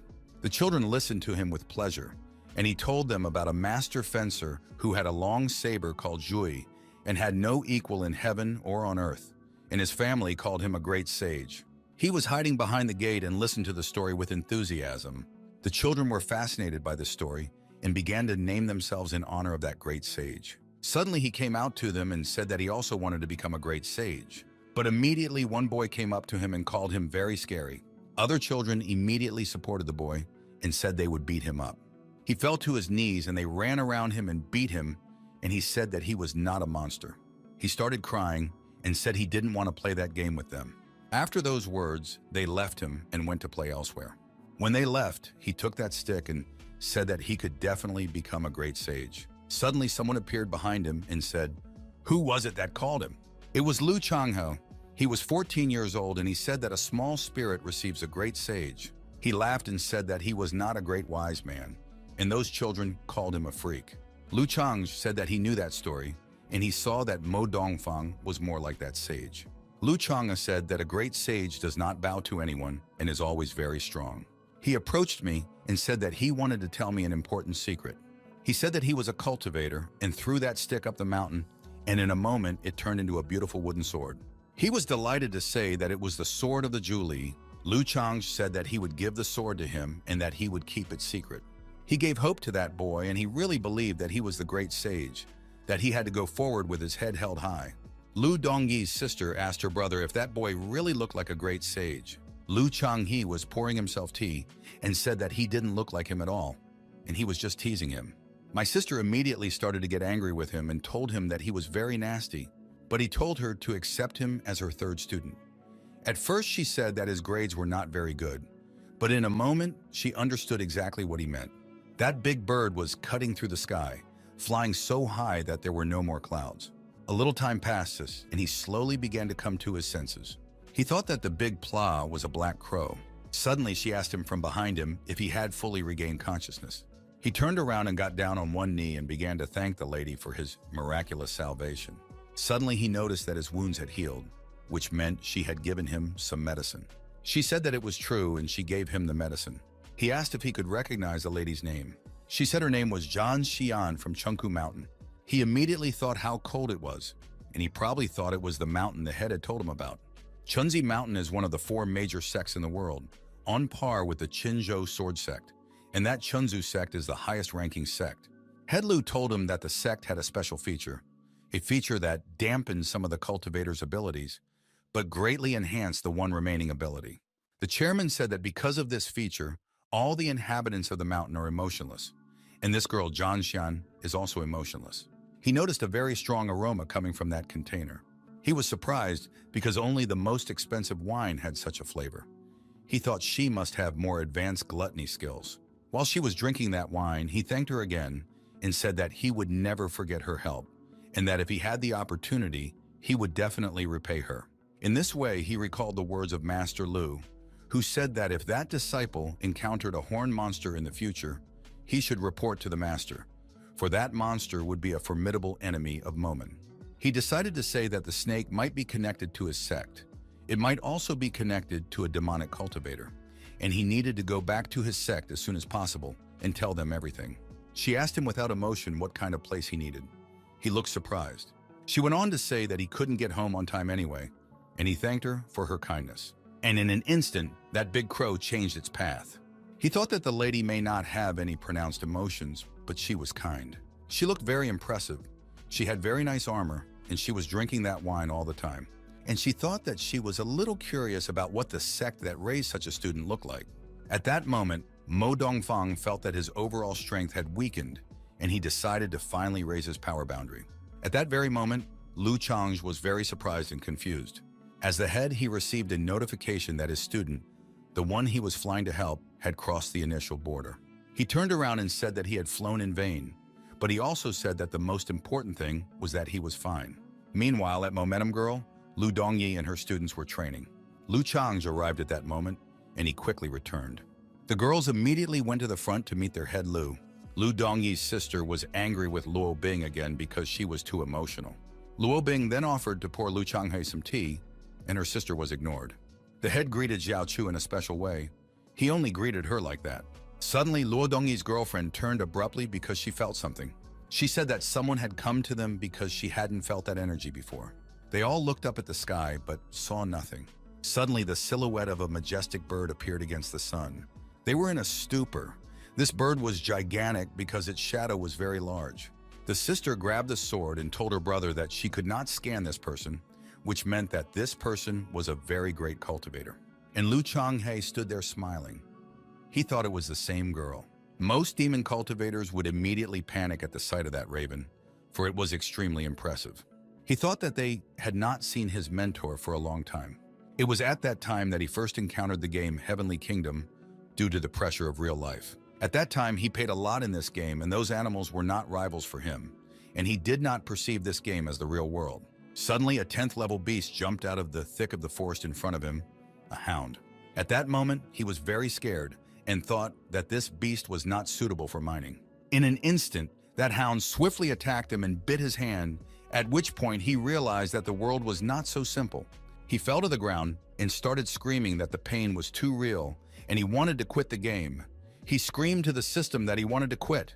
The system replied that it was impossible to log out, and if he died, everything would start all over again. He was just in a huge shock from what he heard. He thought, what kind of setup is this? And in a moment, the beast opened its mouth again and began to attack. It was seriously frightened. He was in pain when it bit him, and he started to think, could he really die because of that game? That beast continued to mock him. His wounds made it hard for him to move, and he thought that when he left the game, he would definitely send a complaint to the company that developed the game. In an instant, a lightning strike was dealt to that beast, and it even had time to react as it was cut into 2 parts. At that moment, he was very surprised by what had happened. It was like a miracle for him. In front of him stood a beautiful girl in beautiful armor with a long spear. She looked very impressive. When he looked at her, he saw in her a real motivation to continue playing that game. Immediately, he received a message from the system that he could become a student of that girl. Of course, he pressed the accept button, and at that moment, his health began to recover rapidly. Did he get very angry and say that the system was playing a joke on him? Because the system told him that his attempt to become an apprentice had failed because he had no relationship with that girl. He asked her to wait, and he asked her directly what he needed to do to increase the level of interaction with her.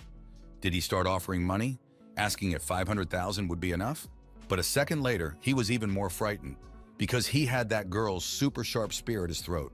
She said that if he didn't stop talking nonsense, he would meet the same fate as that monster. At that moment, he realized that it was not so simple, that it was much more interesting than other online games. He then said that he had misspoken and began to apologize. He went on to say that what he meant was, what does he need to do to become her disciple? She was surprised but did not show him her surprise. She said that he had no face, that she did not accept such students. He was also embarrassed because he had maximum charisma from the very beginning. Then he accidentally found out about her gluttony, so he specially learned the intricacies of cooking from his super chef and eventually became the best cook and her only student in cook. Several times he was very close to her, but he lacked just a little bit. He looked up and thought that there was one thing he regretted the most. He kept wanting to cook and eat that big bird. He was sure it would taste very good, but he didn't have the opportunity. When the raven came down to the ground, did you notice that Lu Chang's was looking at him very closely? A moment later, Mo Dongfang appeared and began waving and greeting everyone. Lu Dunyi's sister was still tense. She asked her brother where their disciple could meet such a strong self-improver. She said that not only could she not see her aura, but she could see that Dongfang's aura was weakened. Lu Chang said that her sister thinks that if that girl wasn't a great cultivator, she could see her aura. My sister felt that her brother suspected something about her. He thought that his sister, with the amulet of secrecy, had a power unknown to him, and he decided that at some point he had to discover her real power. Mo Dongfang approached them and began to tell them that he was in great danger, and that lady began to save him. He thought that he would not talk about the snake now. He would wait until the evening and tell Lu Chang when he was alone with him. They turned around and started looking at that girl. He said that he was the head of Mman Lu Chang, and at that moment he activated the spiritual wind technique. He asked me what her name was. She said she was from Chengku Mountain and her name was Zhang Xinyan. Her eyes were fixed on one place, and she could not look away. She stared at Lu Chang and assessed his appearance. But at one point, her gaze abruptly switched. She looked at her sister and at the girls of that sect. But just a moment later, her gaze abruptly changed its target again. She had already looked at his face and wondered why he was so handsome. Lu Chang's thought that it was at that moment that his charisma showed itself in action. And Lu Dongyi's sister thought, why did that girl's face turn red? Lu Chang said that since she had saved a disciple of his sect, it was fate. Did he suggest that she stay for a couple of days in their sect so that he could give her a decent welcome? Almost without hesitation, she agreed and accepted his offer. She thought that it was such a small sect, but it had such a steadfast disciple. And she also noticed that there was a very young girl there who was very close to the status of a great cultivator. And then there's that head Lu Chang. How can that man be so handsome? That little momentum is very interesting. Suddenly, Lu Changhe received a message that his reputation had grown rapidly at that moment. He thought that, of course, she could appreciate his sect. He knew all her desires, and she would have a very good time in the Mman sect. They headed deeper into the palace. They sat down in a special place for guests to talk, and Ting served them. He was about to pour tea for the girl, but Lu Changho told him not to pour her tea because she likes wine rather than tea. She was not expecting this and was a little embarrassed. But after a moment, she said that it was true. He told her not to be ashamed and to do what she wanted. She could drink wine right now. After those words, she felt better. She no longer felt so constrained. She slowly took her flask and began to open it slowly. The performance of the artist Lu Chang's begins. He closed his eyes and said that this is a divine smell because it is the spiritual wine spring dream. She did not show any emotion at his initial knowledge, but simply said that he was right. He went on to talk about that wine and said that it was made from 14 kinds of spiritual herbs. It had a specific taste and a high price. Many people knew it, but few liked it. Has she already noticed that he knows this wine so well? The girls from his sect were also a little surprised because they didn't know he was so good at wine. She didn't think she and the head of Lu had any common interests. She offered him another carafe of wine and he said he would be happy to. All the members of his sect were very much surprised that he not only knew about wine, but also liked to drink it. He was no longer pleased that they were looking at him like that and asked them why they were staring at him. Xiao Chu alone was delighted and said that the wine smelled very good. He told them that if they did not drink, they should leave the room. In an instant, they all turned around and started to leave. And Xiao Chu didn't want to go and shouted that she would try a little bit. He looked at her and smiled. He said it was a little ugly. As he was getting ready to drink, he remembered that in his past life, he had disliked him very much. He prepared himself mentally because he knew that if he didn't like it and she saw it, he would feel very bad. And she was looking at him with great interest at that moment. And he smiled and said he was ready to drink. He thought he should drink it, even if he didn't like it. He closed his eyes and started drinking and hoped he could not cough. And in an instant, I felt a very sharp and unusual sensation. He immediately remembered the moment when he was sitting with her and she was in a very relaxed state and told him that being a mentor was not cool at all. He thought that it didn't taste so bad. In fact, it had an interesting flavor. He had already drunk a portion of it and watched her finish it. He remembered one moment when they won a battle and the people they helped thanked them. Many people from Chengku Mountain have a strong sense of love. Then they were flying away from that place, and Lu Chang told her that she was very cool. But people like Jian Shinan have their love suppressed, and they cannot understand what love is. So she responded to the phrase that she was very cool by asking what the word cool meant. He suffered a bit because he didn't know how to explain it to her, but decided to say that it's cool when she is very strong, beautiful, and radiates light. She told me that she had a student, and that she told her that she had a boyfriend whom she liked, and that he always shone with light in her eyes. He was surprised and thought, does his cool master really need to love someone?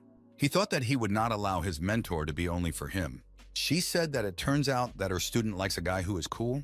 She made it difficult for him with this question. He didn't know how to explain it to her. He said that this situation was not cool at all. Then she asked him if he knew how that feeling manifests itself in a person. He thought that he had been waiting for just such a question from her. He kept telling her that the time when a person doesn't like anyone is the most beautiful time. She expected something else, but she didn't know the truth and believed him. Mount Qingqiu, he thought his plan to prevent his master from falling in love had succeeded, but he only thought so until that night. That night, his master had a drunken conversation with him, but it is impossible to get drunk with her equal cultivation. She looked at him and said that being a mentor is quite difficult. She decided to ask him if he liked the taste of wine on a spring day, because she said that most of the people she offered it to didn't like it, but he said he really liked it. He even remembered a long-forgotten taste. Suddenly, she caught herself thinking that he was looking at her as if they were old acquaintances, but she was definitely seeing him for the first time. So why was he looking at her like that? He smiled and told them to drink to the very bottom. Lu Chang's began to drink, and she thought that she had magically put several barrels of wine into that container, and if he continued to drink so greedily, he would definitely become drunk. He kept drinking and kept recalling what happened next in that situation. They looked at each other and he thought that they were from different worlds after all. He left the game and began to take off his mask. He wondered what had happened to him to make him feel for a virtual character. He had a very strange feeling. He went out on the balcony and looked at the city at night, and he thought that maybe he was going crazy, or maybe that world is too believable and he has stopped feeling the difference. At the time, it was very difficult for him to realize his feelings, but that was until one special day. A large army of demonic beasts under a purple moon, the whole earth was on fire and there were numerous explosions. Zhang Xinyan stood there and was very angry. She said that they had planned everything from the beginning. That demon cultivator said that destroying villages was a very simple job, and even a low-level demon cultivator could do it, but for her sake. To kill the great cultivator Zan from Mount Chengku, they sent 10 majestic demonic cultivators. She said that it didn't matter. The most important thing for her was that the villagers managed to escape. She made a strong gesture with her spear right at that demon and said that even if she died, they would go to the grave with her. The demon said that the cultivator girl was on the verge of death, but I would continue to resist anyway. She said that the girl was a famous and cold beauty in the world of cultivators. The demon had ordered them to capture her, and then they could have fun with her as they pleased. Those cursed demonic cultivators were very tempted to take that beauty. Meanwhile, the guy who played Lu Changhe in real life was quietly drinking a drink. There was a girl with him. She asked him if he liked the massage she gave him. He was also smoking a cigarette and noticed something strange. He thought that at first, at such moments, looking at such a body, he could not restrain himself. He doesn't know why, but that day his heart was in some kind of turmoil. Suddenly, he received a notification on his phone and paid attention to it. When he picked up the phone, his calm face abruptly changed to anxious. It said that 10 demonic cultivators were near Mount Chengku and that a great drama would take place. He thought that his master was also from that mountain, and it couldn't be a coincidence. He decided to click on that message to get more information, and what he saw threw him into a slight shock. And that girl thought that she only needed to spend a good time with him once, and she would have enough money for the rest of her life. She began to move closer to him and thought that she should take the first initiative. But suddenly he stood up sharply and pushed her away. He told her to leave because he had no nativity. The girl was surprised by this. She did not understand why, because she thought she was very beautiful. He walked away and thought, how could they dare to touch his mentor? He told the system to boot up, but he thought that if he rushed into the 10 demon cultivators so quickly, he would definitely not be able to defeat them. He said he was done and now let these demonic cultivators get ready to experience the superpower of someone who paid a lot of money. Meanwhile, she was wounded, bleeding from the mouth. It was just horror all around her, with dead demon cultivators lying on all sides and fire burning all the way to her. But the commander of the demon cultivators said that the girl was very strong because 5 of her comrades had already died, and they had only managed to wound her badly. But now she is doomed and will not be able to escape. She told the 2 demons to go to the girl and mock her a little bit and let the others get in line. They were happy to go to her and said that it would be the first time they had such a meeting, and another asked what was the first quality in that girl. She said that after she gave up the meridian technique, she thought she would never use it again. She did not expect that day to come so soon. She looked up into the sky and imagined her student there. She told Lu Chang that she could no longer protect him. She began to activate the technique and said that in the next life, if possible, she did not want to be his mentor. She wants to become his. Those evil demons were already approaching her, licking their lips with animal desire. But then something suddenly shone in the sky. Suddenly, someone came down from the sky with a fierce lightning bolt and shouted that they shouldn't touch his master. Zhang Xinyan herself was surprised and did not realize that this had happened. And that demonic cultivator thought that someone was trying to interfere with their plan. When the smoke cleared, we could see the golden wing. It was just shining. There was also a super spear, also golden. It was all glowing. It was forged from the 10 rarest materials. It was Lu Chang's. He had completely changed. He was wearing naked armor that improved all his skills many times over. He came back and told her that in the next life, she should become his mentor again. She thought he was a stupid boy because she didn't mean what he said, but she was actually thinking about something else. That demon girl said he wanted to defeat them all alone? She said that it was his right. It would just be one more body and that was it. Those demons started roaring like monsters, ready to fight. They were all from the 57th to the 61st level of cultivation, and a purple moon rose against them. He said that they were all very strong and were demonic cultivators of the highest level. And of course, he couldn't handle them. Zhang Xinyan shouted at him to run away because he definitely couldn't handle them alone. He came back and told her that he wasn't going to deal with them alone because he had another way. Did she not understand the way he was talking about? That demon started laughing, she said. There are no large cultivators within 50 kilometers, so what other way could he have? He stretched his arms out in front and said that since childhood he had had one dream. I would like to give up and say that he was practicing his calling technique for this very moment. But the demon said that she had never heard of cultivators using such techniques. She said that she understood that Lu Chang's was stalling for time, but there really were no other cultivators in the neighborhood, and she was destined to die here. He smiled and said that she could not see beyond her own nose. This demonic cultivator has sent his subjects to attack, and they charged into battle with great fervor. Wu Luchang raised his hand in the air and shouted for the Yogi army to come. And in an instant, the sky just split into several holes and certain silhouettes appeared from them. And in an instant, dozens of cultivators from different sects appeared there, saying that this was a very good offer. Because they were to receive 50,000 for killing one, they were ready to destroy those demonic cultivators. Those demonic cultivators stopped abruptly and were shocked at where those soldiers could have come from. They said that those cultivators all had high cordon and they began to retreat. In an instant, the cultivators rushed to attack those demons, and they turned around and began to run away. She looked at her student, and tears flowed. But suddenly he realized that he had done it. He had spent a lot of money on a virtual character, and he had that money for pocket money for a place and a half. He looked back at her once more and looked at her image. He smiled and said it was a few million, but it was worth it. A few minutes passed, and he came up and shook hands with his master, who said that everything was fine now because there was no trace of those demons. She smiled and took his hand, and she felt at ease. When she stood up, she lost her balance a little and started to fall, but he caught her and asked if she was okay. She got up and said to him that she loved him, and at the same second, it dissolved from her hands and left behind yellow smoke. She was in a stupor from this. That yellow smoke was dissipating, and she was screaming after it. In an instant, he came to. In reality, he was out of breath and sweating. Now he doesn't know how to look her in the eye. That teacher and student are like a love couple. Did he think that she was not a person, but just a bunch of data? Did he not understand what was happening to him? Suddenly, he heard the sound of a message on his phone.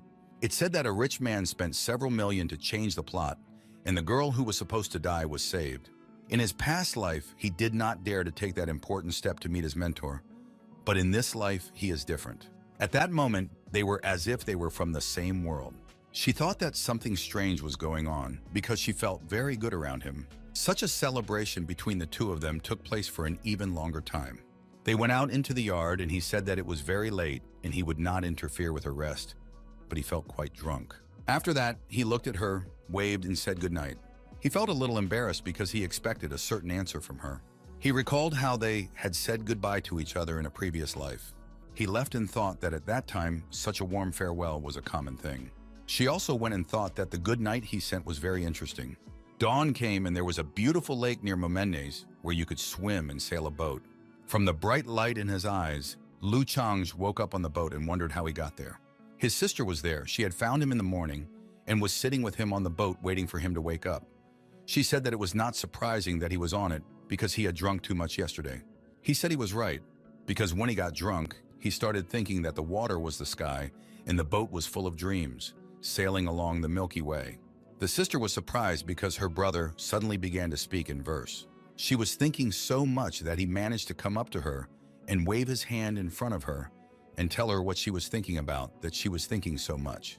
She felt ashamed and said that if he was already awake, she had something very important to tell him. In the meantime, he stood up and started stretching and told her to speak. What did she want to say?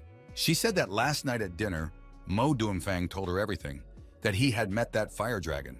At first he didn't understand what she was trying to tell him, but she added that he had a broken horn and was all red. Instantly, he used the skill and his sword appeared in an instant, enveloped in the power of sword ascension. He grabbed it and said that what she told him was very good. He thought that the saying that the world is a small place for enemies was fully justified. Luo Dongyi's sister then added that the dragon had fled and was far away, and there was no point in chasing it. He said that they would not catch up with him because they would just come one day and cut off his head. He thought that the pass where they saw the fire serpent was close enough to the place where the Purple Place group would meet. My sister was surprised by what she heard because she did not have the same information as he did. He thought that his sword was sealed 9 years ago. He had been sealing the energy of hatred into that sword all along, and he didn't know what would happen when he pulled it out of the holster. He took it closer and looked at it closely and thought that he would let that demonic cultivator live a little longer. He thought that he should raise the level of his relationship with the girl Jiang Xinyan. He smiled and said that he had nothing to worry about in this life. Suddenly, his gaze looked sharply down. He saw a fish in the water and asked his sister if she wanted fish soup. She asked him excitedly if he would cook that soup. He used the power of water, and that fish rose up out of the water and was surrounded by a water drop. He said that from that day on, he would cook all his own food. My sister was delighted with this news. She immediately thought, surely this is the new year. And Zhang Xinyang was at the guest house, and she thought she really enjoyed spending time with Chief Lu yesterday. But that was it, and she had to leave today. She has different things to do. Suddenly, a shout came from the yard, and he told her to go eat because Lu's boss had made fish soup and was calling her to eat with him. She abruptly opened the door and saw little Zhao Chu waving at her. She said that she didn't like regular food and that she was unlikely to like their food, so she said goodbye. Zhao Chu began to plead with her strongly to listen to her, because the chief said that if she did not bring their guest, she would not be able to eat the food he would prepare for a month. The girl, Qianluan, stopped and thought. As they walked, she thought that Chapter Lu was having a drink with her as a thank you. But there is nothing delicious about a simple home-cooked meal. As they approached, the girl Zhao Chu said loudly that the fish soup was ready because she could smell the delicious aroma. The girl Qianluan looked surprised. That scent penetrated her more and more, and she thought, why is that scent so alluring? When she approached, she noticed that all the members of the sect were crowded around the table, each of them eager to get enough of the wonderful soup. She thought they were very happy and more like a family than a sect. Although the aroma is very tasty, it is not clear whether the taste will be as good as the aroma, so she decided to try it. The head of Lu met her and said he was glad she had come. He told her to sit down at the table. Zhao Chu's little girl shouted that she wanted to as well, but head Lu said that first they had to treat their guest, Miss Qianluan. He quickly put the soup on her plate and chose the best ingredients. She took that plate in her hands to look closer at that soup. She thought that it looked like a simple soup, and there was nothing special about it. Head Lu said to her to try it, because he was curious if she would realize Head Lu's cooking skills. While the girl was looking at that soup, Zhao Chu's girl ate her own portion and looked intently at the guest. She finally decided to try it. She thought that with a small sample, nothing would happen to her. And in a moment, her face changed dramatically. Immediately afterwards, she threw down the spoon and began to drink the soup in one gulp. Lu Changhe looked at that and thought that in his past life, he had specially studied cooking for her, so he knew all her tastes. As soon as she was done, he asked her if she liked it and if it met her high standards. She immediately changed and her mood lifted. She said she wanted another portion. Chief Lu made more of this soup on purpose, hoping they would want more. So Zhang Xinyan has been living in Mman for several days now. At first, she was still waiting to be called for lunch, but that day she came on her own and did it earlier. She was sitting there and the little girl Zhao Chu was looking forward to the food that the head was preparing. Lu Dongyi's sister was beginning to suspect something. She didn't understand why her brother was so keen on cooking. She thought there was some secret reason. She compared them, saying that her brother was a smiling talker and she was very cold. They had absolutely nothing in common. And suddenly she understood everything, the secret meaning of her brother's actions. She thought that he was doing this to keep the great cultivator's girlfriend as long as possible, because her knowledge was the best for Lu Dongyi's sister to learn. Now she was motivated and began to pick up the pace of work. He noticed that his sister was speeding up in some strange way, but he didn't understand why she started doing it. At that moment, strange processes were taking place in the girl's head. Chia Luan. She looked at Chapter Lu and thought that he was the man who understood all her desires and tastes. She felt warm in her heart and thought that such people are called soulmates. But head Lu himself did not know that she had given him this definition. She decided to have a drink as if she were waiting for food and began to pour the drink into a glass. As soon as she wanted to drink, head Lu abruptly stopped her. He said that the fruit was called juki, and he would add a couple of drops to her glass of wine. And if as a result the taste of the wine is bad for her, then let her hit him. That drink was covered with a red film and even looked much prettier. She was looking at the head and thinking about something, and he thought that she should drink the potion with this ingredient as soon as possible, because when she did, her admiration for him would increase significantly. In a moment, she picked up that glass and drank it all in one go. She said that it really tasted much better, and she thought that he was definitely her soulmate. There is a saying that the more you attach importance to something, the more your desires diverge from your actions. Lu Chang's was in his home and engaged in powerful cultivation. And suddenly the technique was interrupted and he started coughing up blood. And he thought that the more he practiced that technique, the more it went beyond any limits, although the effectiveness was good, but it was very painful. Suddenly something glowed in his clothes, and he thought that those chosen ones in heaven were chatting again. He took out that sign and thought that he had nothing to do right now, so why not find out more about them and ask them what they knew about the Purple Place community? But first, he will see what they are talking about. One of them asked if they liked any pies. The other three wrote back that they did, and Lu Changhe looked on and wondered. A moment later, another asked a similar question, and everyone answered. He was shocked. He thought that if they are the main characters of that world, then what are they talking about? Shouldn't they be talking about something important in the world of the heavenly kingdom? He was angry and thought that maybe he needed to direct them a little bit in the right direction. He wrote a question asking how much they knew about the Purple Moon community. Those people immediately began to think that he had finally come. They said that he was testing them and they had to respond with the utmost seriousness. Black quickly wrote that, as far as he knew, the community was the oldest community of demonic cultivators, and they had long been known for their secrecy, and their history was longer than that of the four sects. Lu Changhe himself was blown away that they had existed for so long. He recalled that in his past life there was a group of people who were constantly chasing the society of the Purple Place. A bunch of people who thought they were rich, but their wealth could not even compare to his pocketbook. At the time, they wanted to lure him to be their ambassador. But how could he be a servant to anyone?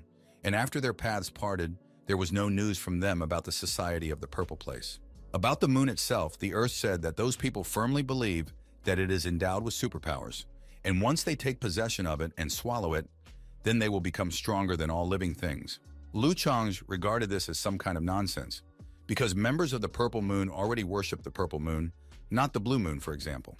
He was already starting to get angry, and he told them to give him useful information, not any fantastic stories. He wrote so that they could understand his mood. Being in different places, they were all very frightened and realized that their master needed more useful information. Earth decided to write that he actually knew the big secret, that of the Purple Moon Sect. This was something more interesting, and he was interested, but it depended on how big the secret was.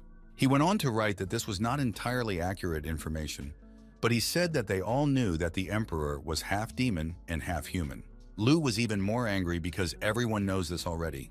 He went on to write that he was not sure whether the guide's words would offend him, so he was not sure whether to say them. Lu Chang's noticed that the guy was worried. He must have realized that Lu Chang's was a descendant of the great emperor, because those tablets came from him. So he decided to take advantage of the situation and set them on the right path. He wrote that with all due respect to the emperor, he knew that he did not care how people thought of him. And he quoted Confucius, "If you understand me, it's good, and if not, it doesn't matter." All those who were in that group were very surprised when they read this message. They ran that phrase through their heads many times and thought it was very brave. They thought that such a worldview was not inherent in an ordinary person. If a leader thinks so, why should he or she be afraid to speak up and speak directly? They now feel more relaxed and can write without worrying about the consequences. He wrote that he knew that the emperor was half demon and that he had a purple heart. Lu Chang's guessed that, in other words, the purple moon they coveted was the emperor's heart. Then it turns out that those demons want to take a part of the Qing emperor's power, with which he saved the heavenly realm. And if they succeed, there will be problems. The power that saved the nation can also destroy it. He thought that if the plans of that community were so serious, he should definitely interfere with them and started writing something on the sign. He wrote that this community meets every 3 years in a certain place. The next meeting on the day of the winter sunrise. For today, he said everything. He wondered how those selected cultivators would react to this information. They were all very alert because they have a lot to do.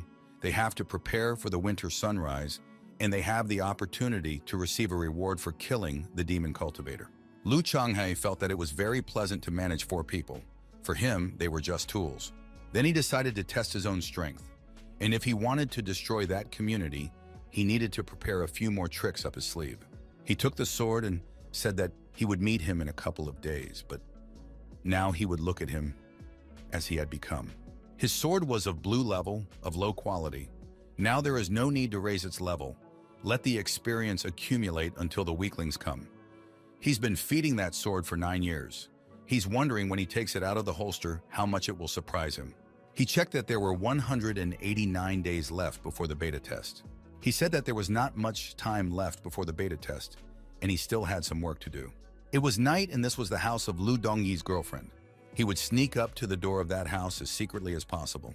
When he was in front of them, a voice came from the house telling him to come in, and he was immediately very surprised. Did he think that his sister's divine consciousness was everywhere? Because he wanted to pretend to be a thief, but he failed. She asked her brother why he was coming to her just as she was finishing her bath. He sat down at the table to drink tea and said it was just a coincidence. She asked indignantly what had happened this time. Had something happened? Does he ask her one last time if she wants to go to the arena with him? She said that once was enough for her, and to go again was a stupid waste of spiritual stones. And he said that they were just stones and they could just leave. She said that her brother is the head of that family, but he doesn't know that food and firewood are not cheap. And although their sect is not large, they spend quite a lot of spiritual stones every month. He stopped her story and said that he understood everything, and he would go alone. Entering the first level arena, the arena is a special testing ground established by the Sword Sect in Chenzhou. It is a training ground for disciples to practice breaking through the cordon, but there are only 3 levels. There are different monsters on each level. Depending on how fast you go through the levels, the rating depends on that. It is very useful for cultivation. Besides, if it's a rating, it might make you want to win, right? But there is a drawback. All but the disciples of the Sword Sect have to pay an entrance fee. Lu Chang asked her sister that she had passed the arena 2 years ago, and what border did she pass then? She replied that the content of the 3 borders is the same, the only difference is the complexity. And from an economic point of view, it is more profitable to go through the 3rd one. He was very surprised because it turns out that she came 3 years ago across 3 borders. The sister seemed to fall through the ground with shame. Lu Chang was not happy, and she thought she had inadvertently blurted it out. He started to say that everything was clear with the border. Did he catch her by the cheek and tell her that she hadn't even looked at the sword monument in the center of the arena? She said that she looked at that sword mark because many people who participated in that competition did so only because of that monument. She said that that sword mark helped many people to realize everything and break through the border. In her opinion, the Sword Sect did not need to display such a card, and she would have hidden that treasure in a safe place. He said that's why the Sword Sect is so strong, and she and her hypocrisy will be left alone. He said that the Sword Sect is not looking for profit or eternal existence, but for the durability of the path of the sword, and he respects this way of promoting ideology. He thought that he should also look at that sword, and that his name should be on the ranking, because when the weaklings came, they would know about Mman that way, so they wouldn't care what level their sect was. And suddenly he had a brilliant idea. He looked at his sister and said that she was. She felt very embarrassed and asked him what had happened. He approached her and cornered her against the wall. He looked at her with contempt and said, "She didn't pass the 4th level, did she?" She was very uncomfortable, saying that only 2 years ago she was at the 3rd border. He did not believe her and asked if it was true. She was sweating and repeated that what she was saying was true. He said that everything was clear and she breathed a sigh of relief. She immediately remembered the moment that had just happened and thought that she had been too rude to her brother. The next day was beautiful weather and big plans for the day. He was flying to the Sword Sect. He was thinking about what to do about what he was saying, so he decided to earn a little bit of ratings. But in an instant, he was almost blown off his flying boat. When the wind stopped, he looked up the mountain and saw Qian Lu on there. She asked him in a calm voice where he was going. He replied that he was heading to the sword-setting competition arena, and he thought that she would not be interested in such a place, so he did not tell her. but she immediately suggested that they go together and started pulling his hand. At that moment, he was very surprised because he did not expect this. And he went to her on the back of her raven, and they flew